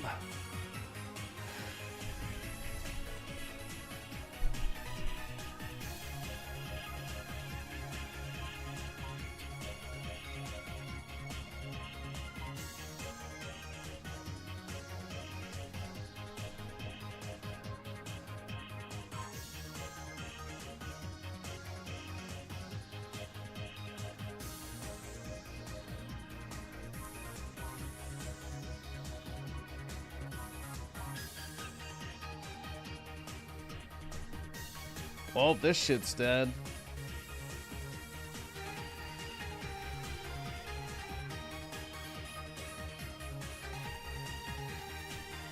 $2,300 people. So it's not like it's completely empty, but shit is. Let's see if this is working. They were doing maintenance when I was playing earlier. It kicked me off.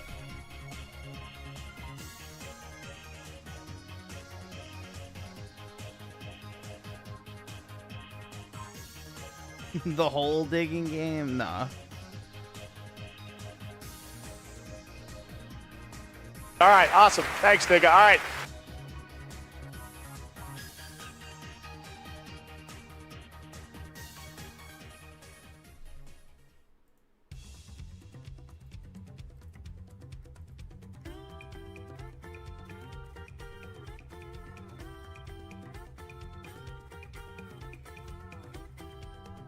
There we go.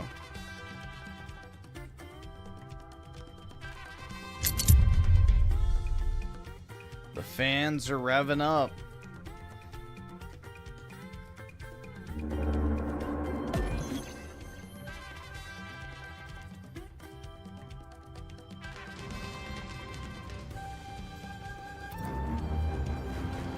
Bruh, still? It was supposed to be for what? 6? Yeah. An hour and a half and it's still doing maintenance. This was like I think at 8 it kicked me off. So they've been down for a while. Jeez.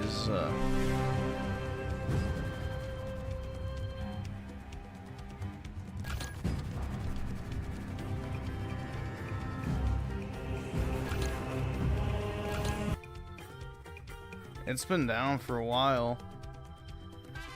Play Final Fantasy. I'm at the parade section, so I guess I could do that.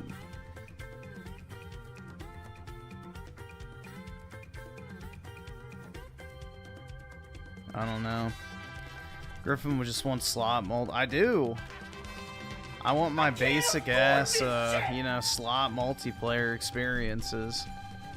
I don't want anything complicated. I just want my, you know, nice, easy, simple, turn off your brain multiplayer. Matty J with a 5. Appreciate it, man. Is the beginning of Barron's political career the first Republican governor of New York in how long? Probably. I don't know. We'll see. Apparently he's very interested in politics, but he's not a Republican, which is a good sign to me. That's a good sign to me. He doesn't associate with either of the parties, which, thank God, bro. The cuck-servatives are unbearable.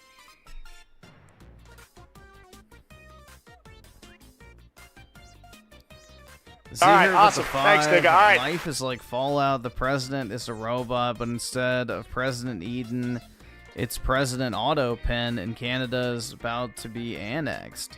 So close enough. Yeah, exactly. There you go.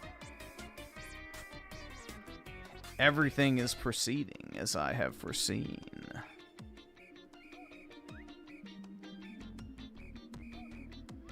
Arson with the 5, so basically you want Trump to groom his son / Vance until he inevitably betrays him like Faith did with Palpatine. No, I want it to be a, you know, Caesar and Augustus type scenario. Where, you know, you have your Caesar that lays the groundwork, and then we get our Augustus that comes in and ushers in 40 to 50 years of prosperity.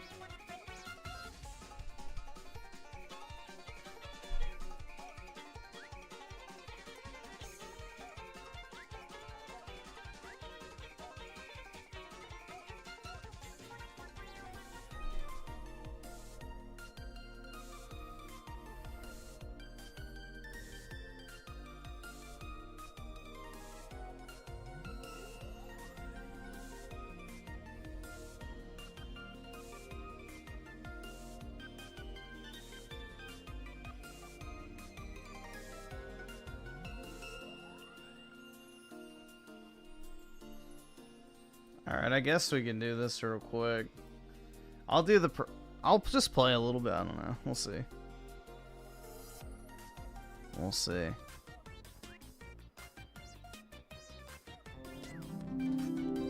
Let me mute the music.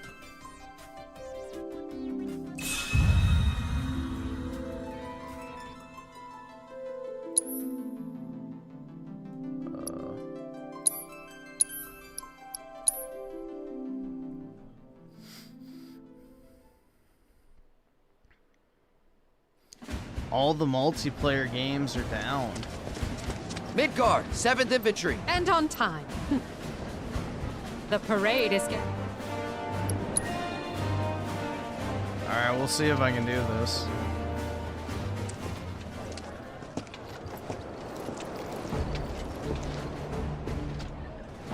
Midgard, 7th Infantry! Attention!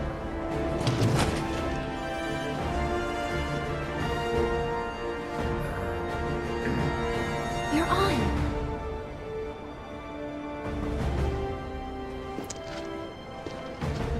Listen up. As we march, the eyes of the whole world will be watching us. Literally me for real, dude. I get nervous in front of crowds, too.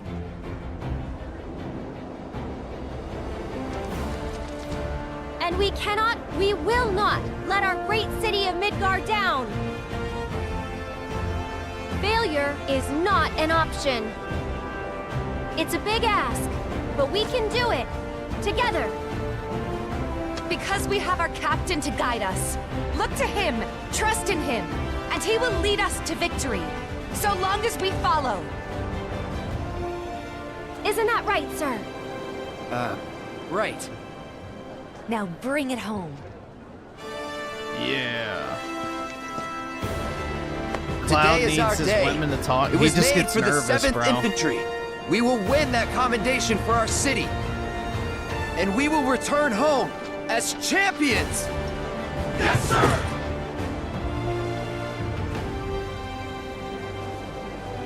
Who's gonna show the rest of them how it's done? We are! I can't hear you! We are! Captain, the parade's about to start. Don't want to be late, sir. Of course.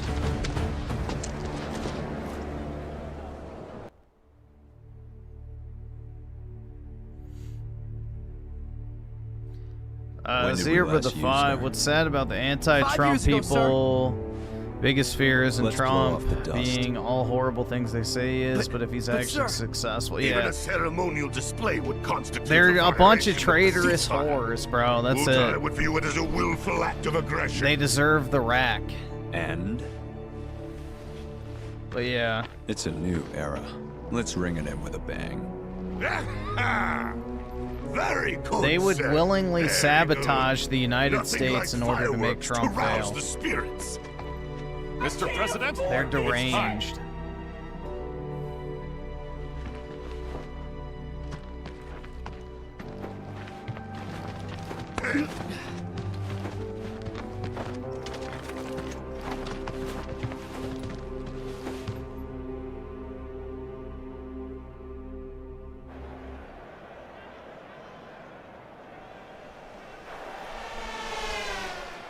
Damn.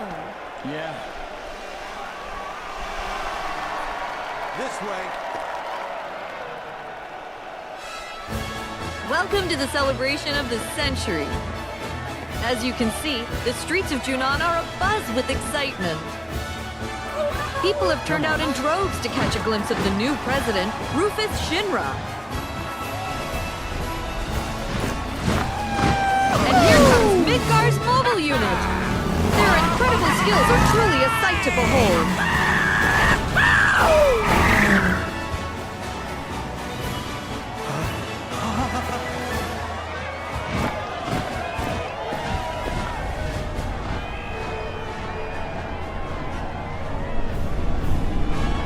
There he is, folks. Rufus Shinra. Wow! Can you even hear me over this crowd?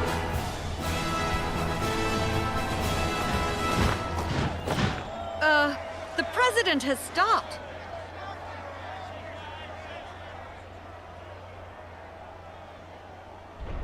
Hell yeah.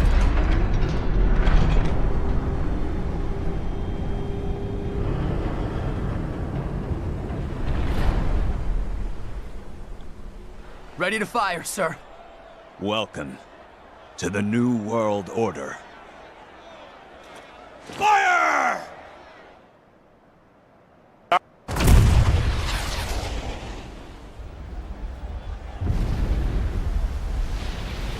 Ladies and gentlemen, with a single blast of Junon's famous cannon, Rufus Shinra has announced his arrival.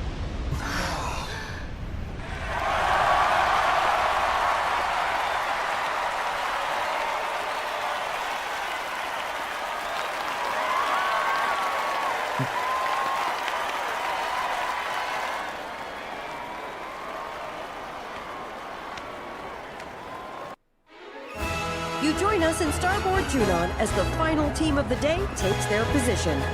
Ladies and gentlemen, I give you Midgar's Alright, let's see if my 7th timing Infantry. is fucked up. The captain and his team have trained long and hard, determined to win the presidential commendation for everyone back home in Midgar. I can't wait to see what kind of performance they'll put on today. Troopers of the 7th Infantry, make us proud. Drill team, halt! First sequence, begin!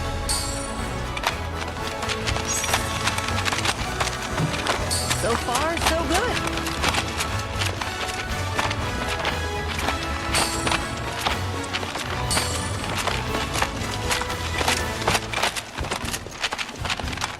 I can't take my eyes off them. Formation, change!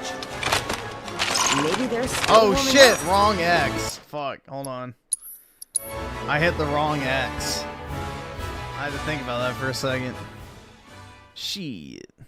I'm so used to doing this shit on PS5 that I'm like thinking, oh yeah, X. But it's actually A. Midgar, 7th. And on time. Alright, let's see. The parade is scheduled.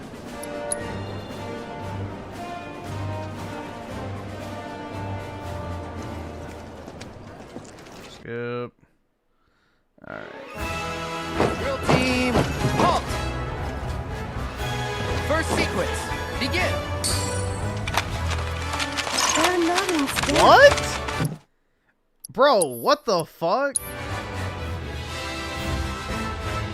How the fuck was that a miss? See, that's what I mean. That should have been like a good. The thing had already started to close. And on time. The parade is scheduled to begin. Yeah, I don't know, bro. I've never been able to get the timing right on this minigame.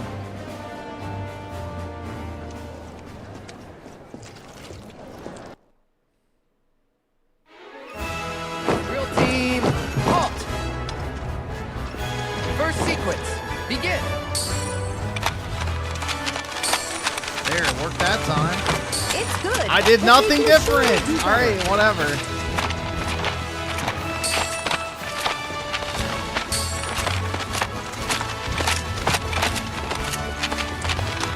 They're in perfect sync. Formation, change!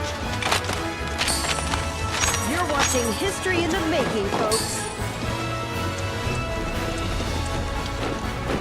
Such excellent direction. Their movements are Final so crisp sequence. and clean. Begin!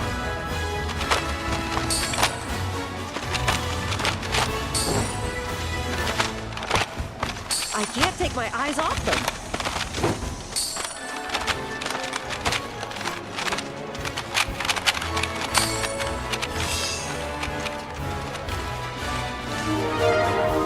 That concludes the first part of today's performance by the 7th Infantry Drill Team. Our judges are currently tabulating the votes from you, the viewers. Yeah, I have 2 more And rounds, bro. Here It's they gonna are be now. really good. I probably will Frankly, choke. I'm already blown away. And folks And you here have to seem restart agree. all the crowd 3. is loving it. The only question is how they're going to top this. Left. Face. First sequence. Begin. So far, so good.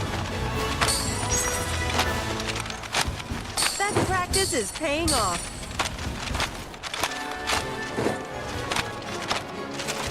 It all looks so effortless. Practice makes perfect. Second sequence. Begin. What a performance. Alright, I'll take goods. I don't care. You're watching history in the making, folks. As long as it's not a miss. I can't take my eyes off them. It all looks so effortless.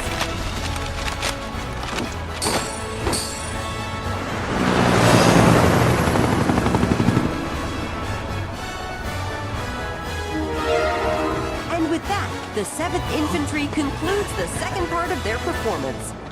As ever, our judges have been busy tallying all the votes we've received. So let's take a look at the results. Universal acclaim, and little wonder given the skill and coordination on display. Keep this up and the 7th might well be destined for glory. I wouldn't Until I bet fuck against it up them. in the 3rd round. Left. Face. Formation. Change.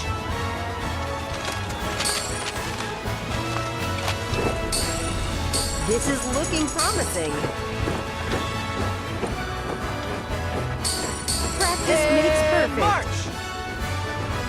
Such excellent direction. That practice is paying off. Their movements are so crisp and clean. Drill team. Halt. They're in perfect Drill team. sync. Shift.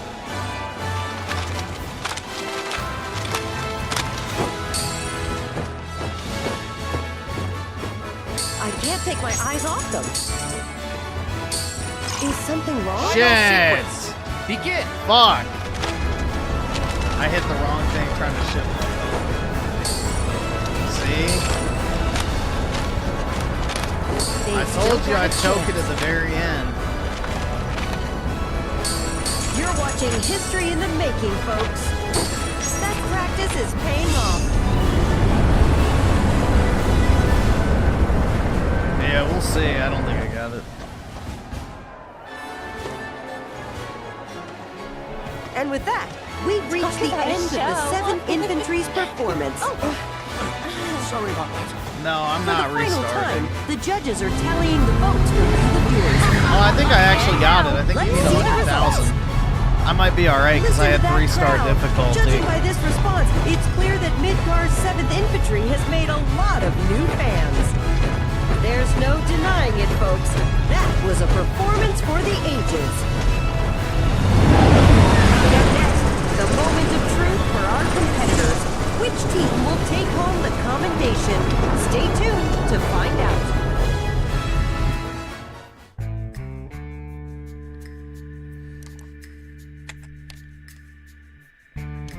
Yeah, I think I should get it because you need 100,000. I'm pretty sure is the cutoff, so I should be fine. The good thing is all my difficulties are 3 stars, so you can mess up a few times, I think.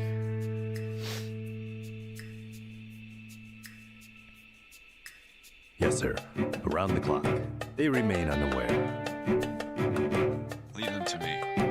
I want you and your people tracking the robes. Understood.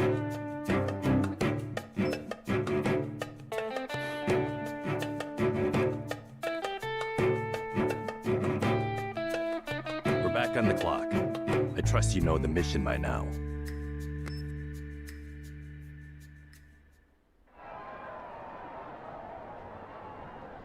My friends, allow me to congratulate you on a stirring performance. You've done your company proud. Your passion and patriotism is beyond question, and I know our president can't wait to thank you all.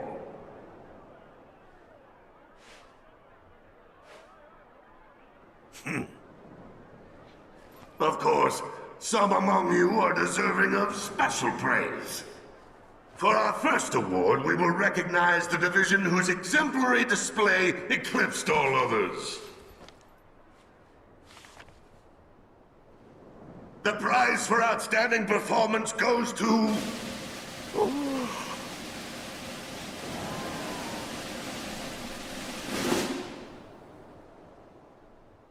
Midgar's 7th Infantry! This is one of the better soundtracks of games. Say it ain't so!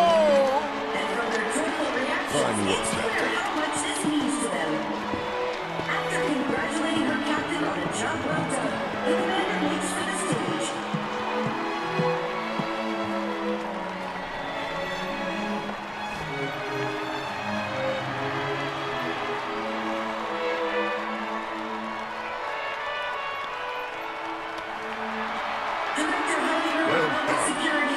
Thank you, sir. To present this prestigious award.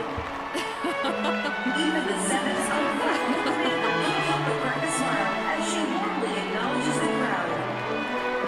Congratulations once again to the team and to Midgar. Next, we have the President's Commendation. If you would do the honors, sir.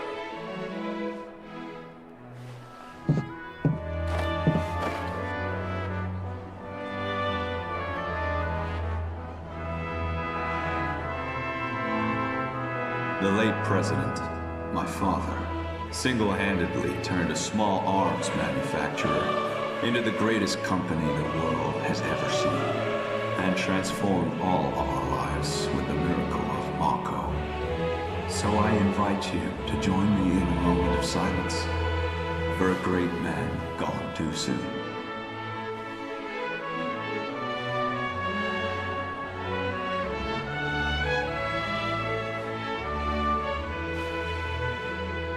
We live in challenging times.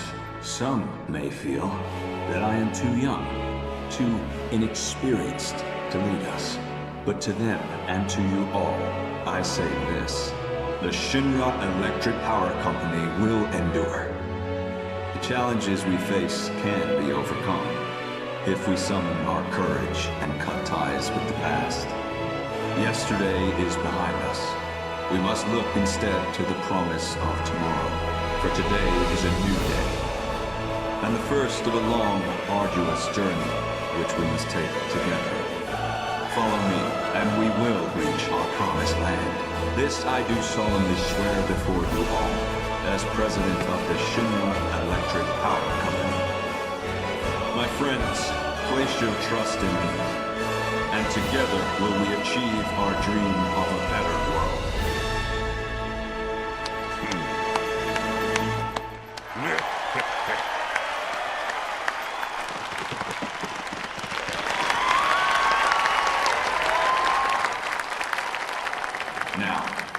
He's the CEO of an electric... Yeah.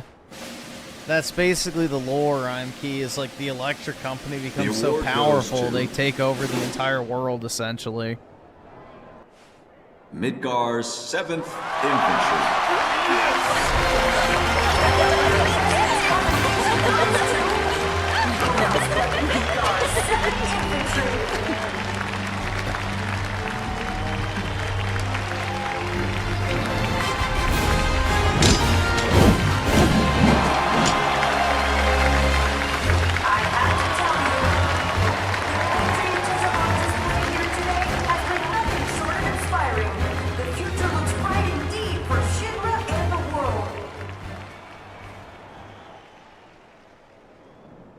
To accept this award on behalf of the team, 3 of the best will now join me. Come on up. The President has invited 3 members of the 7th Infantry to come and accept the award on the drill team's behalf. Salute! Your performance today was nothing short of incredible. Midgar's 7th Infantry is, without a doubt, the Yuffie pride ruins of our everything as people. usual. Congratulations. As usual, Yuffie ruins everything. When he only imagined what those 3 troopers... I have a few private words to say to these troopers. Cut the feed. Sir, you're on crowd control. Yeah, I bet you do want to fuck Yuffie, dude. That ain't right. Excuse me, need to get through. Bro, every time it swaps to the crowd, it keeps like dropping frames.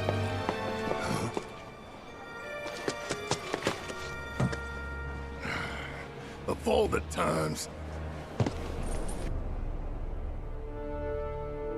I rarely talk to the rank and file. Yeah, this PC port Why not take unfortunately off your has a lot helmet? of stuttering.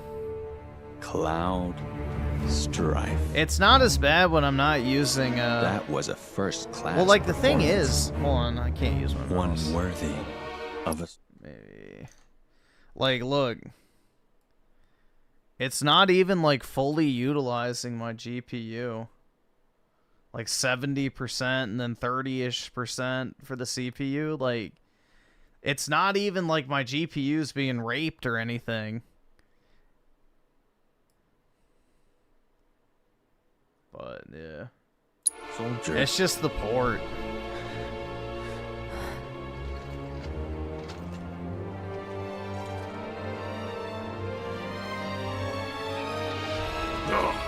You! Stand down. But, sir!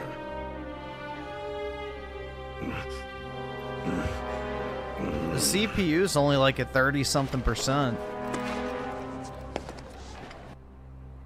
You are a fascinating individual, Cloud Strife. Yeah, Square Enix Your ports file aren't was typically as pretty gripping bad. as it was VSync to enlightening. VRR. Alright, I'll see. Which is why I have a proposition for you. I don't think I have VSync on. At present, Midgar requires my full and undivided attention. The city is Shinra's beating heart. Its devastation is a humiliation, and the world must see us rebuild. To that end, I need to refocus my efforts and push certain duties to one side. Get to the point. My father left me a mountain of unfinished tasks, like the recapture of a fugitive of ancient descent, the recovery of a stolen lab specimen, and of course, the arrest and execution of Avalanche. None of which, frankly, are of any interest to me whatsoever. I'd gladly wash my hands of it all. So what? You're gonna let us go? Just like that? Yes. Provided you keep your distance from Midgar, that is. No more stirring the proverbial pot. And the same goes for me? But why? Because he wants to breed you! Because I have a new vision for Shinra. So we go free. And you get? Sephiroth, dead. He's an unsavory relic of our past, and I want him gone. But in our current state, Shinra lacks the resources to get the job done. So I turn to you. It's a deal. You have a lead, I take it. The guys in black robes. Clever you. You know who they are, don't you? According to Hojo, they're connected to Sephiroth. Shadows of the Man, I believe he called them. Follow them and you'll find him. Right.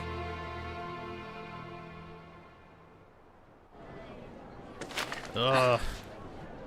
The retarded child. Great. Seems like... Alright, let me see.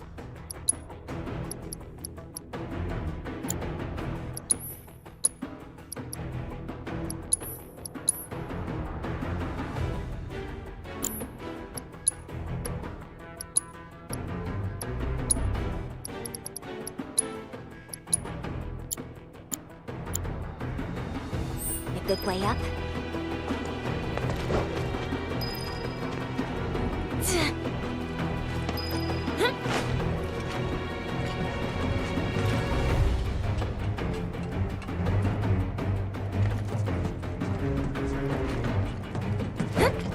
Yuffie sells high, yeah.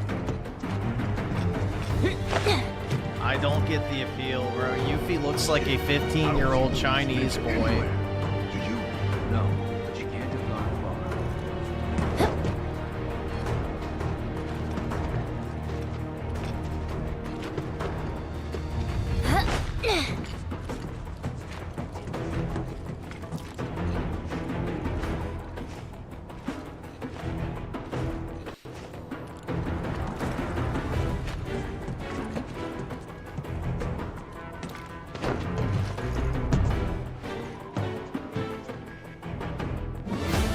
Look, up there.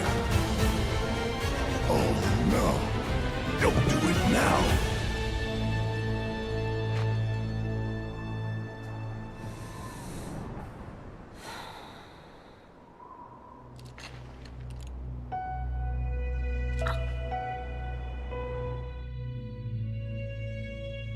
Yeah, I think the people who like Yuffie are just, you know, femboy fans in denial.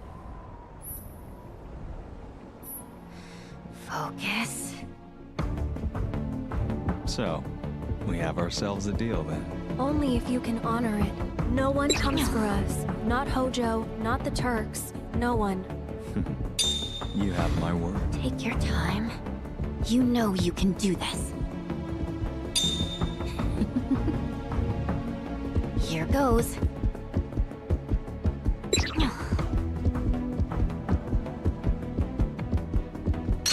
Gotcha.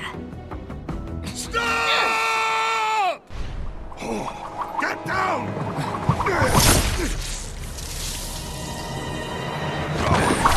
Get over here! So that's your game. It wasn't us. Spare me. You had your chance. Sir, please! Sweep the rooftops now! Don't let them get away!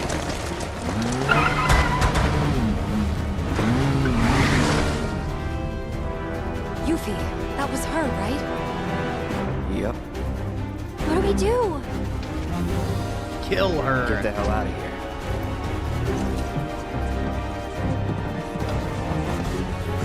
Hey!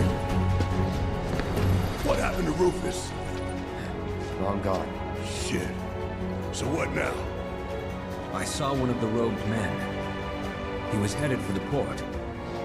Let's follow him. Place is on alert. Are you sure about that? We've still got the uniforms. Go on without me. I'll take care of the 7th Infantry. Though I'm off the scent. Alone? You sure?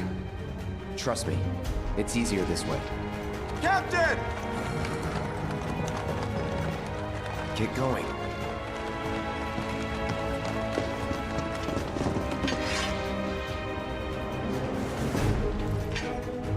Sir, your orders! Just received new intel. The suspect is en route to Larboard Junon. I'm to convey this information to all nearby units. Go join the search. I'll catch up. If I may, sir. We've heard rumors that there are others in league with the terrorists. Conspirators in stolen uniforms. For your own safety, sir, allow us to accompany you. Midgar's 7th Infantry never leaves a man behind. Right. If the enemy is among us, other units are a potential threat, and we must treat them as such. Good point.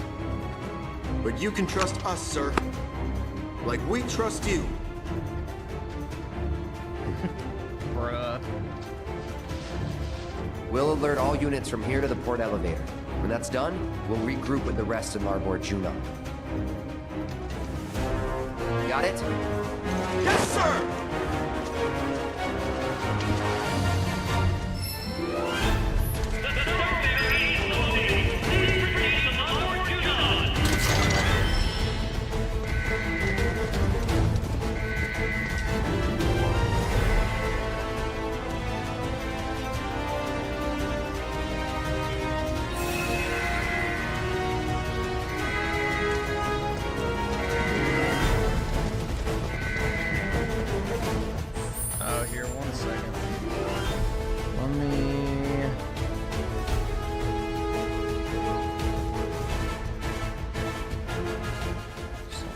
Volume a little bit.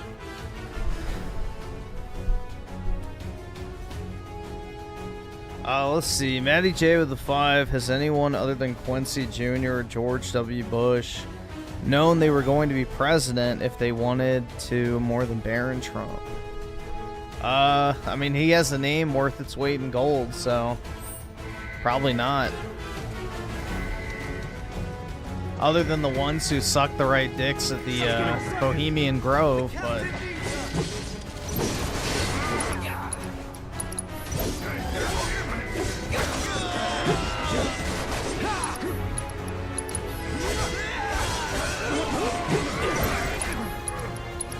Let's go.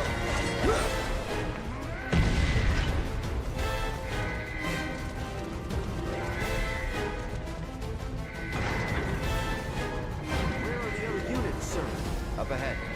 Come on. Yes, sir!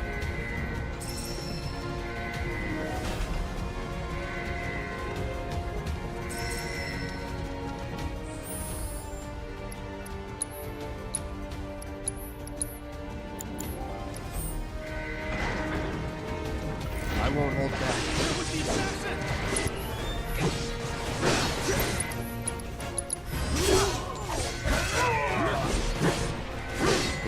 Nothing to it.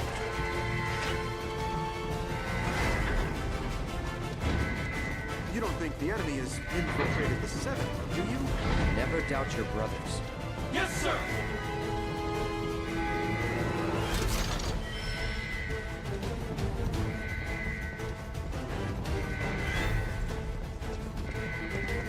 Suspect sighted!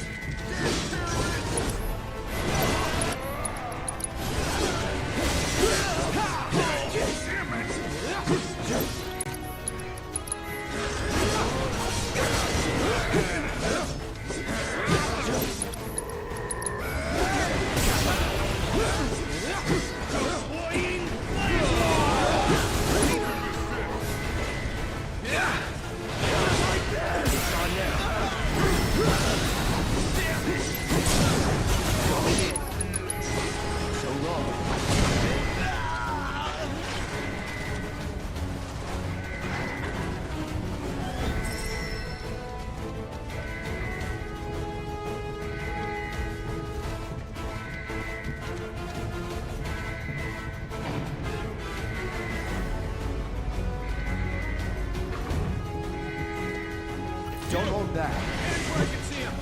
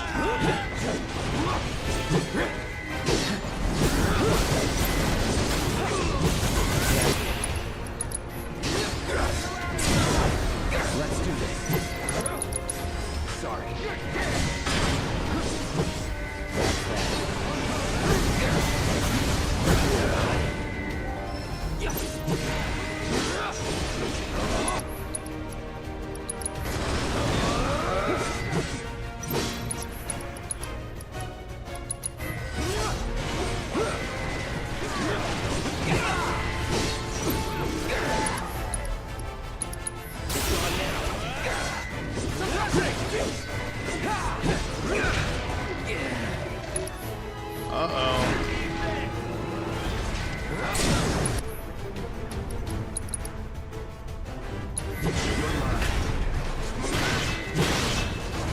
No time to celebrate.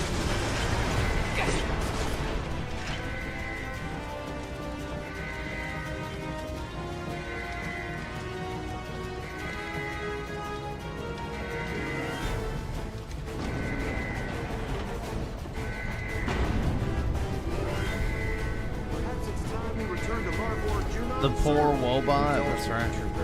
Yes, sir!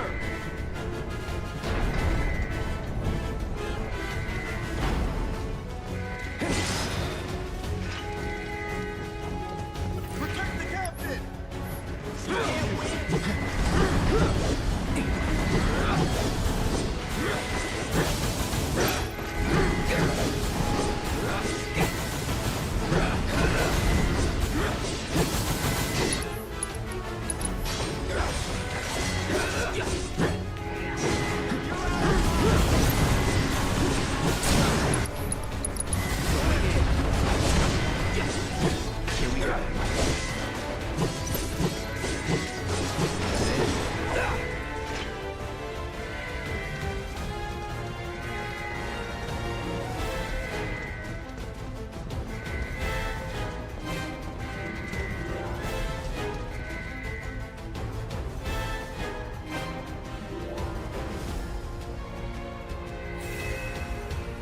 Yeah, but how far in Remake have you gotten is the question.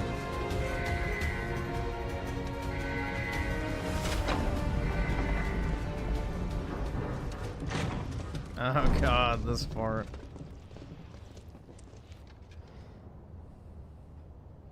You really ought to have told me you wanted to join the parade, my friend. The mobile unit would have loved to have you.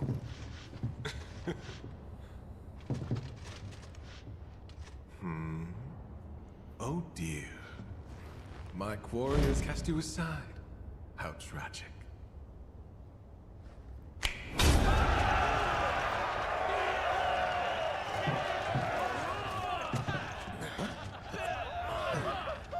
Fancy yours?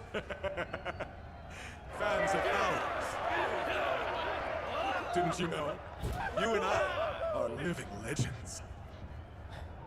I got this. Sir. Oh, isn't it exciting? The two of us together again at long last. Picture it, a duel to end all duels. Are we fighting or what? Let's not get ahead of ourselves. We have to set the stage. First, the music! Let's not forget the lights!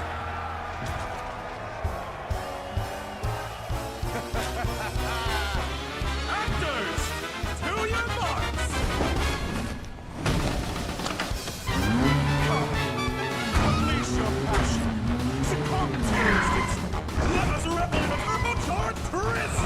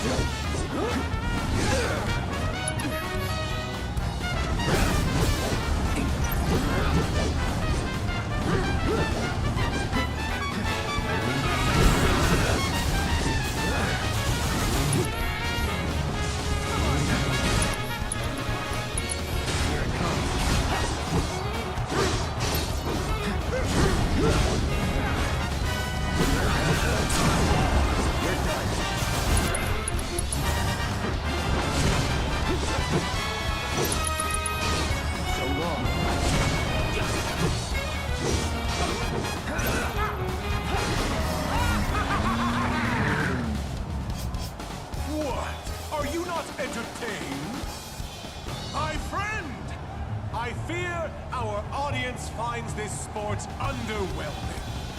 And we have a reputation to live up to.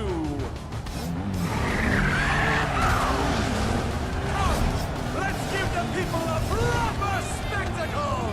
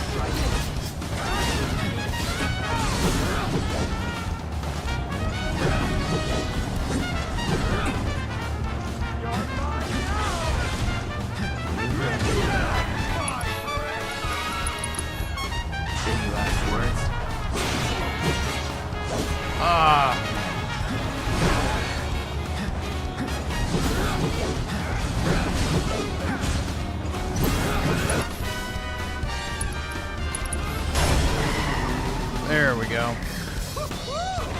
I see you still got it. What our dance has only just begun, for I refuse to be upstaged a second time, my friend!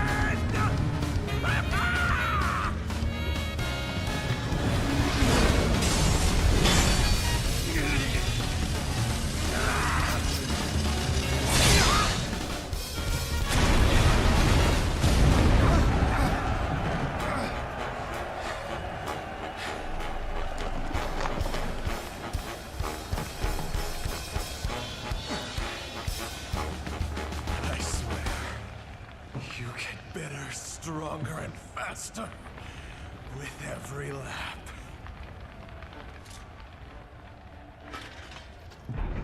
Who's next?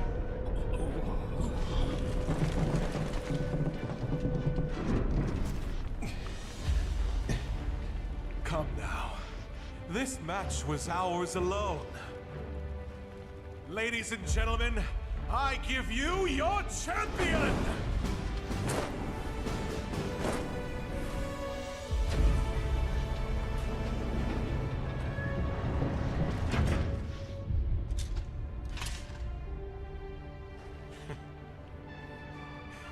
The reason they made Midgar so long, though, is because that's the only part of the game that most people are nostalgic for.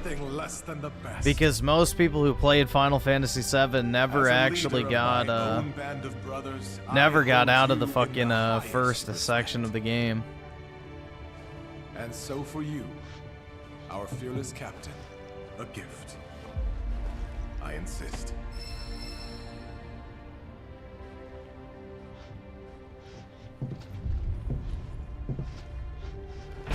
That's your cue to exit. Yonder elevator will take you down. And to your ship. You sure? It's not even that they needed to make that part that long to make 3 games, though, MK. There's 2 discs worth of content they still have to get through, so they could have made part 1, you know, extend into this part of the story, and still had plenty to make 3 games. I think part 3 is going to be, like, insanely fast-paced, but we'll see.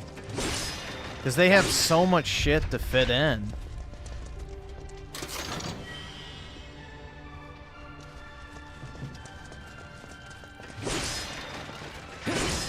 Like, I don't know how they're gonna fit everything in. We'll see.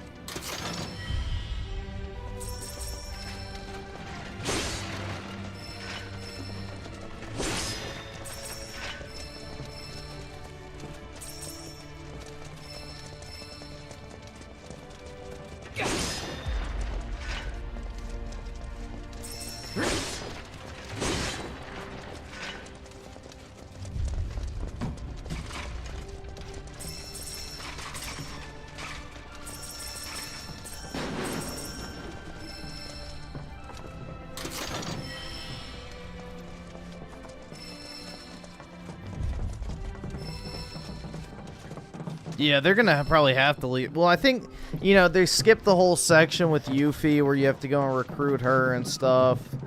You know, maybe they'll cut down on Sid's portion. I don't know. Sir, I have to ask. Oh, the jackass with the bike? He's a jackass. That we know, sir. What I wanted to ask is, why you keep trying to shake us? Are we really that much of a burden to you? Or are you the assassin everyone's looking for? For what it's worth, I want you to know. I'm sorry. No need to take the joke that far, Captain. We know the culprit's a young woman, just lightening the mood. But we get it. You clearly have things to do. Things you can't divulge to us. We're sorry that we didn't see it sooner, sir. Sorry, sir! It's okay. At ease. The fact is, we would have never won that commendation if you hadn't brought us all together. I might be out of line for saying this since we only just met, but the 7th feels more like a family than ever, and we hope you feel the same. You're not out of line. It's been an honor, Trooper. But you're right. It's time you guys went your way, and I went mine.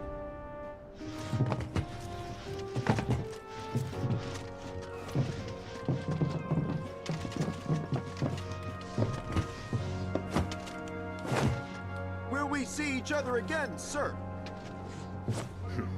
Count on it.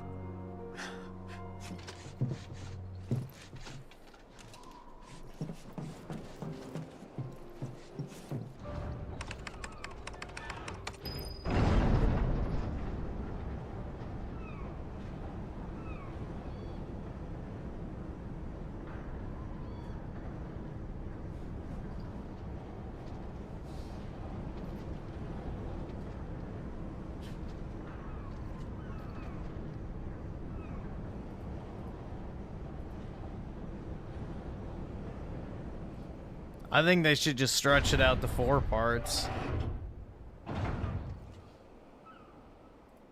They should just put it to 4 parts, actually, now that you mentioned milking. Just stretch it out to 4 parts. Release part 3, and then 2 months to 3 months later, release part 4. But charge $100 for each part.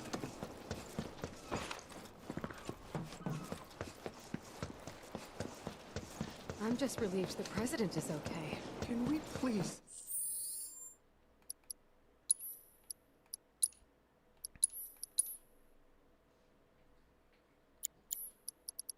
Let's sail already? Just trust in Shinra and things will be... Think they caught whoever was behind that attack yet? You okay? Yeah. Great. Now then. Let's not keep our friends waiting. We better get in line. All right, next. They're screening passengers. What now? This shit must be stuttering so bad because of OBS. It's never this bad when I'm playing it.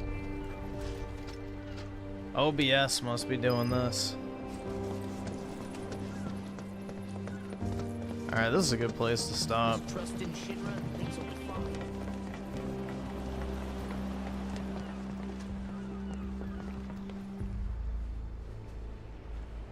Can I help you? Yeah,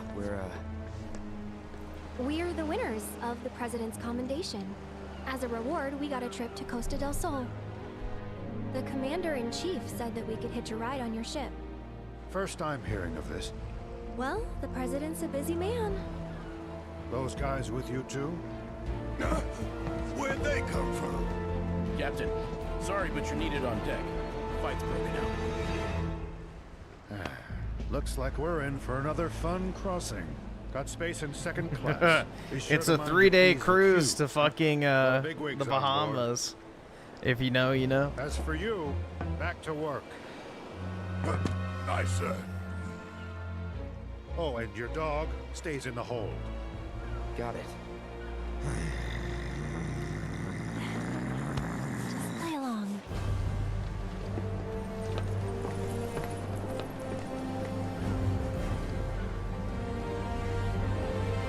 Get back to work, boy. Back to work, boy. Stop the ship! I have a ticket! Good riddance, bitch. You can't leave without me! Yes, we can. Passenger, goddammit! Now turn that thing around! Worst day ever. Good riddance, bitch.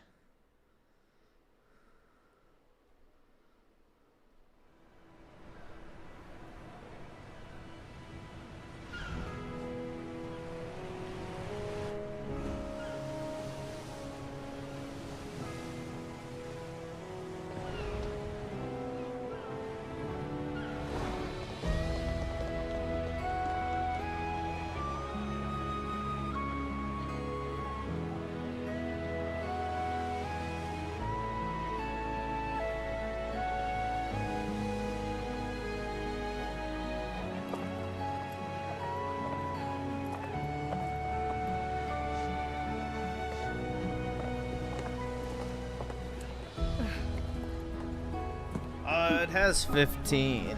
Well, that was odd.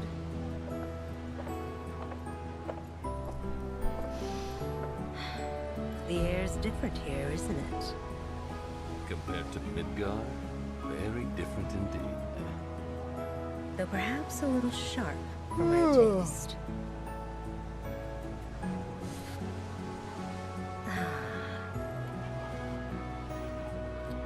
Think so. 11 is Nibelheim. 12 is Golden Saucer. 13 is Temple. Maybe it's 14. Time for I think it's 14. I just remembered the final chapter's achievement is Cloud and Aerith holding hands. So it's either 14 or 15, but I'm pretty sure it's 14.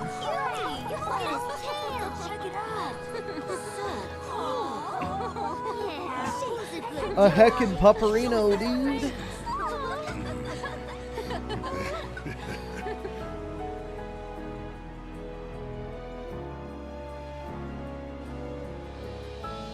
Ever see that Faz guy again? No, but there are times when I think I do, and I freeze up till I realize it's someone else. I bet. I'm here if you want to talk. Well, actually, I was kind of hoping we could talk business. What kind of business? You know, business. Boys. Oh, that kind. Shh.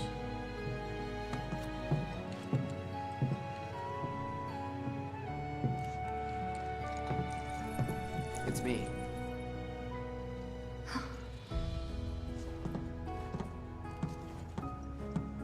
Meeting adjourned, for now.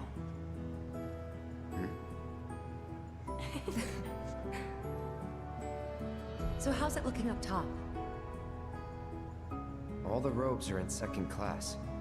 Haven't seen any sign of Shinra, though. We can ditch the uniforms. Aww. Well, it's been an honor, Captain. Captain? Hey, about this deal Rufus wanted to make with you. I know it's off, thanks to Little Miss Ninja's stud, but personally, I think she did us a favor. Absolutely not. Nothing good ever came from making deals with the devil. Shinra can't be trusted, no matter who's in charge. Ladies and gentlemen, this is your captain speaking. Fuck Yuffie, Welcome dude. aboard the Shinra 8. We're sailing smoothly towards Costa del Sol and expect to arrive right on schedule. Though your time with us may be brief, we wish you all a pleasant voyage. As for this evening's onboard entertainment, we will be holding a Queen's Blood tournament in the lounge. Oh Any and all boy. interested guests are welcome to join regardless of experience. See the lounge staff for details. You heard the man. To the lounge. Come on.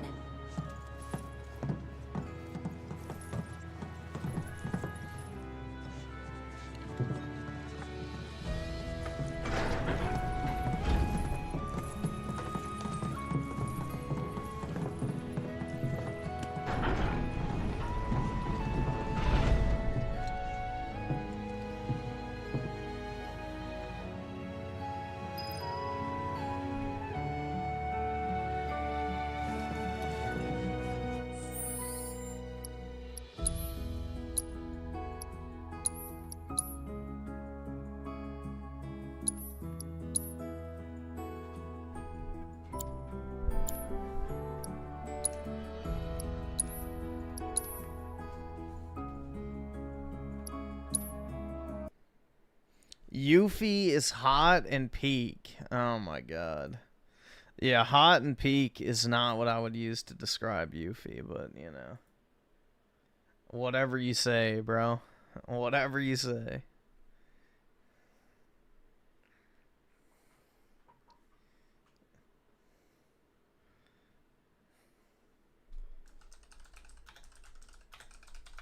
Alright, I gotta go take a piss real quick, so I will leave you with this while I'm gone.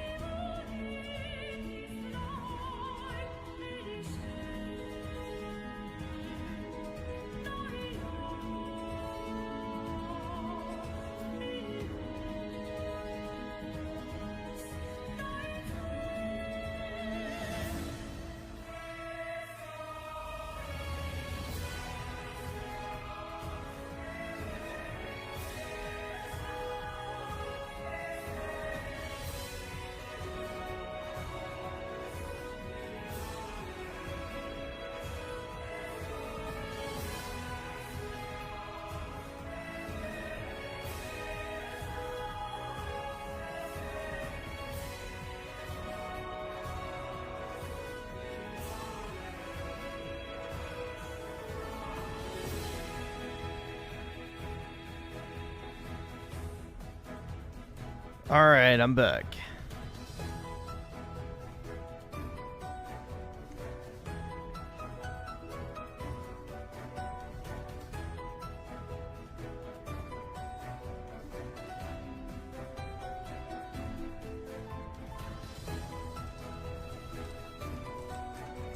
See if there's anything noteworthy happening. Bro, what the fuck is this shit? Nintendo lied again.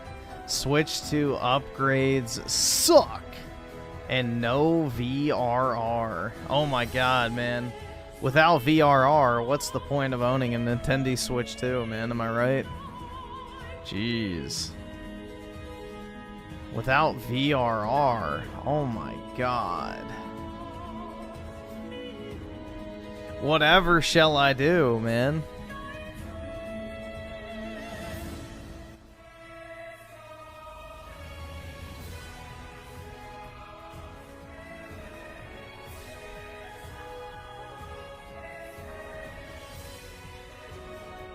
Just a reminder.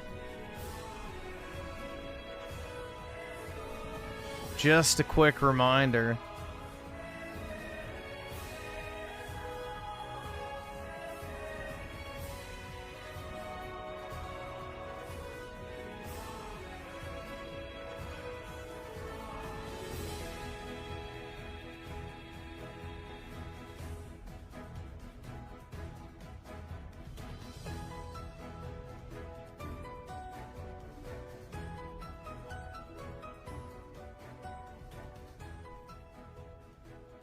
Alrighty. So let me move this back.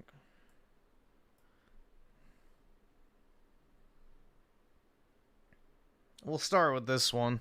Hey there, gamers, Dreamcast Guy here, and today we're talking about Nintendo, because for the last couple weeks, pretty much all the headlines, all the talks, all the interviews about the Switch 2 have been just overwhelmingly negative, because it seems like, genuinely, that the Switch 2 is just going to be worse than the Switch 1. Not as many cool launch games, not as much hype, not as much Wait, cool new features. hold on. It's like, genuinely, that the Switch 2 is just going to be worse than the Switch 1. Not as many cool launch games, Not as many cool launch games. There was one launch game for the Nintendo Switch, and there was no backwards compatibility. For like 4 months, the only game on the Switch was Breath of the fucking Wild and 1-2 Switch. Are you fucking kidding me? Dude, he is such an idiot. Holy shit, bro. There was like literally 3 games on the eShop when the Switch launched. Literally 3. Fast RMX, 1-2 Switch, and whatever it's called, Legend of Zelda Breath of the Wild. That was it. Those were the only games you had for the Nintendo Switch 1. What a fucking dumbass, bro. Me when I lie. Not as much hype, not as much cool new features. But I want to talk about 2 stories today because just now they actually released 2 updates. They said, hey, the amount of games getting a Switch 2 upgrade, a free upgrade that makes it have better resolution or better frame rate, it turns out the puddle is very tiny. Even first-party stuff, even actual Nintendo games. Who cares? They're the free updates coming June 5th. Why are you complaining about free updates?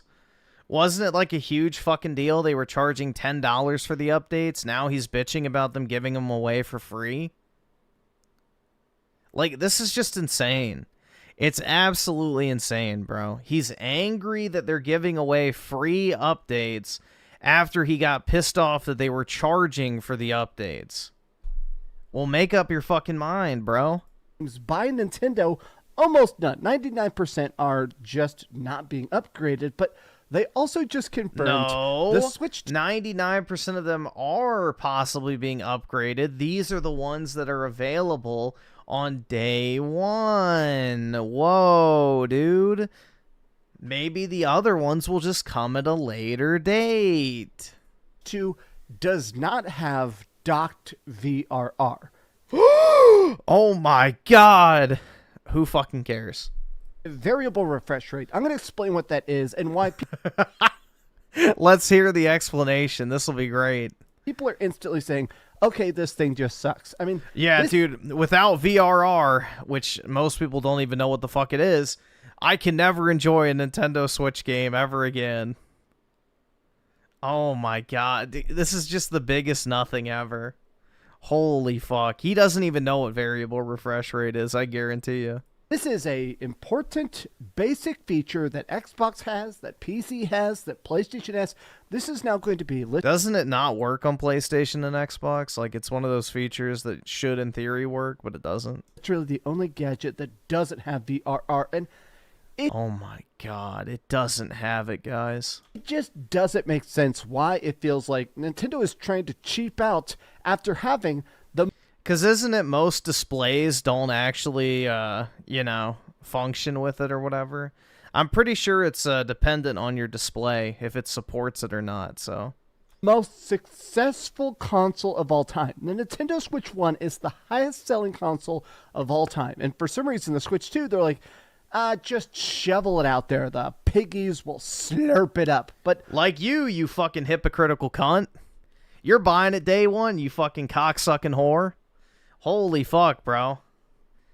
He wants to sit there and go, the piggies will just eat that slop. It's like, bro, you have made 80 fucking videos hating on this thing, and your ass was begging your subs to get you a fucking pre-order, you consuming slut. Bend over for the Nintendo Switch, whore. Because that's exactly what you are, you slop-guzzling fucking troll. Like, bro, it's just pathetic. It's absolutely pathetic. Like, he thinks he's doing something here, but he's gonna buy it day 1 anyway. So it's just empty fucking words. Let's talk. Hi, hope you're having a great day, and if you could, please give this video a like and subscribe if you haven't already. So, Let's just start with the fact that Nintendo admits they lied. There has been some hype about the Nintendo Switch 2, especially in Japan and stuff. I see the first displays and stuff popping up, but it feels like every time they show something cool, they gotta retract part of it or correct part of it, saying, okay, this is it. Nintendo confirms VRR is only supported for handheld mode. Nintendo Switch 2 supported for VRR in handheld mode. The incorrect information was initially published on the Nintendo Switch 2 website, and we apologize for lying. Nothing to announce. Oh my god, what a massive lie, bro. You know, I was about to purchase the Nintendo Switch 2, but then I heard that variable refresh rate would only be available in the handheld mode, and I decided, you know what? Nintendo, you lied. I'm canceling my pre-order right fucking now. I didn't even know this thing had VRR, nor do I fucking care. On potentially docked VRR mode. Now, the reason this is important is that essentially right now we exist in an area of choice. There are so many different styles of TV, of monitor, of all sorts of different things to not just play your systems, but what to play your systems on. And they all have different refresh rates. Some are 30 FPS, 60 FPS, 45 FPS, 120. Who the fuck has a 30 FPS or a 45 FPS television? Literally no one. Shut the fuck up, bro. FPS. And basically, what VRR does is it's an important technology where it can tell what your TV's resolution is, what its frame rate is, and automatically match it. And it makes it where not only do the games look better, it makes it so there isn't screen tearing, it makes it so there's not screen stuttering. There is actually times, if you have the wrong TV or you're playing with something that's not updated and stuff, where you're playing it and it actually looks worse because the console can't properly sync with the TV. It's a very common issue. And it's annoying. It's really not, but okay. The fact that this is weird that Nintendo isn't doing it. That they're saying, oh, we just don't have anything to announce. This is a... Let's see real quick here.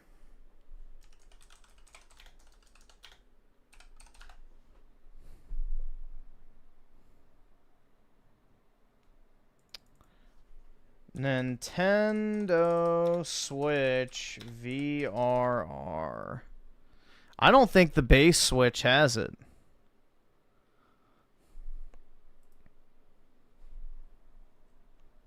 I mean, bro, did anyone even know what the fuck this shit is? Or did anyone even fucking care? I don't think so. Does anyone actually give a damn?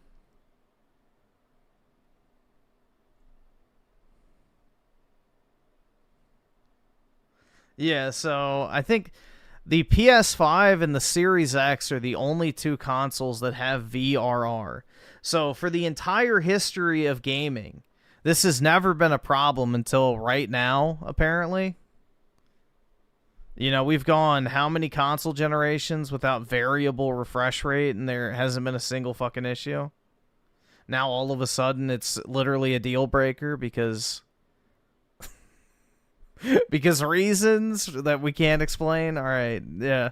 Software thing. It's not they have to actually roll out a big update. It's not they have to go in and release a new version of the dock. This is a software thing that's just not ready for launch. Now, to be fair, PlayStation had a similar problem 5 years ago. Back in 2020, originally the PlayStation 5 did not have VRR for a couple months. And then once they released it, I'll be honest, once they released it on the PS5, it was very noticeable. It's one of those features that No, it wasn't. You're lying.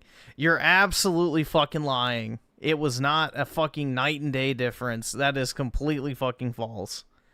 I had a PS5 from day one, and there was like barely any fucking difference. If even a difference at all. But maybe it's because I didn't have a dog shit, you know, Chinese TV that, you know, runs like crap. I don't fucking know, bro.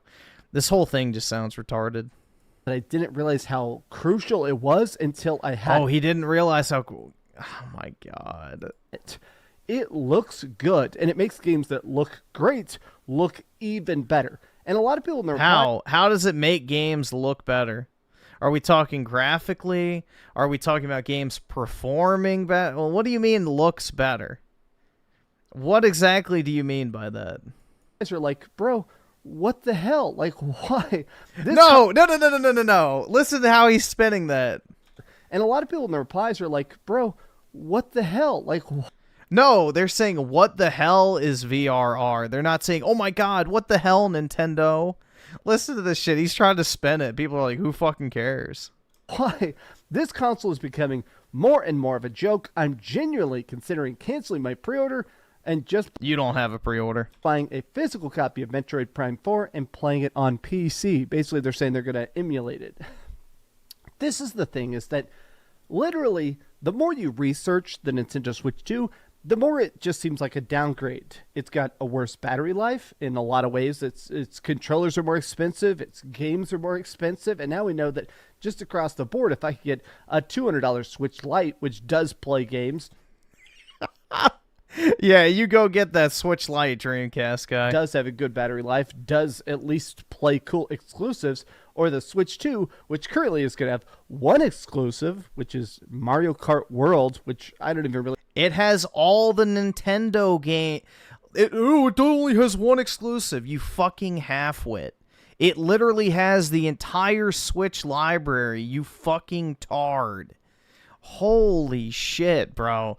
This guy is just so fucking disingenuous. Really care about. It just seems like at this point, if I was trying to tell somebody, hey, if you want to get into Nintendo gaming, I'd actually recommend a Switch OLED over the Switch 2. Yes, spend $350 on 10-year-old outdated technology instead of spending an extra $100 to get all the exact same games and all future games 7 years forward.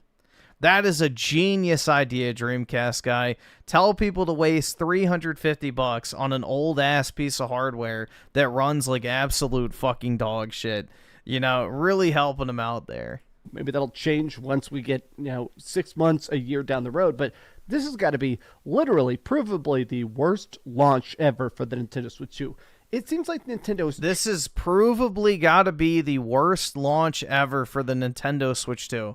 This is the only launch for the Nintendo Switch 2. I didn't know that there was already a launch that took place. Trying to sort of soften the blow and say, yeah, this sucks. Yeah, the other news sucks. Last night, I did a video about the fact that Nintendo confirmed they're not going to let people review the Nintendo Switch 2. They're oh, no. keeping it behind closed doors until... They're keeping it behind closed doors by letting people of, the public go out and play it.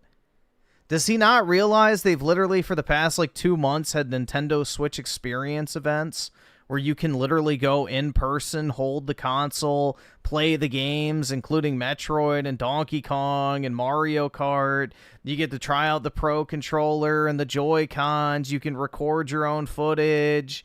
You can, it's like, what the fuck is... They're hiding it behind closed doors by letting the public get hands-on with it in an unrestricted manner. Yeah, exactly. That's exactly what behind closed fucking doors means, Dreamcast guy. He's quite smart, isn't he? After it's out, journalists, influencers, tech people, freaking everybody, even major gaming websites, nobody is allowed to play the Nintendo Switch 2. Where is it? Did I not put it on here? What the fuck? I know I put it on the soundboard. Really? Oh, there it is. God! We gotta rewind it. Again, everybody, even major gaming websites, nobody is allowed to play the Nintendo Switch 2 to review it. God! The same people lying about it for the past 6 months don't get to have early access to it and make thousands of dollars off of coverage, God! Who fucking cares? Boo-hoo. The game's journos won't have early access and will have to wait like everybody else. Wah. Who fucking gives a shit? In my opinion, that's the biggest red flag. But they're also being like, oh, check it out. Here's all the free updates.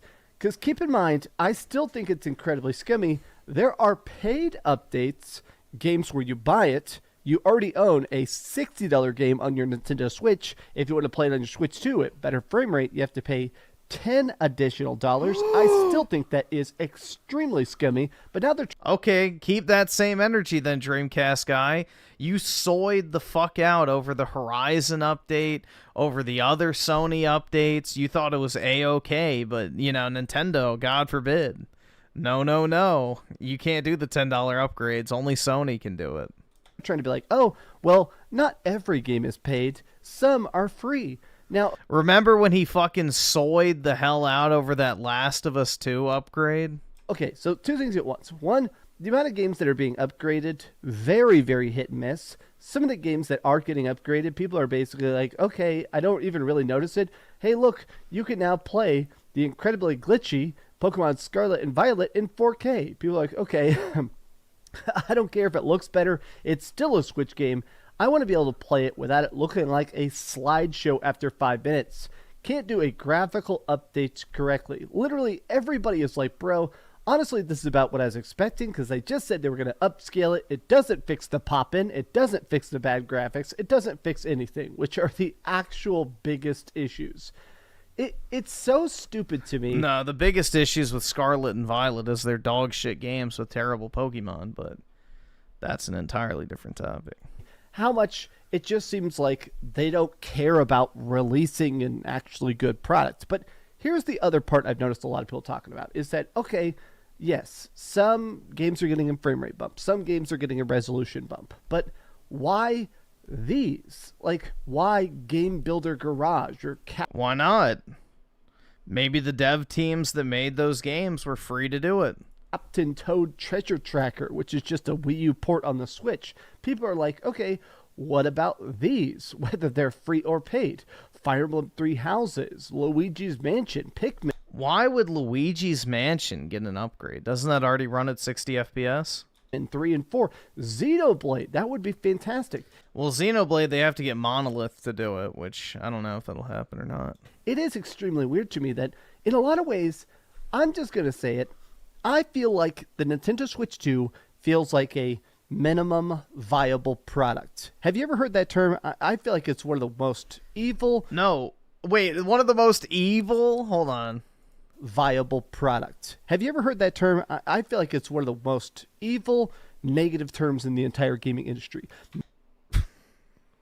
It's evil! Oh my god, bro. The Nintendo Switch 2 will murder your children. I mean, what the fuck did you want? It's a Switch that's more powerful. That is literally anyone ever asked for. Like, what is the issue here? It's a more powerful Nintendo Switch.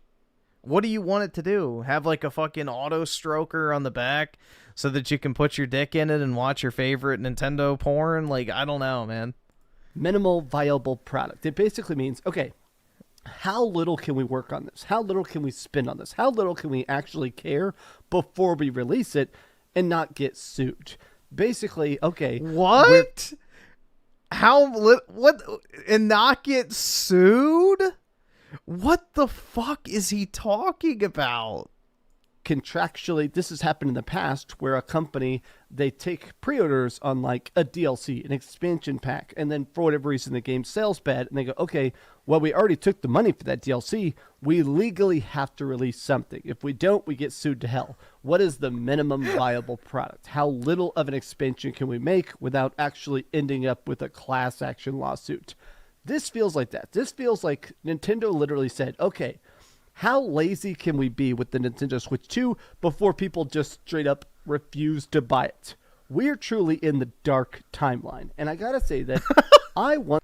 The dark timeline! Holy fuck, man. I wanted the Nintendo Switch 2 to be more than just a straight upgrade. I wanted it to be interesting. I wanted it dude, this is so autistic. To be fun. I wanted it to have games that actually seemed like the next generation of Nintendo, and clearly they just didn't care enough to even half-ass it. But how do you feel about the Nintendo Switch 2? And it's a more powerful Switch, you fucking half-wit. What did you expect? From the Nintendo Switch 2! Gee, I wonder what the Nintendo Switch 2 is going to offer, just like the PlayStation 2 offered, or the PS3 offered, or the PS4 offered, or the PS5 offered. Wow, more powerful hardware in a similar form factor, you fucking retard. Wowie zowie, dude. Imagine my fucking shock. An iterative upgrade to a fucking piece of technology has the same fundamental design philosophy, but just more powerful hardware specifications to give you a familiar but improved experience. Holy shit, man. Who would have thought? But, you know, I guess because the PS6 isn't going to be a fucking literal, you know, stationary bicycle that you plug into your TV that generates electricity as you pedal so you can play video games without having a net negative fucking carbon footprint or whatever the fuck. You know, I guess that's not innovative enough, so we're going to have a problem with, you know, the PS6 if it's just another box that plays video games, right? No, of course not. Fluffle Nugget with the 2, you can't spell Switch without Sith. Oh my god. I don't know if I have the DSP laugh. No, I don't think I have it. I gotta add that. I still have to put together the soundboard. I haven't done it yet. But I do not have that one. Tim Marco, the 279, watch him soy out over it on launch day. He is the biggest hypocrite in the fucking world. He's calling this thing evil. He's saying it's destructive to the video game industry. It's a scam. Nintendo or, you know, doing all this evil shit. But he's going to be there day one with money in his hand, you know, ready to fucking soy the fuck out over it. Like, he is such a hypocrite fucking retard, man. Honestly. It's insane. Hopefully, you're having a very good day. Just like how he called the PS5 Pro a scam and was there day one to fucking buy that shit after selling his old PS5 to his girlfriend for full retail price. She's like, here, sweetie, go get that new console you want. And he's like, thanks, Mom. I mean, honey, thanks. I'm about to drink a... Griffin's a hypocrite, too? How so? Big old cup of coffee and eat my breakfast. But I love you very much. Hope you're having a good one. Nah, you're going to go gobble some cock. And if you could please... Hold on. Sucks like wet dick in a fucking Olive Garden parking lot. There we please go. Give this video a like and subscribe if you haven't already. And please keep dreaming.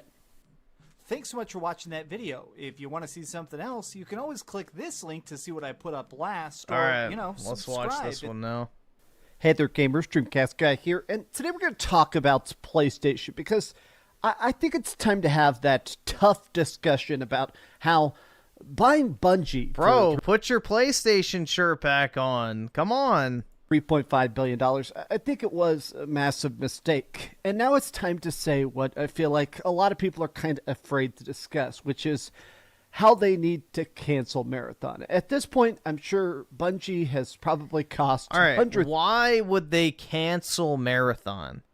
Like, use your brain for a second here. If the game's already made and pretty much done and about to release, why wouldn't you just release it anyway to see? Why would you just throw it away on the spot without even at least letting it go out there and die on its own? Like, Concord, you know, they sent it out to die and they refunded people. They can do the same thing with Marathon, but I think Marathon will have mild success at first. Just because it's a Bungie game, but it's not going to be long-lived at all.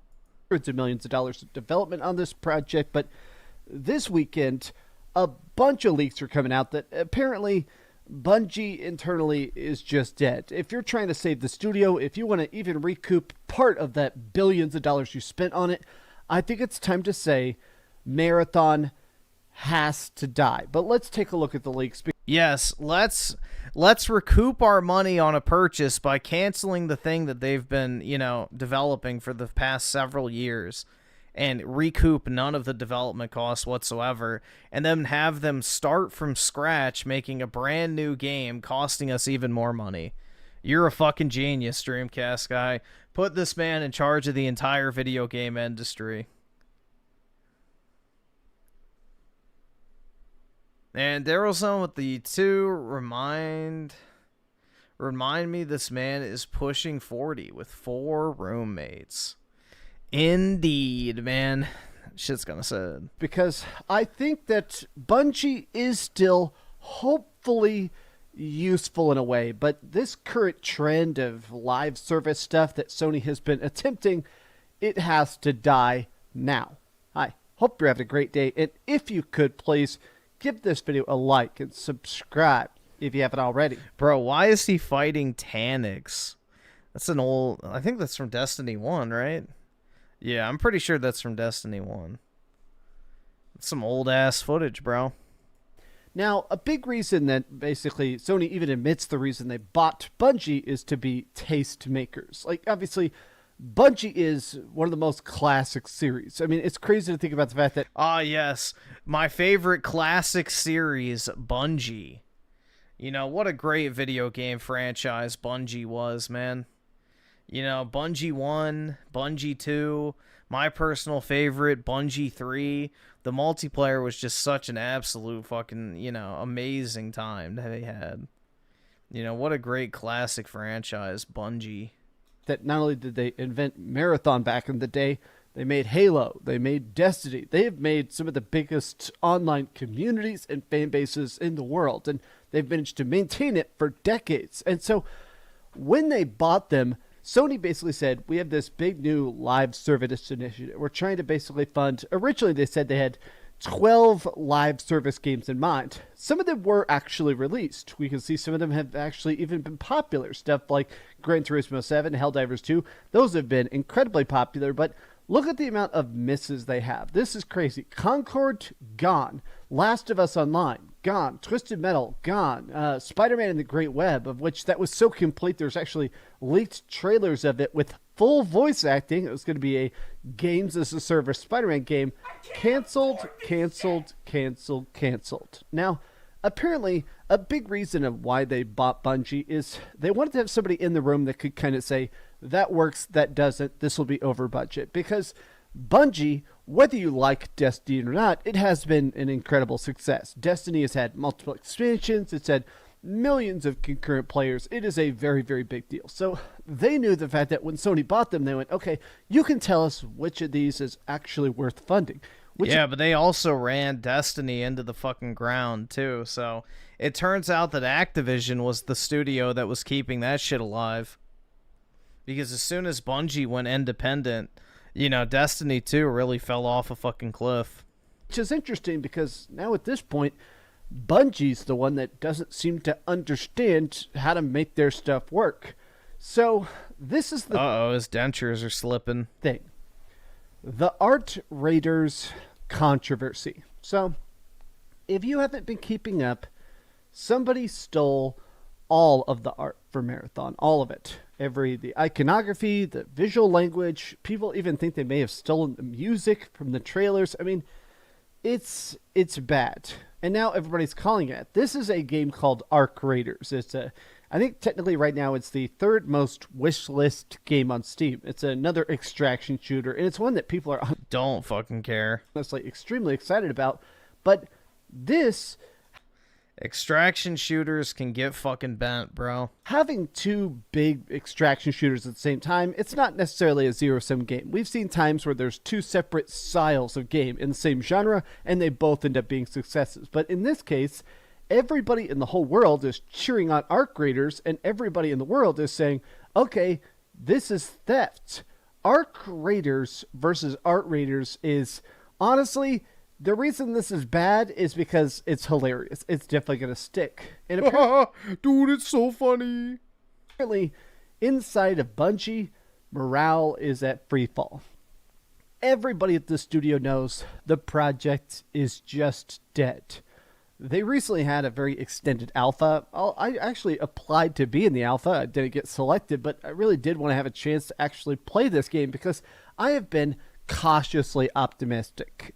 Of course you have. It's a PlayStation game. I do love first-person shooters. I'm not really into extraction shooters, but I've always been a big believer in that the best games explain why you should love the genre. I wasn't really into roguelikes or card games until I played Slay the Spire, and then it turned out to be one of my favorite games of all time. I was hoping the fact that not only would this be good, it would win me over to the idea of extraction shooters. And instead, the feedback in the alpha has been... Dude, this game just looks so fucking shitty.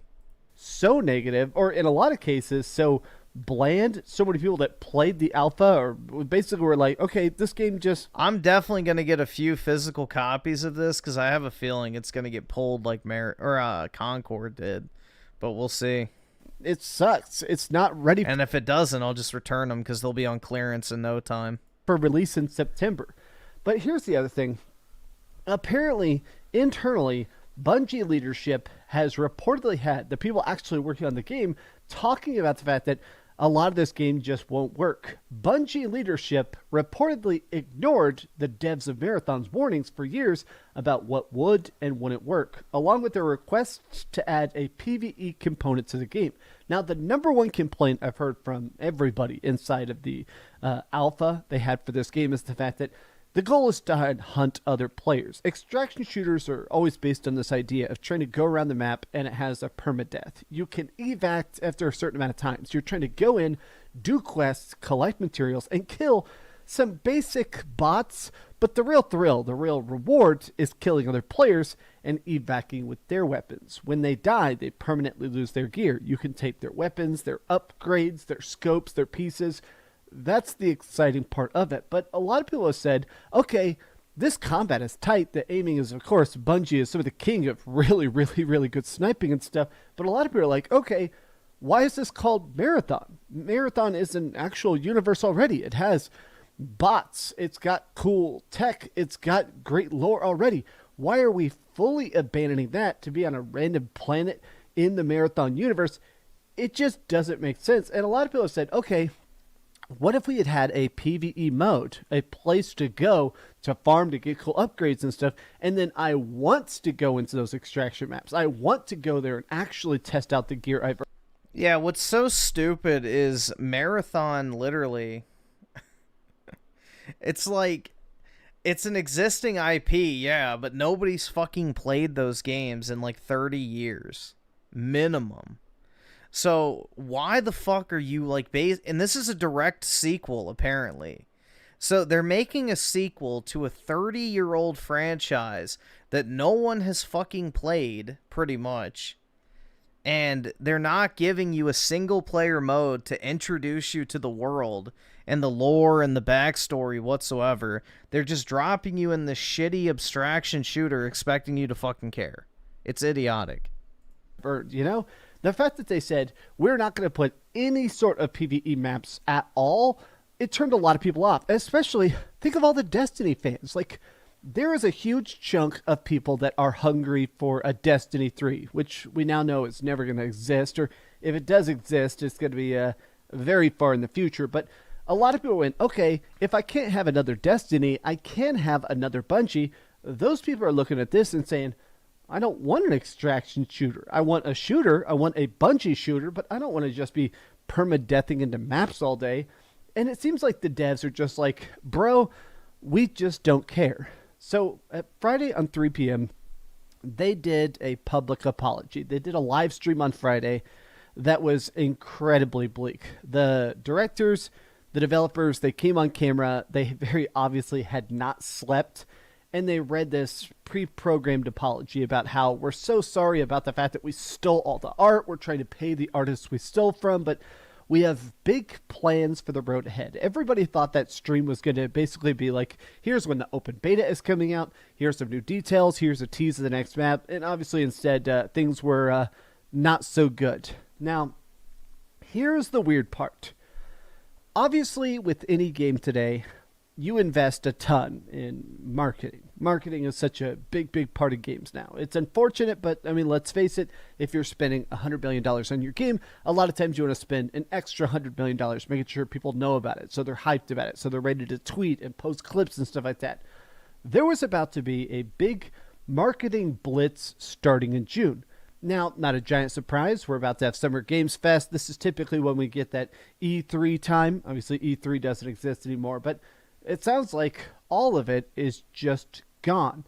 All those ads, all those hype moments, probably a shadow drop of an open beta, it's all just gone. Bungie has reportedly scrapped its original June marketing plans, which included a new trailer and pre-orders. The open beta in August may shift. Yeah, they can't further market until they address that issue with the copyright infringement with the art. Because every single time they continue to advertise this game in the future is even more and more potential damages they could face as a result of the content theft. So you know, they have to square that away before they can do anything else with this game whatsoever, marketing-wise. Otherwise, you know, the potential to a roadmap of public playtests. When I look at this list of canceled games by PlayStation, I see a graveyard. I see games that were probably great that were not profitable enough. Naughty Dog is... Then they weren't great. If the live service games were actually great, then they're not fucking gonna be profitable, bro. The problem is with live service games is most of them are fucking dog shit. So they don't make any money. If they're actually good, they will make money. A great company. I bet The Last of Us Online, some people that have had a chance to play the new Last of Us Online said it was actually fantastic. They said it was absolutely superb, but they just didn't think it would live for years and years and years. The big problem with live service is that it's not just about a launch. It's not just coming out and having good pre-orders and being able to have a cool story that gets people engaged and makes people want to draw fan art and cosplay it. It's about in perpetuity, constantly having that next big update. And when I look at this graveyard of releases, I think it's a sign about the fact that, if anything, the purchasing of Bungie, the biggest downside to it is I think they wasted $4 billion. That's the biggest downside. Gave PlayStation too much confidence towards this live service push, this live service obsession. And when I see this list of 18 games, 90% which are canceled, I know for a fact that we're about to see another one right here at the bottom, a 19th game. Marathon canceled. And I'm in a spot where I'm starting... They're not going to cancel it. Starting to think it is for the best. With all the theft, with all the controversy, with all the funny business, just across the board, classic Bungie still has some soul. But it doesn't exist in Marathon. And classic Bungie doesn't exist anymore. They all left the studio a long-ass time ago. So, I don't know what he's talking about. He's giving them a massive benefit of the doubt because it's still a PlayStation studio, but classic Bungie's dead. It's all a bunch of new people there now. The Halo 3 days are long fucking gone. The Destiny 1 days are long fucking gone. Destiny 2 has been in managed decline ever since, what? Forsaken? Like, bro. Yeah, it's over. All the talent's gone. And I think the leadership that currently exists, they gots to go. This is just some off-the-cuff thoughts. I've played a lot of Destiny. I've played a lot of Halo. One of the first things I ever did that was like kind of competing and stuff like that, I actually used to compete in Halo tournaments. And I won money. I used to actually drive around Texas with my friends, packed up in cars with our custom controllers that had a little stopwatch glued to it. So whenever you picked up a power weapon, you'd start your stopwatch, do a lap around the map, and pick up that power weapon again. I think about the fact that Bungie really is the kings of making stuff to care about. And if people aren't caring about Marathon, cut it now before you start dumping hundreds into marketing on a game we know isn't going to sell. These have just been some off-the-cuff thoughts. How do you feel about Marathon? How do you feel about PlayStation? And how do you feel about the graveyard of live service? Tell me your thoughts in the comments down below. And if you enjoyed this video, be sure to give it a like and subscribe if you haven't already. And please keep dreaming. Rest in pepperoni. Hopefully they survive. Why? Why hopefully they survive? Because it's owned by PlayStation? He wants everything else to fail. But, you know, Sony needs to survive with their Destiny and Bungie purchase, I guess. I don't fucking know. Crazy. George F with the 2. If you have made your entire we'll see. I gotta watch something else first. We'll see how we're doing on time. All right, awesome. Thanks, nigga. All right. Daniel with the 5. Division 1 and 2 were pretty good with single-player campaign and a mix of PvE and PvP. But here, if I don't understand the story, why would I want to play? Exactly. And they're going to do it through, like, environmental storytelling and data pickups and stuff like... It's like, bro, it's the fucking Grimoire cards or whatever the fuck they were called in Destiny all over again. you know, not putting the story in the actual fucking game is a terrible idea. I don't want to have to read fucking, you know, books, you know, databases, like all this shit outside of actually just playing the game naturally. Tell the story through the gameplay or don't fucking tell it at all. So, yeah, it's just going to be that all over again. So. I can't afford this shit! Yeah, they should have had a campaign to get people to actually give a shit about the universe that it's set in. And Z-Herb with the 5, Xbox fans will laugh at Marathon not making bank. Meanwhile, hyping up Hellblade 2, Indiana Jones, and South of Mid. Yep. So.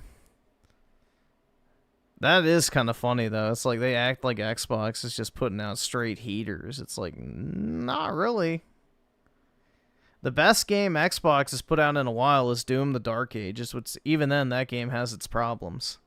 So, things are not looking too groovy over there at, you know, Microsoft HQ. Speaking of which, I think that's the video, yeah. Latina Parfait Doom review. Okay. So that's Soycast Guy's video. And then Majora Jeff will do your video depending on how much time we have. This one? This might be a... Xbox has been putting out... Yeah, they have been for the past decade. It's unfortunate, bro. Hot take, but I think at least gameplay-wise, this is the best Doom game, and it's better than both 2016 and Eternal. Maybe it's not better than Eternal, but it's definitely up there. Maybe it's like equal, okay? Like, as soon as I finished this game, I wanted to start another playthrough. And to be honest, I can't really say many modern games really make me want to play them again after finishing them. But yeah, that's how you know your game is at the very least fun, which Doom the Dark Ages is literally that. I wasn't really feeling it too much when I first started playing it. Like, the game did feel slower at first, but once you get into the gameplay loop of the Dark Ages and learn how to properly use the shield from blocking damage, to parrying attacks, to throwing your shield in a group of enemies, to shield bashing some demon halfway across the map at sonic speed, it truly does become quite enjoyable to play. I don't even like parrying shit in game. I did not want to replay it immediately. I wanted to fuck with the sliders, not actually replay the game. I don't know.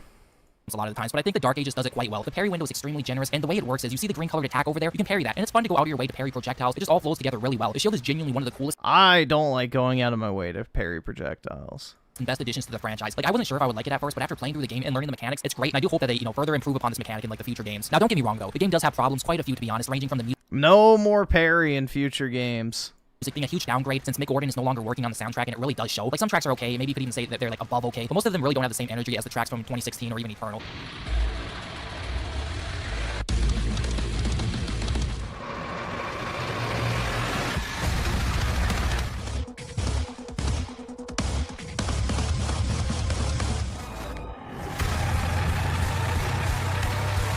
What I did on stream, at least, was turning on some Devil May Cry music like Devils Never Cry, Cerberus's theme, Never Surrender, and just the OG Doom tracks. I think muting the game soundtrack and playing some OG Doom music, 2016, Eternal, or DMC music definitely gets the adrenaline flowing and pumping much better than whatever the fuck the new soundtrack does, okay? Bruh.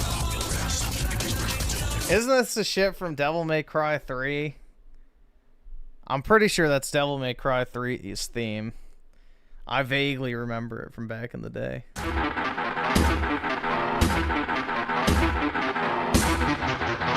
The best way to describe most tracks is just generic. Not to mention, I think the sound mixing of the game is quite dog shit as well. Like, you can barely even hear the music most of the time with all the shit that's going on. Then on top of that, sometimes no music at all plays. I don't know if this is a bug or what, but I didn't realize I was playing Doom on the... Dude, I hate the Doom music, personally. I don't like Doom 2016 or Doom Eternal's music. I don't really like Dark Ages' music either, but it's less offensive than 2016 and Eternal. On the fucking Atari Jaguar, dude. There's also the problem that the bosses are kind of lackluster and just parry fast to the sheer amount of cutscenes, which is pretty funny considering, you know, Doom 2016 made fun of cutscenes. Yeah, look at Doom, guys. Like, fuck cutscenes. Cutscenes are for bitch-ass endless. Then on top of that, the story's also complete dog shit, and basically, Deborah Wilson is your commander, and you gotta listen to her during gameplay telling you what to do. Isn't that what everybody wanted, dude? Like, isn't that literally what everybody wanted? Like, look at this, for example.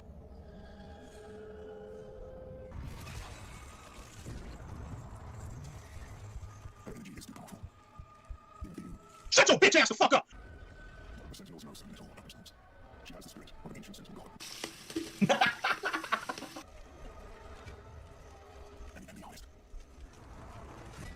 Bow to your queen. Slay, queen, slay. Of course a whammon can take out the Doomslayer, you misogynist. And this isn't any whammon either, by the way. This is the great and amazing Queen Deborah Wilson, which to me personally is kind of funny since whatever happened to voice actors needing to voice the characters the same race as themselves. But I guess it's completely fine for Deborah Wilson to voice the non-black boss lady, Commander Thera, because double standards, you know? But yeah, unfortunately, this game does have some minor woke bullshit in it. And no, I'm not necessarily talking about the difficulty sliders or modifiers, which some people seem to be complaining about it being woke, which yes, they are kind of woke in the sense that you can just make the game journalist levels of easy, but you can also do the opposite. So I don't think this is as bad as other accessibility stuff or comparable to stuff like arachnophobia mode, for example, or some shit like that. I do like it for the most part just because of how you can alter things for different playthroughs. However, I do think they should have made it its own like difficulty, like its own custom difficulty setting or option. So you wouldn't be able to, you know, play on Nightmare, for example, and then turn all the sliders to what they would be on Too Young to Die. Oh wait, my bad. They removed Too Young to Die for, get this, Aspiring Slayer. Oh my god, dude. Like, what kind of gay bullshit is that? But yeah, I guess Too Young to Die is far too offensive in the modern year for the modern audience. You're also able to cheat the gimmick difficulties, Pandemonium and Ultra Nightmare, by again just lowering all the sliders to make it incredibly easy, which I think is pretty stupid because it's like, why the fuck is it even on Nightmare to begin with if you can literally just change the sliders? Like, it's really fucking pointless, let's be honest. It should have just been its own separate difficulty option or just unlock it after you clear the game. But other than that, the difficulty modifiers are quite cool in my opinion. And my biggest complaint with it would be that I think they should have included more. Maybe they'll do that with DLC, I don't know. But for example, during a lot of the combat encounters in the arenas, I feel like some of them just end way too soon. Like, I just wish they, you know, carried on just a little bit longer. So having a way to increase the enemy count by like 20% or even 50% would be extremely cool. You can also increase damage to the player all the way up to 500%, which I didn't try, but I'd assume at that point you'd be doing a no hit run since on Nightmare at about 250%, I believe it's on. You die in about, I don't know, like 2 to 3 hits, maybe 4 hits at most. You can also lower your damage to demons all the way to 50%, which I think they should have taken a step further by allowing you to individually customize each weapon's damage. Like, maybe you want to do a run where the rocket launcher is much weaker, but you buff the shotgun's damage instead, or something along those lines. You can increase the enemy aggression, daze duration, enemy projectile speed, and resource values. And then my personal, I'm sure your personal favorite, also game speed, all the way up to 150% to literally play Turbo Doom, which is really fun. I think the perfect speed, at least for me, was 120%, maybe 130%, which is what I did on my second playthrough. I played on Nightmare for all my playthroughs, and then on my second playthrough did 120% speed with 75% damage to demons. You can even lower the speed too if you have like those Joe Biden reflexes all the way down to, why would you lower your, I don't know, bro. 50%. Lowering your damage? I don't like the fucking spongy ass enemies in this game personally. They take way too fucking long to kill. Which is basically playing the game in slow motion. So you can either play Doom the Dark Ages in turbo mode, slow motion, or regular speed. You know, that's pretty cool. But yeah, overall, I think they are a really cool addition to the game. But again, I think they should have been their own difficulty setting separate from Nightmare, Hurt Me Plenty, etc. Or just, because every single enemy late game has those stupid fucking body armor things that you have to break off and then you can actually damage them. So, you know, the enemies just tank fucking shots. Locked behind beating the game. Now regarding the other woke shit in the game, there are quite a few, how should I say this? You know, how should I put this lightly? Diverse NPCs, especially for medieval times. Yo, look, it's Musa. We found Musa, you guys. Musa, what's up? Like, I get this isn't literally the medieval times, but it's still quite funny. There's also Commander Deborah Wilson, which just to let everybody know, there's about an hour of cutscenes in the game, and she takes up about 20 minutes of them, which is literally more than Doomslayer himself. Also, speaking of Doomslayer, every cutscene with him is the best, and the motherfucker doesn't even have to say a word. Well, I guess he does say one word. Run.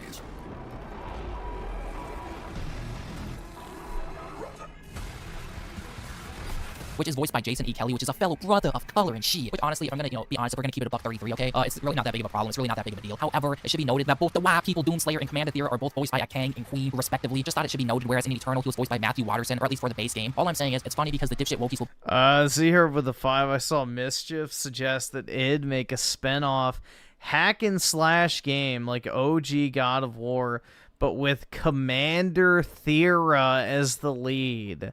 I don't know Doom, but that sounds absolutely fucking retarded. That sounds like probably one of the most retarded things I've heard in my entire life. No, id needs to make more first-person shooters. Not fucking boss babe fucking hack and slash parry slop.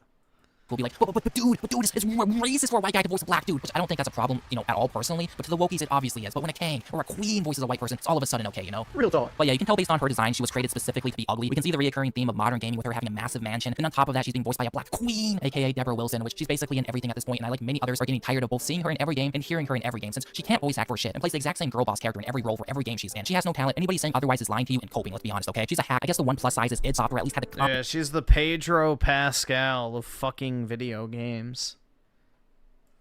And dignity to not face scan her bug-eyed self into the game. Not only that, but she also communicates to you during your missions. Not a whole lot, but during certain levels she'll be instructing you on what to do or where to go, which is fucking annoying, because once you realize and hear that it's Deborah Wilson's voice, you literally can't unhear it. Hopefully there's a mod, though, that removes her voice. I'd rather listen to AI. I'm not even, like, fucking joking, okay? Like, I'm gonna keep it a $1.22. An AI voice would be more pleasant on the ears than her voice. You guys know how there is the Sweet Baby Ink detected shit on Steam, which tells you about woke games and games that involve Sweet Baby? We should honestly start up a Deborah Wilson detected and do the same shit. You know, maybe I'll do that. Maybe I'll do that on Steam, but you guys can join it. Speaking of joining shit, you should really consider joining the Latina Kingdom, where I, your Latina queen, will never let you down. ever. But anyways, bullshit aside, Commander Deborah Wilson is also basically and literally an eldritch goddess or some shit, or she has it in her, which again, definitely nothing woke at all about any of this. Like, I'm not even going to go into the story that much or try to explain it because it's absolute peak dog shit. Again, I don't know what the fuck they were thinking by giving Doom a story with a shit ton of cutscenes. Like, unironic AVGN moment there. What the fuck were they thinking? I guess I'll just briefly summarize the story though for the two people in here who actually care about it. Doomslayer starts controlled by Review Tech USA, I mean the makers, but eventually he breaks free or some shit. He starts helping the Sentinels, which are Deborah Wilson's people. Deborah Wilson gets captured at one point and Doomslayer has to save his queen. So Doomslayer travels to the cosmic realm, tries to save his queen, but she is too powerful and shit, and he dies and becomes like a zombie or some shit. I don't know, but so afterwards Doomslayer goes to kill Prince Azrak and the witch, and after that the Doomslayer takes the maker ship to hell, and that's I think where the game ends. Honestly, I don't really know. The game was dog shit, and honestly you should probably No, straight man. Yeah, that shit was sauce. And you should probably just skip it if you ever play the game, unless you hate yourself. But yeah, I've heard or have been hearing some people say that Doom 2016 was actually woke because it had Olivia Pierce in it, which I think is a retarded argument since she wasn't a good guy. I mean, a good gal. My bad. She also was not a girl boss either. She was just the final boss of the game, an evil scientist. It's literally not the same thing. But yeah, even though I think the gameplay of the Dark Ages is the best, I will say the overall tone is significantly better than 2016. Just that badass feel where Doom guy is just like, fuck cutscenes and fuck modern gaming. I rip and tear, motherfucker. But yeah, if you do get or play the Dark Ages, just do yourself a favor and skip the cutscenes. You're literally missing out on nothing. But yeah, I guess I'll talk more about the gameplay now and level design. If you played any Doom game in the past or really any game in general, you basically start with nothing at the start of the game, and as you progress through the levels, you'll slowly earn more and more weapons and upgrades. In the Dark Ages, it's really no different than that. Much like in Eternal, you only start.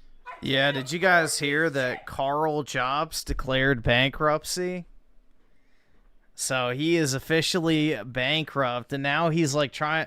I'll see if I can find the video, mate. Well, I don't know. We'll see how we're doing on time, but yeah, apparently he's like trying to hide all of his assets by transferring them into his wife's name. He put his YouTube channel under his wife's like name and LLC, like trying to hide all of his fucking assets and shit. And he's admitting it in fucking Discord that he's like trying to basically, you know, hide and, you know, shovel away all this money, which means that it's going to make his wife also liable as well, which is what's funny. So yeah, so basically my understanding is his legal costs were $700,000. Notch paid $300,000 of that, so he owes $400,000 for his legal defenses. He then owes the $400,000 from the actual judgment in the lawsuit, but then he also has to pay Billy Mitchell's legal fees as well, which Billy Mitchell's legal fees were higher than $700,000, which is all we know. So all in, best case scenario, he has to pay $1.5 million at the minimum, which Billy's legal costs are probably closer to $1.5 million because it was an international lawsuit, which would mean that he could be on the hook for like, you know, $2 million Australian. And his house, I think, is worth $1.2 million, but it's not even remotely close to paid off. So, yeah. He's fucked. And you can't declare bankruptcy to get out of that debt.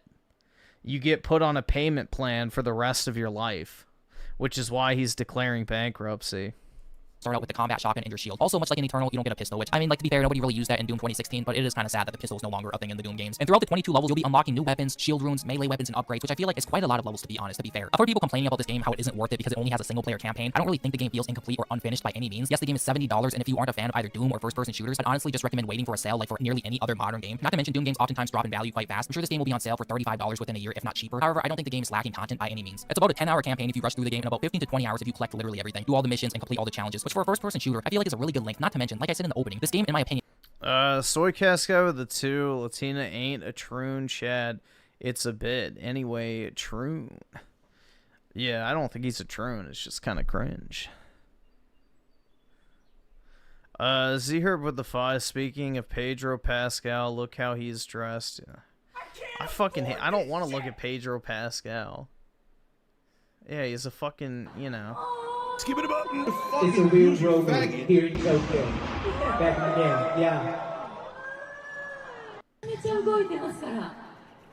Fucking cringe, man. If Pedro Pascal is in a movie, I don't watch it. Like, by default, if Pedro Pascal's in a movie, I just don't watch it. I'm done. Like, I cannot fucking stand the, like, sight of him. It genuinely pisses me off, bro. Every time I look at him, I just see a flaming homosexual that probably has a leaky anus. JE5150 with the 10. Imagine telling your child that you can't send them to college because you have to pay back Philly, the king of Kong. But don't worry, son. Maybe he'll give you some gaming lessons if I ask nicely and pay a little bit extra this month when it comes to our legal settlement.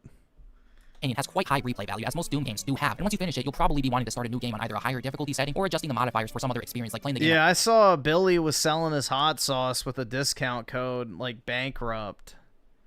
He had the discount code bankrupt for his hot sauce the day that Carl filed for bankruptcy, which is pretty based. Turbo speed. I do think, however, there should have been some alternative modes, such as the Call of Duty like multiplayer we got from 2016. I genuinely thought that was pretty cool. Or even the shitty battle mode from Eternal, or even a level creator such as Snap Map from 2016. Just something, literally anything. Or even some like arena mode after clearing the game, since you really don't unlock anything other than a Doomslayer outfit for clearing the game, which is kind of lame if we're going to be honest. For the most part, I do really like the level design. The game offers quite a bit of variety with the levels. You'll have more standard semi-linear levels with branching paths to the brand new almost open world levels, which I think were really fun since you would be able to complete the missions and objectives in any order you want. The only problem with them is having to look at the map every 20 seconds to make sure you didn't miss anything. And they aren't open world in the sense of Ubisoft or some bullshit like that, but more so just relatively large levels with some objectives and a bunch of secrets to find and collect. I do think that might also be another problem of just certain levels in the game. Some of the levels do feel a little bit too big or a little too large, but it's not really that big of a problem on repeat playthroughs when you know like where to go and what to do. Then there are the mech stages and the dragon stages, which before I even talk about those, I just want to say that I love the dragon design, especially the wings. It's quite badass. Then on top of that, you have this really cool finisher where you go Godzilla mode on the demons and breathe fire down into their mouths and throats as like the finisher. Yeah, but there's only 2 instances in the entire game where you do that.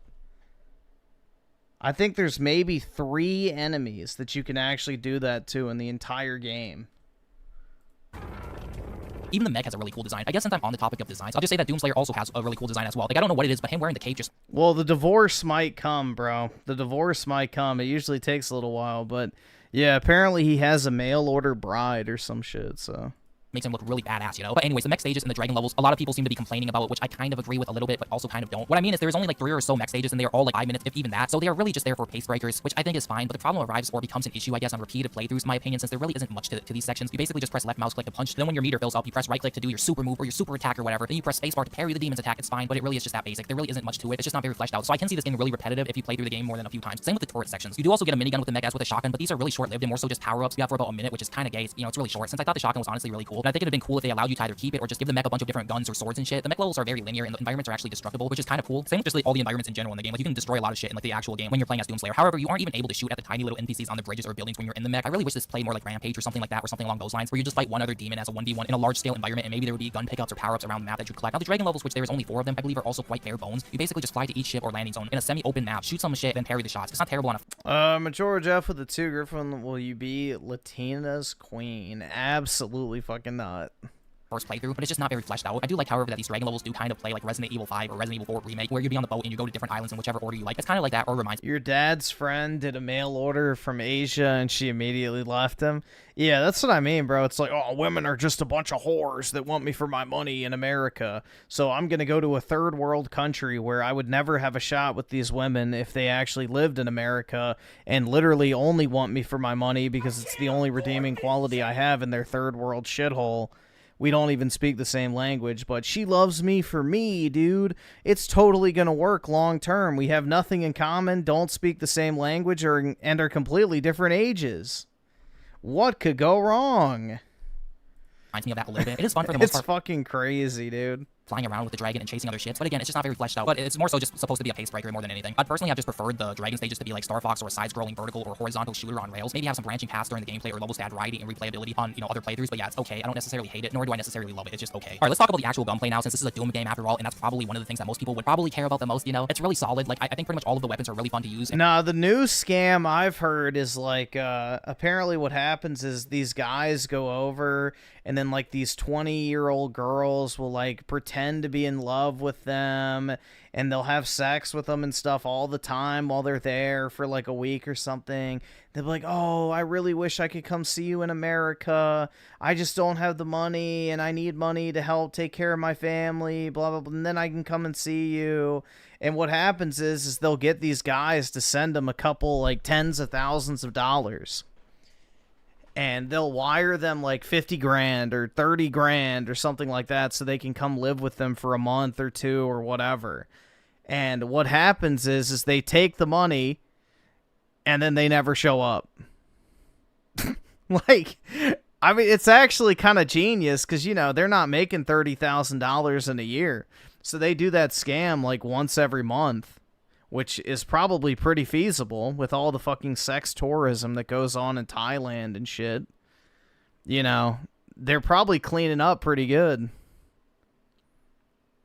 With these fucking simp-ass dudes thinking that because they got a little bit of puss, that, you know, these women are madly in love with them. It's like, dude, they're literal fucking whores. Why are you going to go to a country that is filled with literal fucking whores to find your wife? That is, like, just the most retarded shit ever, bro. I don't get it. But it couldn't happen to a better group of people. That's all I can say, because they are fucking idiots. And all have a purpose except maybe the shredder, which in my opinion is just kind of dog shit. I tried using it more on my second playthrough and it's just not that good. Maybe I'm just playing the game wrong, I don't know, but it's basically just a standard rifle. Then you have an upgrade where you can get concussion or... Yeah, exactly. She loves me for me, dude. You know, every 20-year-old Asian girl's dream, I'm sure, is a balding 50-something-year-old guy with a beer gut wearing jean shorts, fucking sandals, and a t-shirt that's been washed 20 times too many. You know, you are literally the dream of every little Asian girl out there, I guarantee you.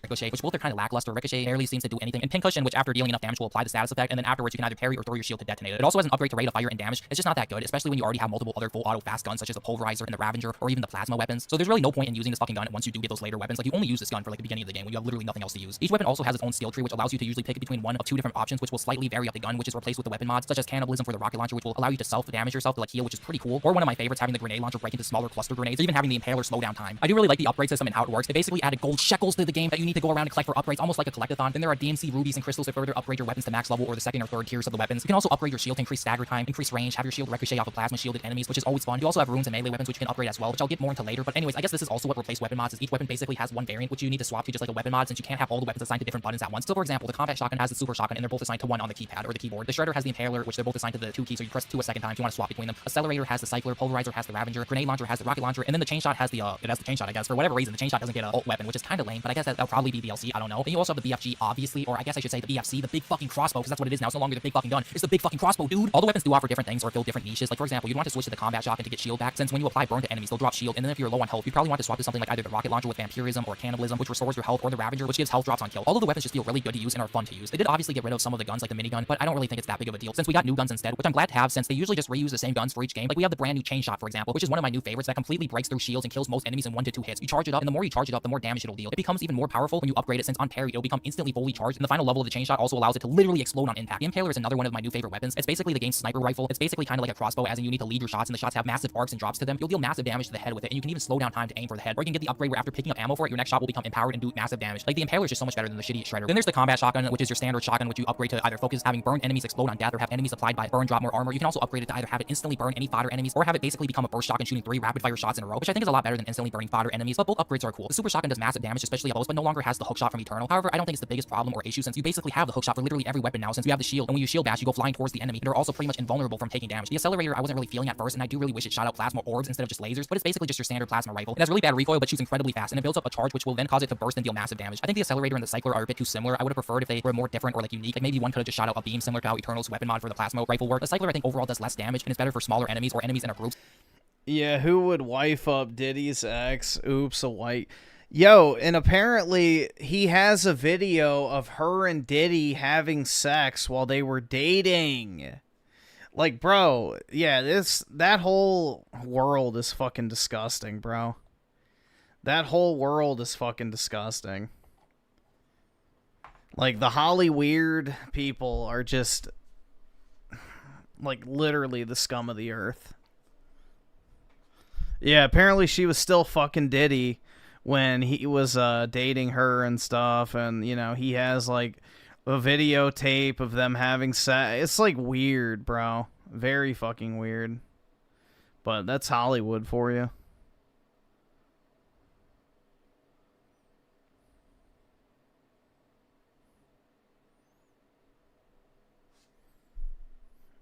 since it has lightning and it can chain to other enemies, which will also increase damage. The Pulverizer and Ravager are basically two very similar guns. Pulverizer is like a full auto assault rifle with insane wide range. It's almost like a full auto shotgun. And when it's powered up, you gain massive speed, which is really fun, whereas the Ravager is a very tight spread for much more focused damage at the cost of mobility. The Ravager is definitely better though, since you don't really fight too many enemies clustered together. However, the Pulverizer still does massive damage up close to any large enemies. This game also has a really good variety of enemies, from the small fodder demons to the ones with the metal shields that you'll need to overheat by damaging them and sending your shield to finish them off. Heavies like the Arachnotron, which are basically just the big spider enemies with turrets. The new Caco demons, which can honestly be really fucking annoying since they shoot out like massive projectiles which block all your damage and basically act as shields. The Pinky Rider, which is a new enemy type where some dude or demon rides on top of a pinky, and then when you deal enough damage, you kill the rider, then after that you can kill the pinky. All of these heavy demons, you can use your shield to stun and falter by throwing your shield, and while your shield is inside the demon, you can dish out massive damage while they are just stuck there in a stun. Or you can even throw your shield to stun them and then recall your shield instantly, and they'll be stuck in a recovery animation just to throw it back at them again. You can recall your shield at any time, which is really cool and does make the game feel incredibly fast, since you can, for example, throw your shield in a crowd of fodder demons, mid-throw, call it back, and not have to wait for your shield to either hit something else or come back to you manually. Faltering is basically just a stagger, and it works on most demons aside from the super heavies, as they typically have super armor and just tank hits. But yeah, they nerfed the weapon swap animation and speed, so I'm sure plenty of autists aren't too happy about that, and I kind of felt the same at first, but it's really not that bad. You would never date a white woman? Why is that? Not to mention you can just up the speed to make it more like Doom Eternal or 2016. But I don't even think this game is slow at all, even at like the base 100% speed. Like, this game is incredibly fast-paced, like super fast-paced, especially when you learn all the tricks and combos with the shield, such as tossing your shield, shooting a rocket, for example, or like the super shotgun, recalling it to then shield bash closer to the enemy, to then like melee, to then tossing your shield again. Like, there really is a lot of depth to the combat. The super heavies are kind of just parry simulators, though. They aren't terrible, but basically once you find out that all you need to do to beat them is run up close and take out either your rocket launcher or super shotgun and parry their attacks, they do kind of just become pushovers. They can still be annoying though, like the Agadon Hunter, which has like this shield at all times if you aren't within kissing range. Also had some trouble with the cyber demons at first, since they'll just spam you with their miniguns at a range, and if you try and get close, they'll just spam you with melee attacks. But once you learn how to parry them, they kind of become a joke. The Acolyte is probably one of the most annoying mini bosses in the game, since they have an indestructible shield, so you need to either just avoid them till it goes away or find the other Acolyte without the shield. They're the most annoying, and I think the Acolyte shield should be able to be broken with plasma weapons. Also, the game really only has like 3 or 4 actual bosses, which is probably the biggest downside despite the enemy variety being good. Most of the bosses you'll fight are just the super heavies with extra health. Then they are nerfed in like the normal arena battles. The only bosses are Prince Azrak, which is basically just a Dark Souls boss, since it's literally just a parry simulator, the Witch, which you will fight alongside of Azrak, and Wings of Redemption, which is probably the most interesting and cool boss in the game. But yeah, the bosses are definitely a low point in the game and could heavily be improved upon, especially when there is 22 levels. You'd think there'd be, I don't know, maybe a little bit more than 3 or 4 unique boss fights, but nope, they're all at the end of the game. I do like the variety in levels when it comes in terms of backgrounds, areas, and locations. Like, the game is obviously set in a sci-fi medieval alternative fantasy world, but you'll be going through different medieval looking locations like villages. You don't have the white fever. Is that a thing?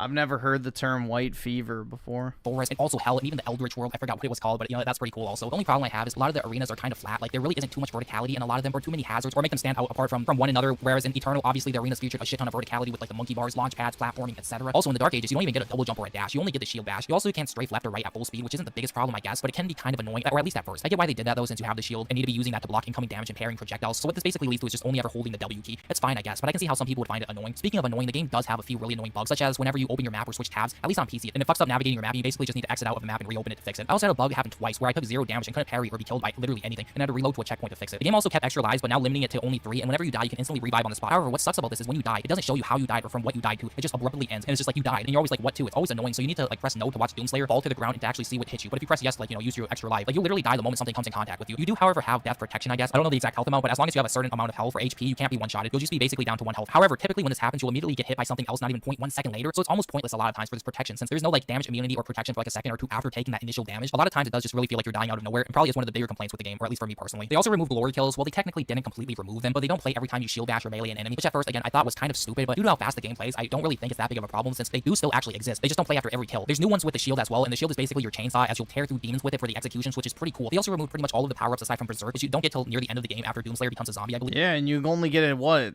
3 times? I think it's kind of supposed to be like one of those DMC things where Dante awakens his Devil Trigger and shit, whereas Doomslayer awakens his inner gamer Chud Rage after being near. Yeah, there's no quad damage, there's no haste, like, there's nothing. It's just literally 3 Berserk pickups, and that's it. And they're all in, like, the, what, last 3 levels? So, that part sucked.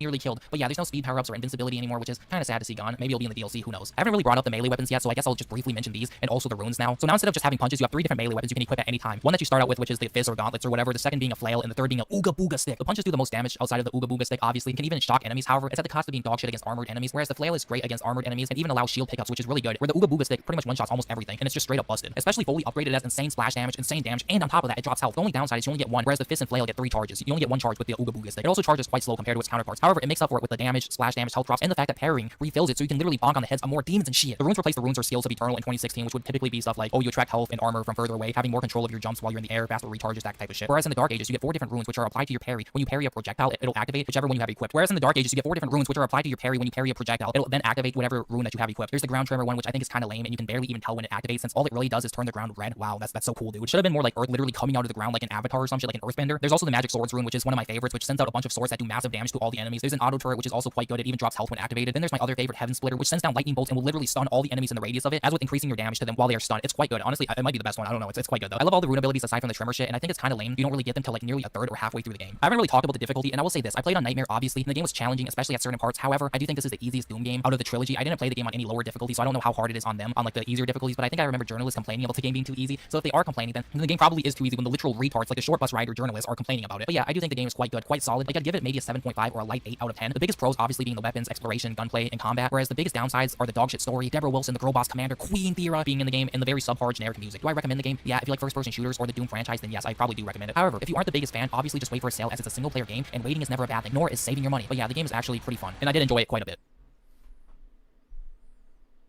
Yeah, it's easier because all you have to do is spam parry. Like, once you get the parry timing down, there's not really anything else to it.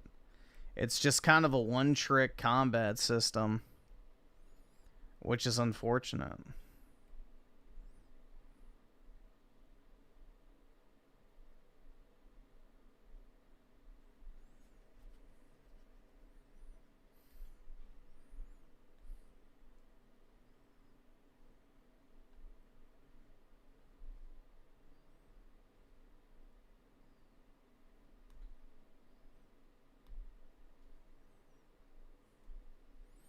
Let's see.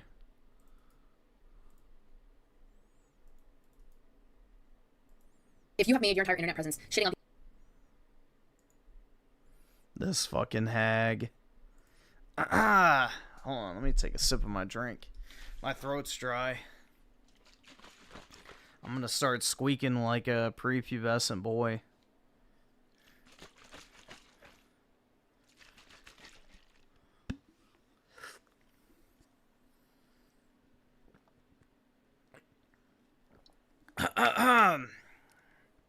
Alright. She is a hag. Yeah, looks like almost 40. on people, attacking people, poo-pooing on stuff in order to continue to rile up a base of disenfranchised young men. It's basically Melonie Mac with a fucking lib cut. And you're a piece of shit. South of Midnight, people really like it. It is a third-person action-adventure game from Compulsion. They're the people really like 77. People who made We Happy Few. It's sitting at a 77. Yeah, We Happy Few, as in We Happy Few people that actually bothered to play that dog shit. 7 on Metacritic. It just came out on April 9th. What they are doing is Wait, who's they? is shitting on this game and acting like this Yeah, it's fucking shit, so... game, just like every other game that they've decided that they don't like, is indicative of the beginning of the end or the final nail in the coffin of anything that ever features anybody but a white guy. We have to go back a pretty long ways to get into why the... Putting a white guy in this game would still make it suck. I hate to break it to you. The combat is genuine fucking dog shit. Chuds hate South of Midnight. The main reason why the Chuds don't like South of Midnight is because there's a black woman in it, and she's the main character. Well, that's not the only reason, dude.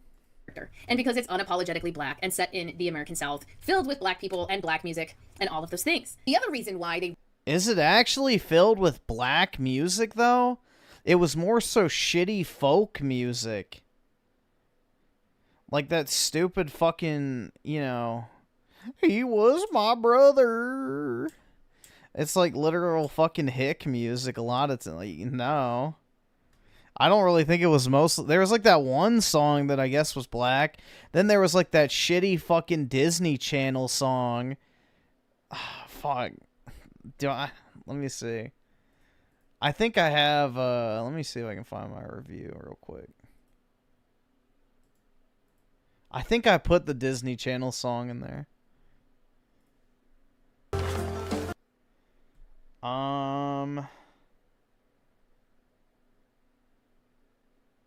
Was this it? I'm just gonna look for the spot. Yeah, this was like, I guess, the black music. All Alright, let's see. It's bad. That's the story. I know I had it in here.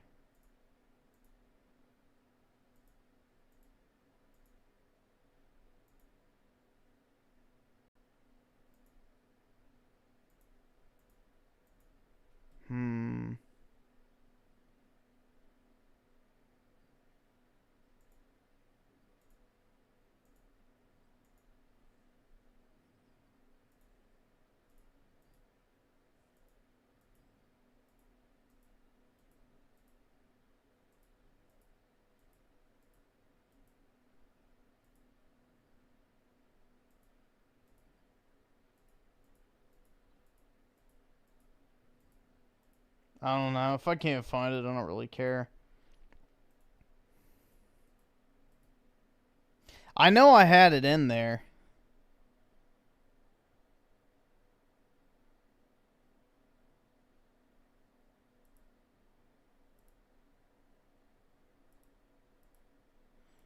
I don't think I put it towards the beginning.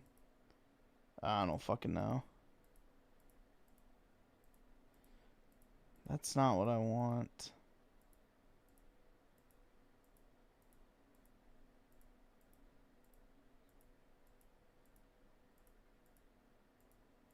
If I had my editing timeline, I could probably find it faster, but I don't because it's on my other computer.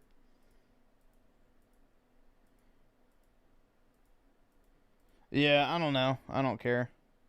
It's like that Disney Channel song, though. Whatever. It's in the video if you watched it, so... Which... I really don't like it, is because when Gamergate 2 first started kicking off last year in March, people were coming for community...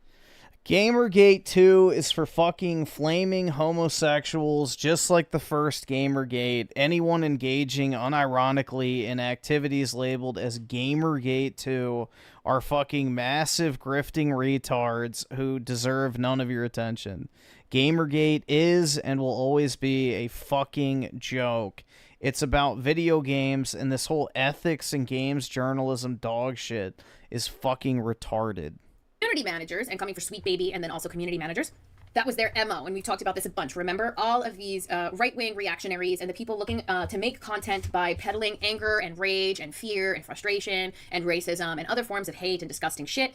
What they consistently do is they target people who work at these studios that are on the lower rungs of the ladder. What they did was they found this Compulsion Games community manager on every platform humanly possible, because this is what they do, and they started basically archiving anything she's ever said. And they're pointing to one tweet which is clearly a joke, and they're saying, look at this black woman, she's racist. It's just the most disingenuous bully. Yeah, black women can't be racist, even though they're probably the single most hateful group of people on the entire internet. Harassing type fucking behavior from small men with small little brains. Attacking the community manager at Arrowhead for Helldivers. They were attacking the community manager, I think at EA.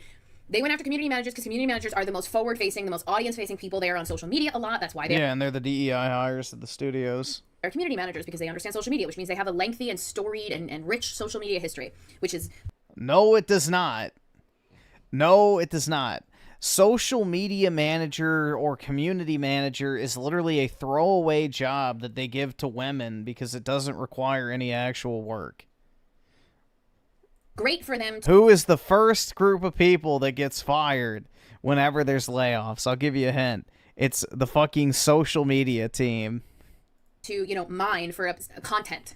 I obviously spoke out against the behavior, initially with even the Sweet Baby Inc. piece, but then also with the fact that these people were clearly making community managers, specifically female or queer or people of color community managers, their targets. As a result of that, I became someone that if people wanted to tell their story, and they wanted to do so in a way where the person they were talking to understood the kind of culture around the conversation, they would come to me.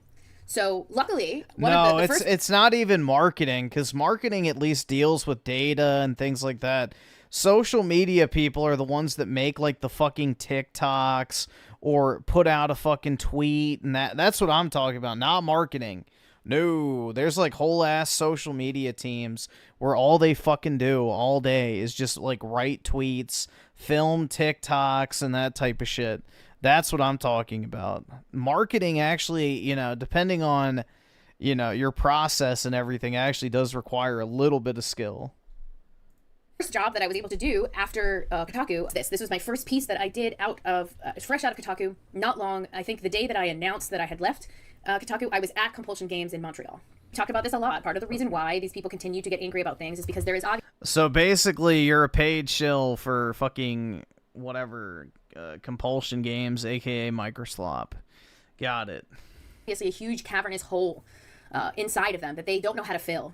And some ways that they try and fill it is by taking other people down. You will never feel satisfied with your life. That is something that money will never fix. And that is something that, you know... I won't feel satisfied with my life and money won't fix it? Yeah, right. Are you fucking kidding me? 15 minutes of fame on YouTube will never fix. So this was the first piece that I did when I went up and I actually got a chance to look at South of Midnight. And shit, if the gaming industry is going to be ruined, I might as well profit from it. Look at how much love went into this game. Compulsion Games is a small studio. How much love? I guess they forgot the game part, because the actual part that you play is fucking terrible.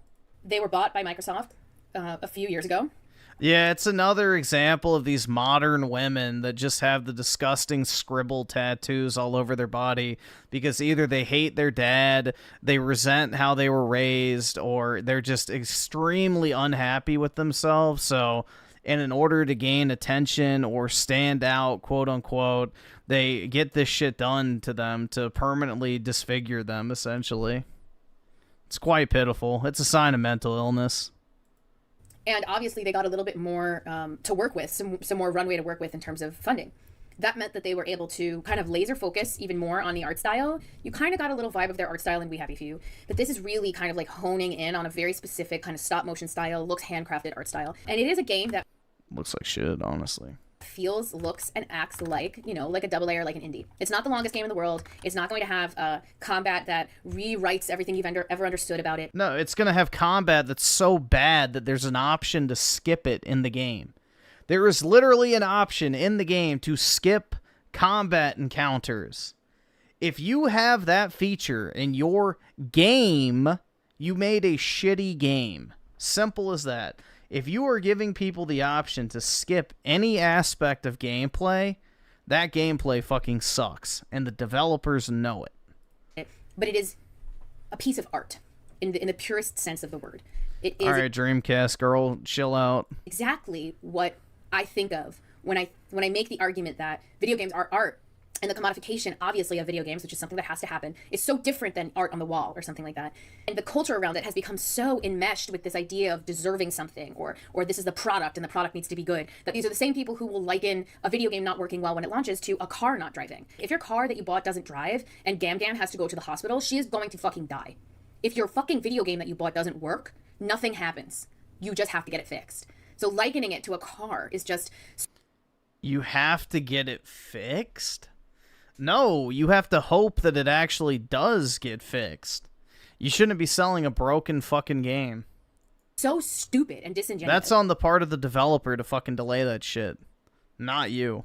But this is how people feel about games now. They think about games solely as a one-to-one product. I bought, should work, I should like. If don't like... Yes! I bought a game, it should work. Abso-fucking-lutely. If you buy a game, it should fucking work. How is that a point of contention? Jesus Christ.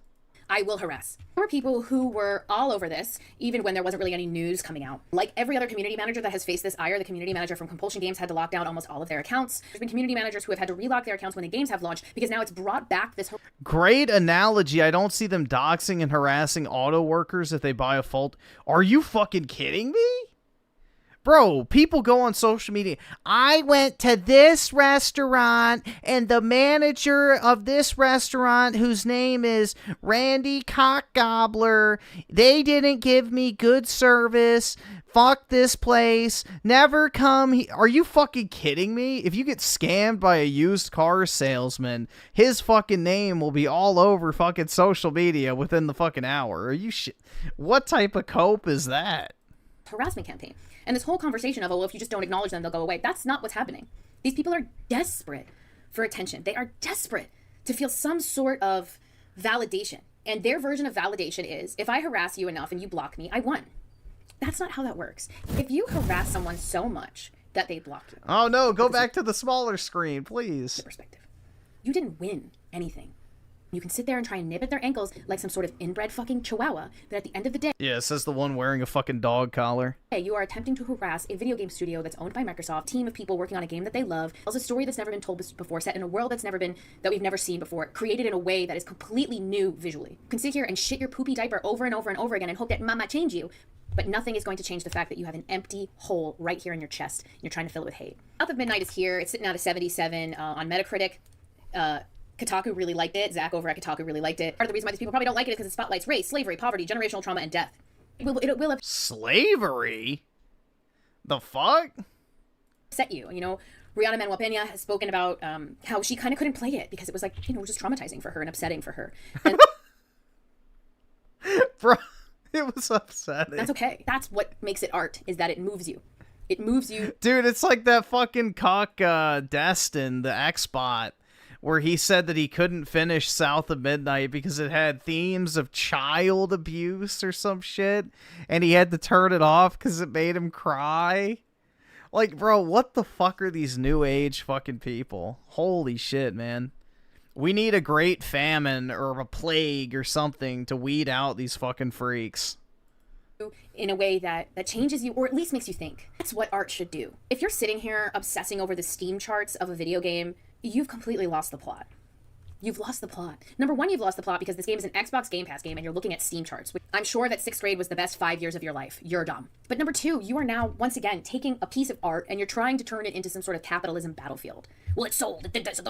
Who fucking cares? It's art that people really cared about, that they put their heart and soul into. The people at Compulsion. That people really cared about, not enough to play it.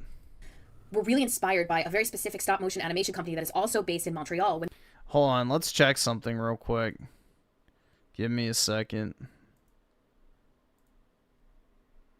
Let's see how much people who played it cared. There we go. Let's see. Profile. Come on, give me my achievement. Let's see. Complete the game. Wow, dude. Only 17% of people actually bothered to, like, finish it. They cared so deeply about this amazing experience that 83% of people who started it never finished it. Anyway. When they were working on the art design for South of Midnight. And they were so inspired by it that they actually went and did a visit in their studio. They went to their studio and they looked at the way that they made these figures and these figurines, what kinds of materials they needed to use to make certain things look real. You know, how they would mimic the thread in a sweater and how much bigger or smaller it would have to be for something so tiny. You know, how they would make fabric look a certain way, hair look a certain way. It basically reverse engineered South of Midnight to look as if it was made by hand and animated in stop motion, which is such a cool way to make a game. It's such a unique, inspired way to make a game. How do we take this thing that people have been doing and playing and working with forever, and how do we make it feel uniquely our own? And how do we put our touch on it? And how do we put love into it? And you're really going to look at that and go, it's only got 2,000 people playing it on Steam. Goodbye. I beg you to find joy in your life. I beg you to find something that makes you happy. Because all of this stuff that makes you so angry, it's just going to kill you young, brother. The combat was repetitive when I played it, but look at that. Look how pretty that is. So much effort and care into making something unique and beautiful with these losers just look at it for 5 seconds and scream woke DEI. Is this thing has so much sadness in its face, it makes me hurt. And this is what I mean, like, you aren't moved by something like that. You live such If you aren't moved by something like that, oh yeah, dude, I'm moved to turn off the fucking game because it looks fucking retarded. a flat, one-dimensional life. You live a life that has been, unfortunately, poisoned by social media and by, you know, the kinds of false narratives that you can easily start to believe in social media. I would say that I pity you, but you turn your... Yeah, it says the one covered in scribble tattoos, a nose ring, and a fucking dog collar, but alright. Your self-hatred and your misunderstanding of what art is and what games are, you turn it and you attack people with it. You face it outward and you use it like knives. You're missing out. That's really all I can say. Music is great. We knew the music was going to be so good. Combat isn't anything to write home about. If you can push through some of those issues, you'll discover a wonderful, heartfelt adventure through American history and Southern folklore that is unlike any game I've played. It's messy and complicated, but often beautiful and passionate. That's special, I think. I think in a world full of new Call of Duty every year, it's cool that something like this exists. And I would have said that about any game that went out of its way to try and basically invent a new art style and animation style, reverse engineering it off of something that's made by hand. Like, that's just fucking cool, dude. This game could have been about a fucking turtle, and I would have been like, I'm interested in that art style. But it took it even a step further, and it said, let's tell a story that we haven't told in games before that feels reflective of their world. The Crimes New Roman video you shared perfectly explains how and why this toxic issue persists in those who perpetrate it for attention and money. If you have made your entire internet presence shitting on people, attacking people, poo-pooing on stuff in order to continue to rile up a base of disenfranchised young men, you're a piece of shit. It couldn't just be that you naturally don't fucking like it. You know, you could have actually, you know, I played the entire fucking game.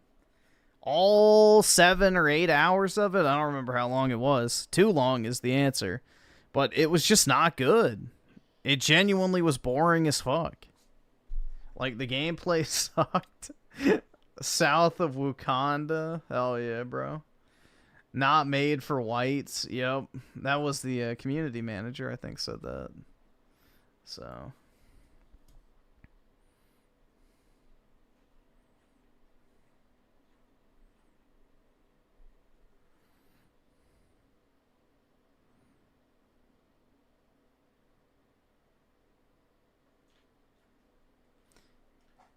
Yeah, there's a review for it on my channel, so...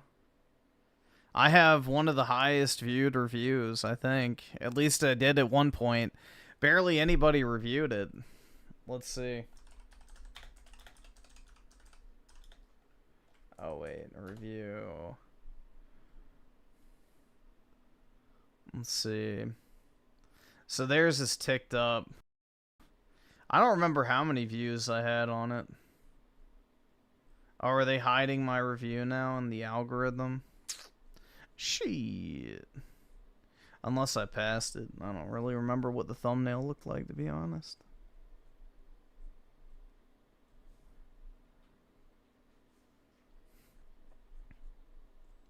My review was probably flagged for racism, bro. Because I said St. Floyd of Fentanyl's name.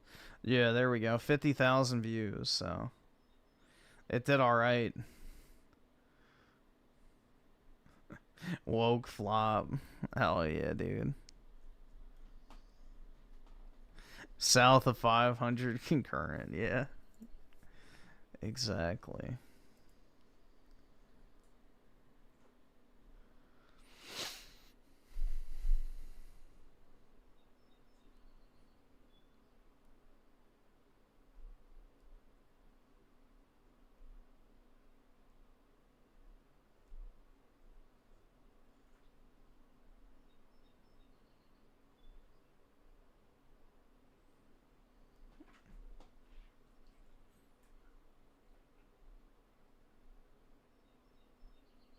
It's pretty good.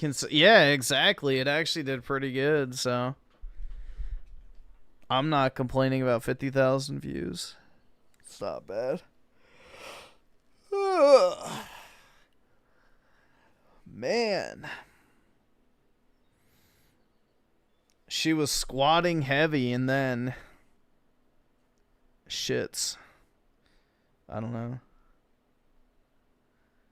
What is this? His tiers from $2 to $7.50, all the way up to $142. Why does he have Advent children next to him? What the hell are you doing, Dreamcast? You are literally the most biggest LOL cow piece of garbage on you. Obviously, LOL cow. I'm a YouTuber and I'm always looking for that next big scoop, so I decided to open my ears and listen to what they were talking about. And I realized that they were saying that they had hired a lot of the people. YouTube right now. You're such a greedy little prick.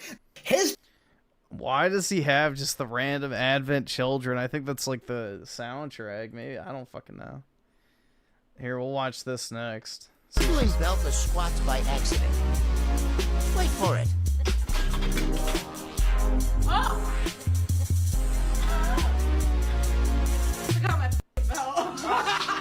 So even though research has shown a weightlifting belt can help you lift heavier weights with more explosive power, there's still 2 rules that you should follow when using one.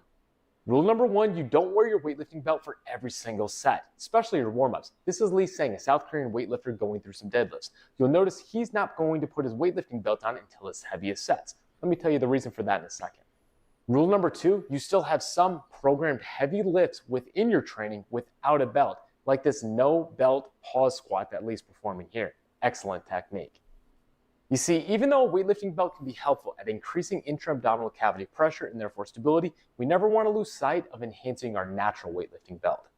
And if you do this correctly, you may just surprise yourself one day with how well your lifts will feel without a belt too. Jesus Christ, bro. Those socks look like they're about to explode. Those things are holding on for dear life.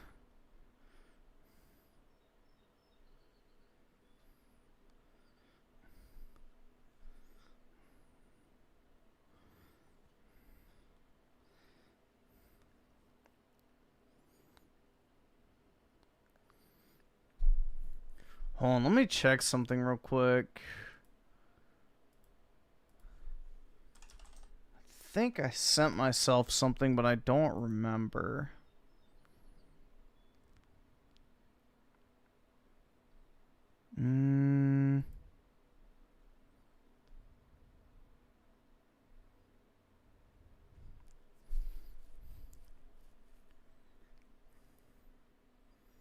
Oh, yeah, fuck, I forgot about the soy jack guy. Hold on. This fucking dude. Let me see. I think it was the last 5 minutes I wanted to watch. Here, I'll just start it there. Bro, this guy is like literally that fucking meme of like the, hold on. Let me pull it up.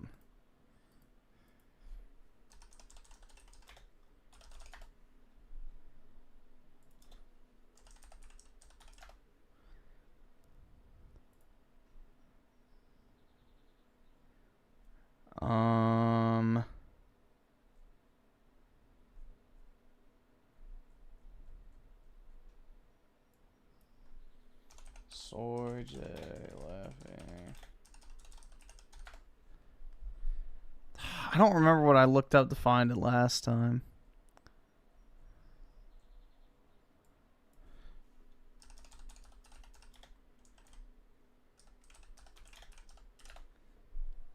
Oh, this. This is it. This one.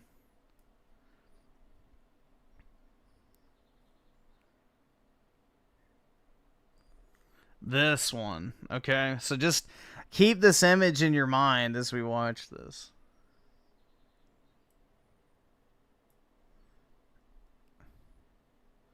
All right. Bloomberg's January 2025 op-ed and the no-buy 2025 trend argues the same leak in different words. Austerity challenges. Look at. All right, so I don't remember the exact timestamp. I just remember it was in the last 5 minutes.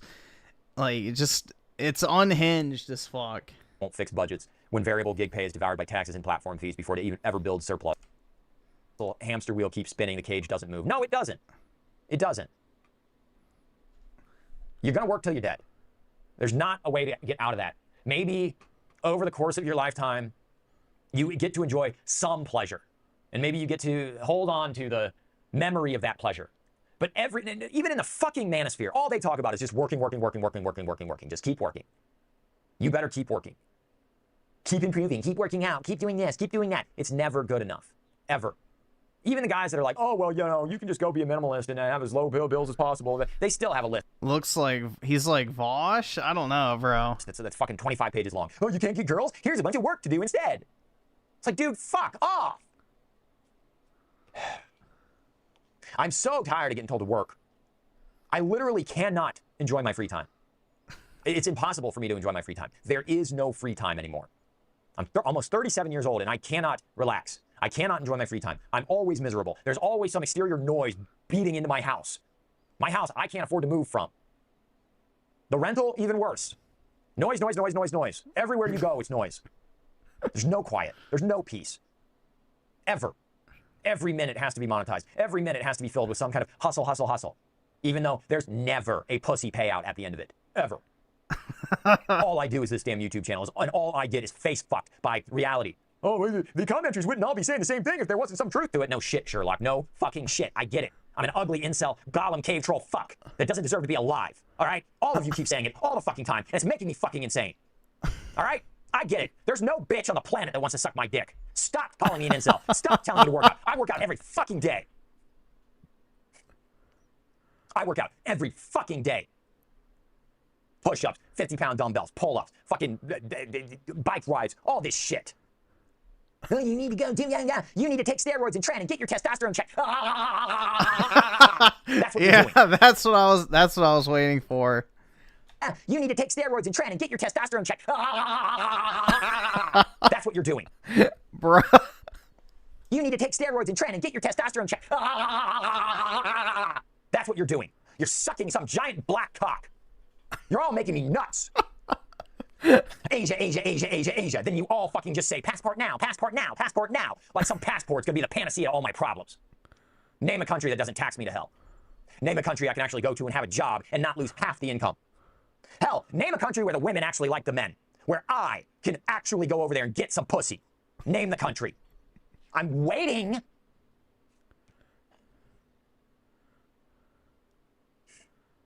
Fucking, I don't even remember what this fucking video was about.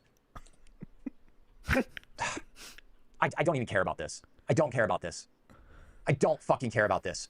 Life sucks and then you die, okay? Life sucks and then you die. Go read the fucking article for yourself. I don't care anymore. Bro. But like his entire channel is like this apparently. I skimmed through a few others and he goes off on like these fucking rants all the fucking time about not being able to get pussy. Constantly.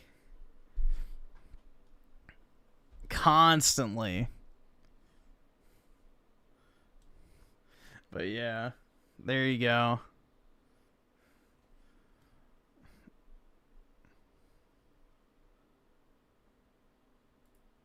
Let me see. I think I had one other thing too.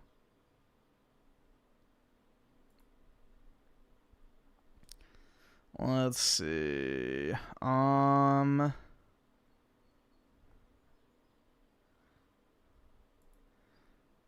Oh, this one's pretty good. A tier list of colors. Michael Myers. A curious request. White is acceptable. Brown, the color of mud and decay, is beneath notice. Yellow is reminiscent of cowardice. Does this satisfy your childish curiosity?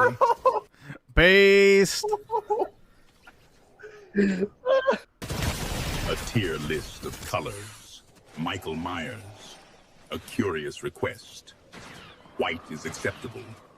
Brown, the color of mud and decay, is beneath notice. Yellow is reminiscent of cowardice. Does this satisfy your childish curiosity? And then there was another one too, where apparently,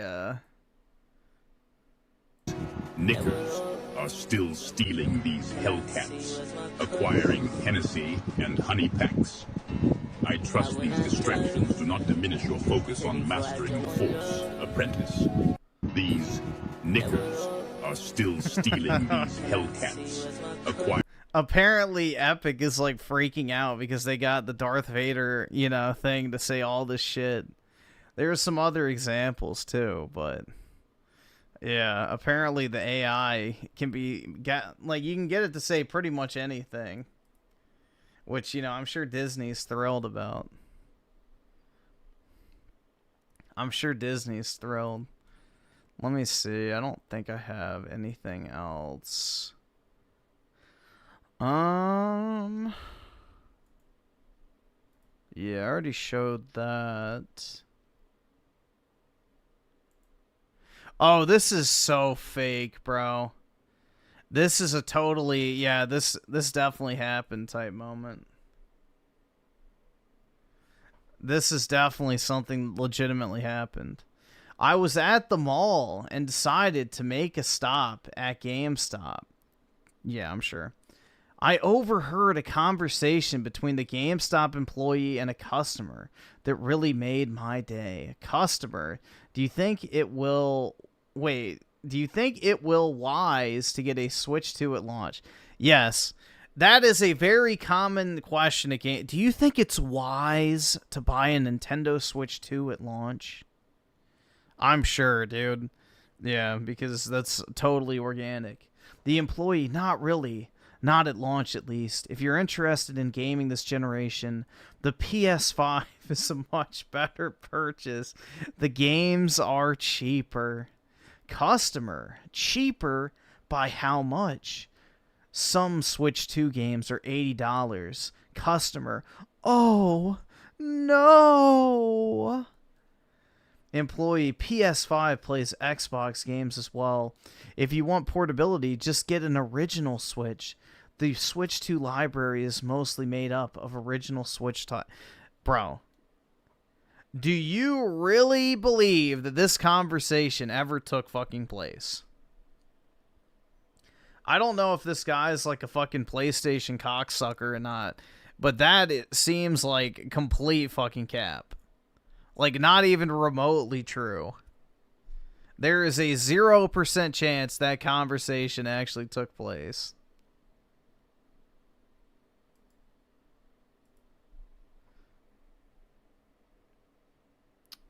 Shit. Why did it open that? I wanted the tweet. Not the fucking... There we go. Yeah, so this is kind of interesting. I forgot to pull this up a while back.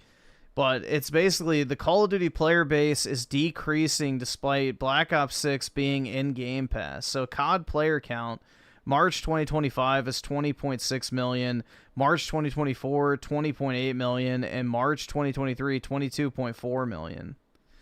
So kind of interesting. It's gone down roughly 10% since they started adding COD to Game Pass. And on top of that, you know, this number includes every single subsequent release. So pretty much every single COD from MW2 onwards is, you know, counted in this player count. So, like, MW2 was, what, 2022? So it would be this number. That's just for Modern Warfare 2022. Then you have this number, which includes 2022 and then 2023, so MW3. So that's 2 COD games. And then this number includes 3 COD games in COD HQ. So, not a very good trend when you consider that fact. That's pretty bad. That's pretty bad, man. So, it looks like the Call of Duty train is slowing down at the station.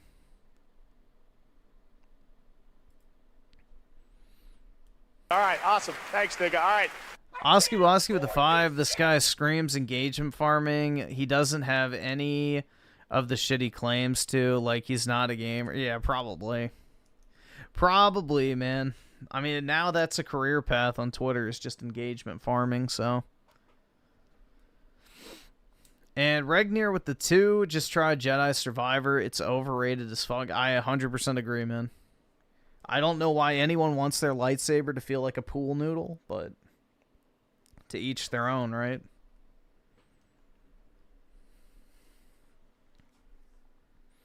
Yeah, the only way Twitter payments can actually work is if they just completely ban India from being verified.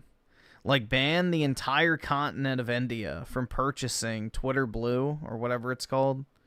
X Premium, whatever it might be. Like, just block India from having access to monetization, and the platform would immediately get better overnight. Apparently, that's one of the most profitable career paths in India right now, is just making a, you know, burner Twitter account and engagement farming and collecting the Twitter premium checks. So, pretty wild. Yeah, pay him in Google Play gift cards.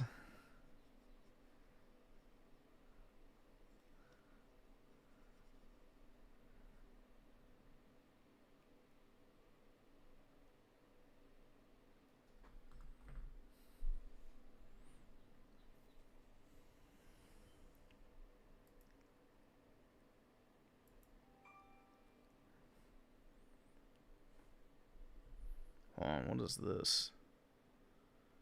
My bank account received a deposit. Wowie zowie, dude.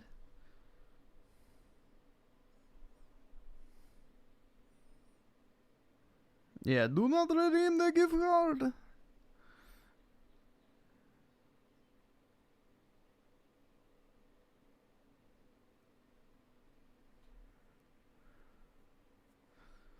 Oh, look, it's Mudahar. Speaking of India. Yup.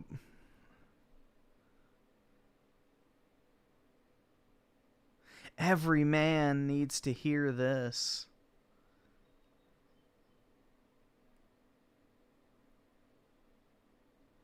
Oh yeah, dude, definitely.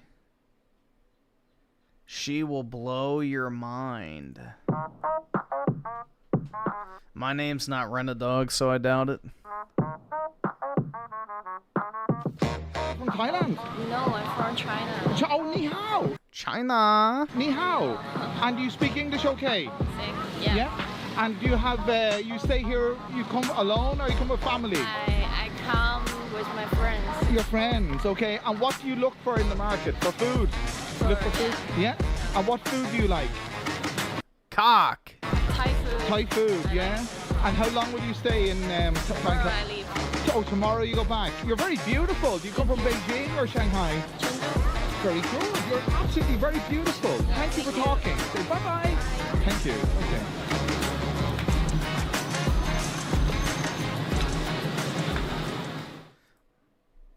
That blew my mind. How? That's like literally just a 5 out of 10 Asian chick. Who the fuck cares?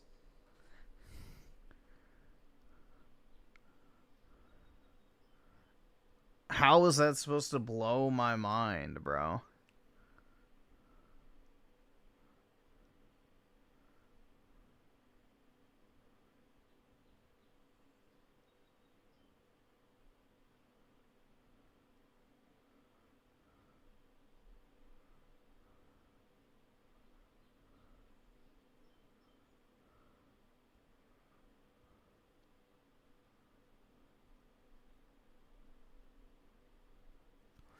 Griffin, Aerith's not real. Your standards for looks are too high. No, they're not. I don't like Asian girls. I'm not into Asian girls at all. Like, very rarely do I find Asian women attractive. Because face is #1 for me. And 9 times out of 10, I do not find Asian women to have a nice face. So, to each their own, but not for me. The thing Asian women typically have going for them is they're skinny, so they have a nice body. That's about it. I don't know, but face is more important.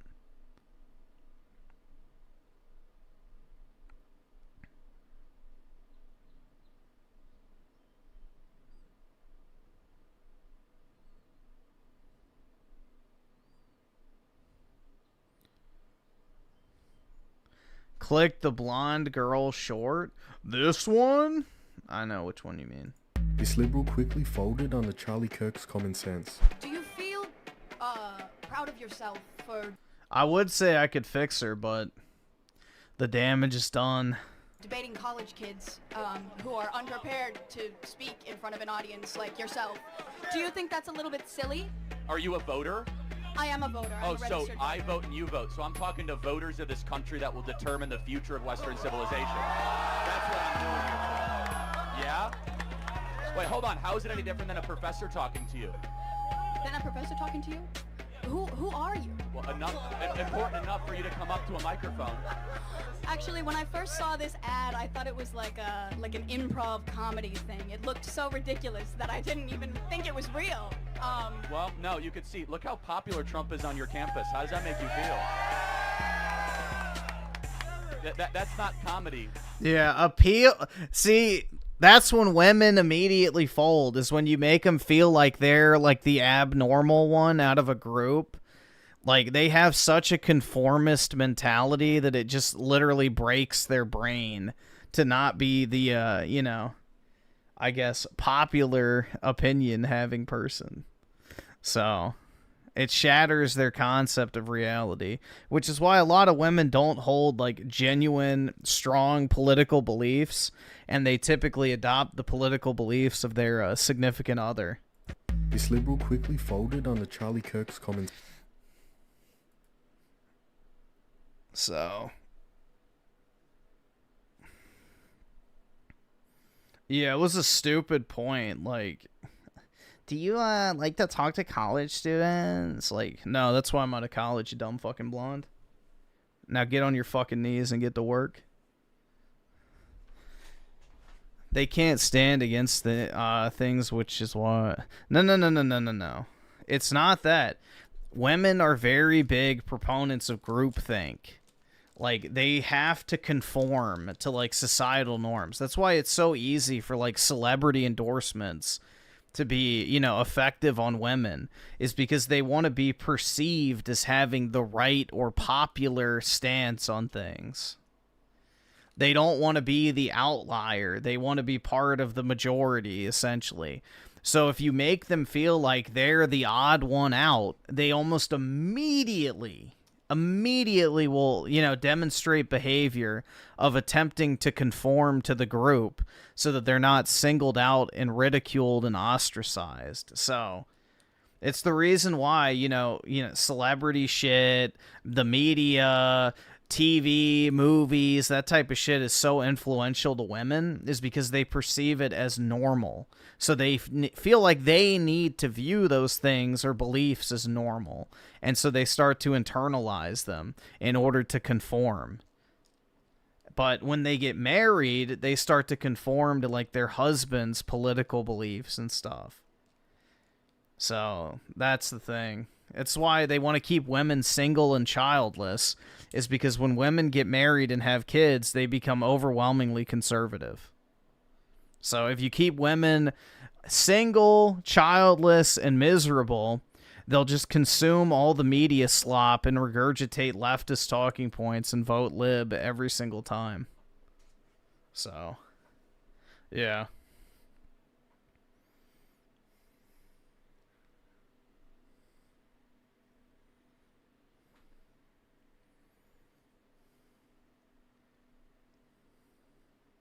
That's why you could see on that. Hold on, let's go back real quick. This liberal quickly folded on the.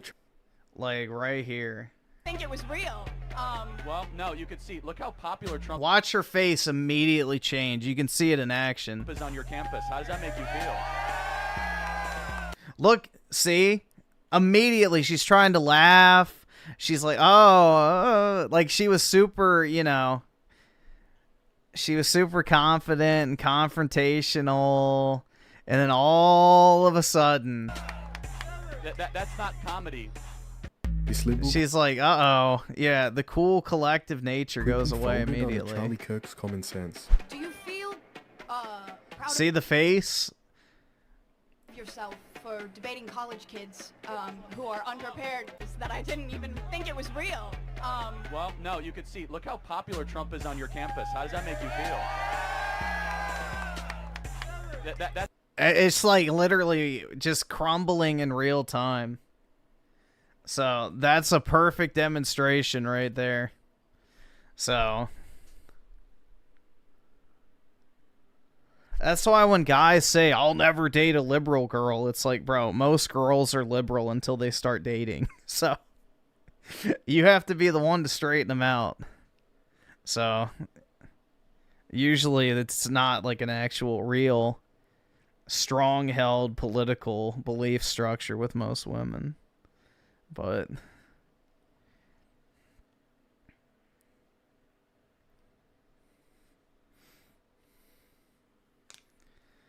my wife was literally liberal lefty 13 years ago. Now she votes far right in my country. Exactly, bro. Exactly.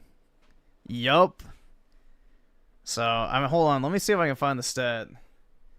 Voting patterns, married versus unmarried women.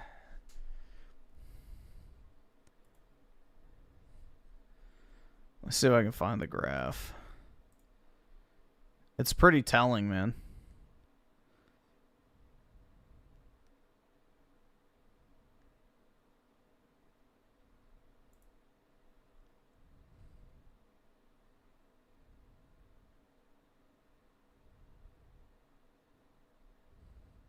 Yeah, look at this shit.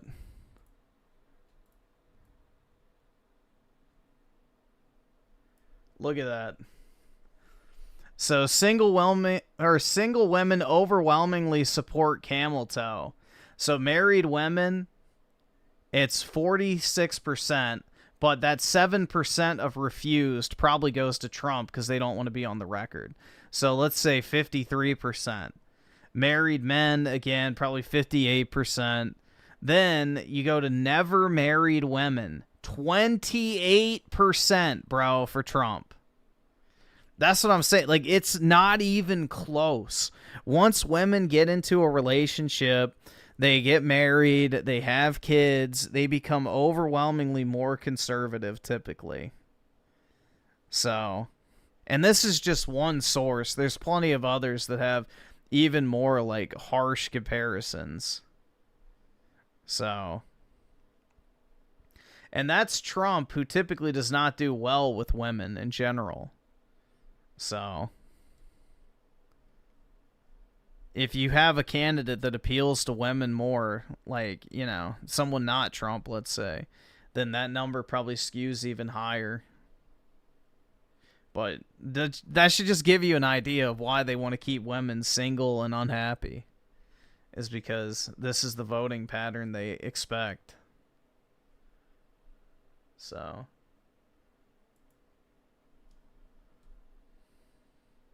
that's the end goal.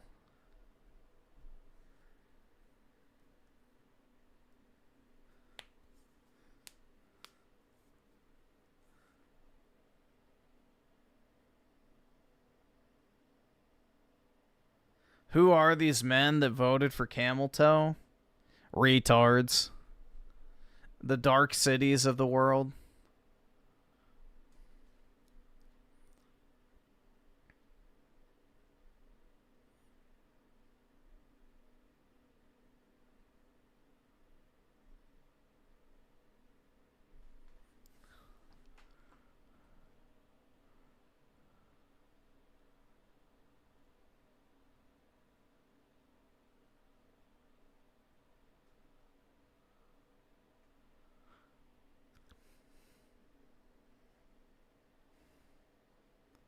R.I.P. Dark. Yeah.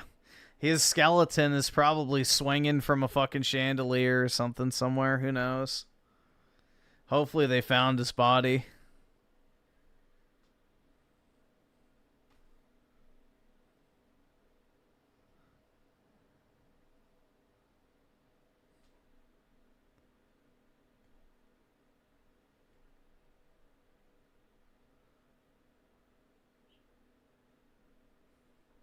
Great, now we got like all the dating shit.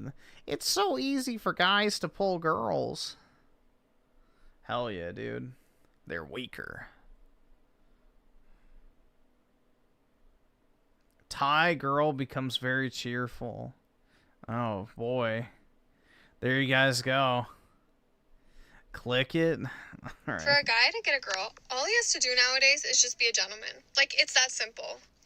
Open the door, pay for dates, shake a dad's hand, like pick the girl up at her house, like put good effort in.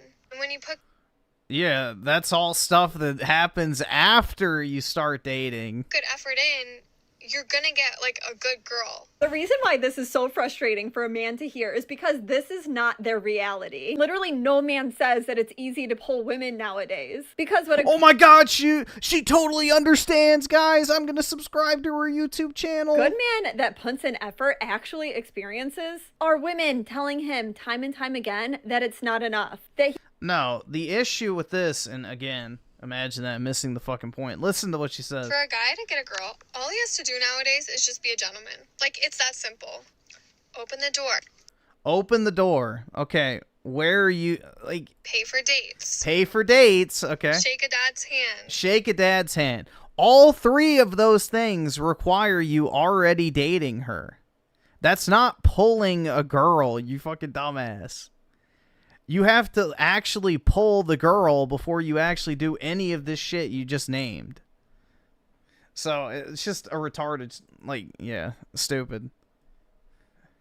Stupid. Holy heckaroni, dude. Hell yeah. There you guys go. There's your Thailand trad wife in training.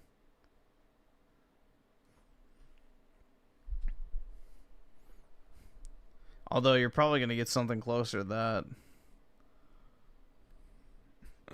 I don't want her, me neither.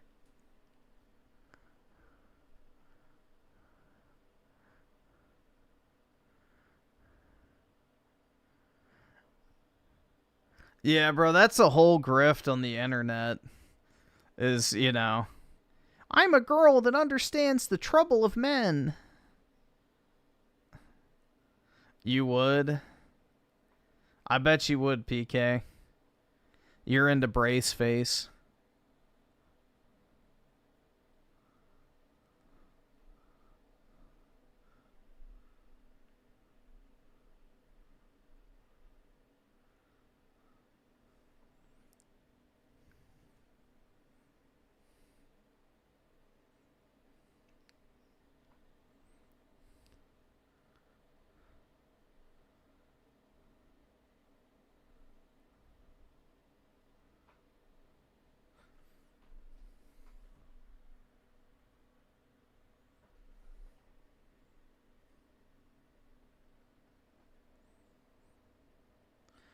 Be careful, muscle chicks can...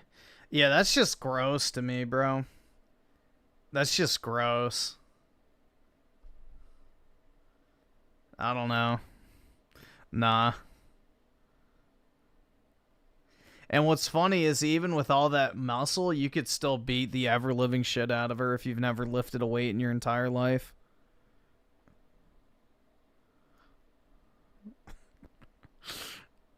All that for nothing. At least men can wait longer to buddy up than women can and still have kids. Yeah, I guess. But are you going to be able to find anyone worth doing that with later on? That's the question. So. And also, do you want to be an old fuck who's like raising their kids, and then when you're like 70, you have grandkids of your own? Like, is that the optimal outcome in life? I mean, unfortunately, it's probably going to be the reality for most people, but yeah. You know, let's say best case scenario, I had kids next year. By the time they're old enough to have kids, I'll be like in my 70s, which is kind of crazy to think about. So I'd be like some old ass dude.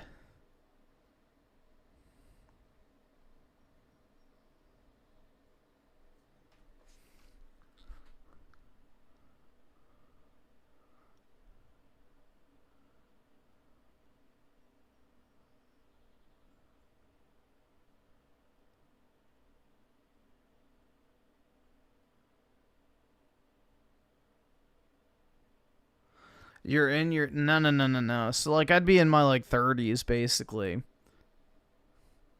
So, like, assuming the same thing, it'd be like, bro, I'd be, like, 60s or 70s, most likely. When your kids have kids. And do you want to be, like, a 70-year-old grandpa hanging out with, like, a 7-year-old or something? Like, I don't know, bro. It is kind of sad, because, like, 50 years ago, everybody in this chat probably would already be married by, like, age, like, 24 at the latest. So, I don't know, bro. It'd be, like, 60 or 70 by the time most of us have grandkids, if we do it all. That's the other thing. Because I'll be 28 soon. And then, you know, let's say next year I'd be like basically 30, let's just say. Then I have kids. And let's say they also get married at 30 and have kids. I'd be 60 at the like youngest. And that's if like the accelerated timeline thing happened, which it's probably not going to, so. Be like mid 60s, maybe early 70s. Who the fucking knows, bro? That's pretty bad. You're basically 1 foot in the grave at that point.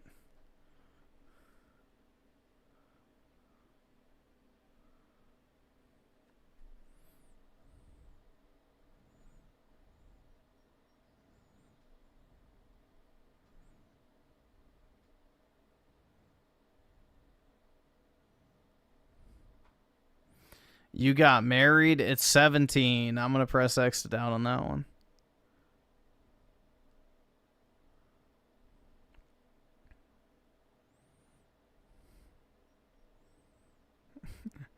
Death's door? Yeah, exactly.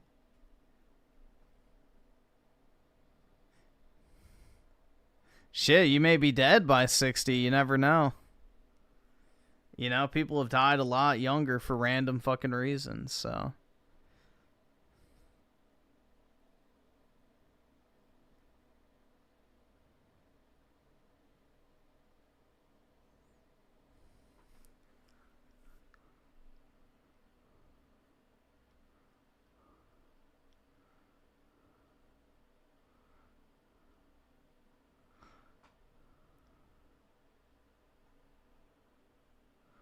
Alright, well, shit, I just looked at the time.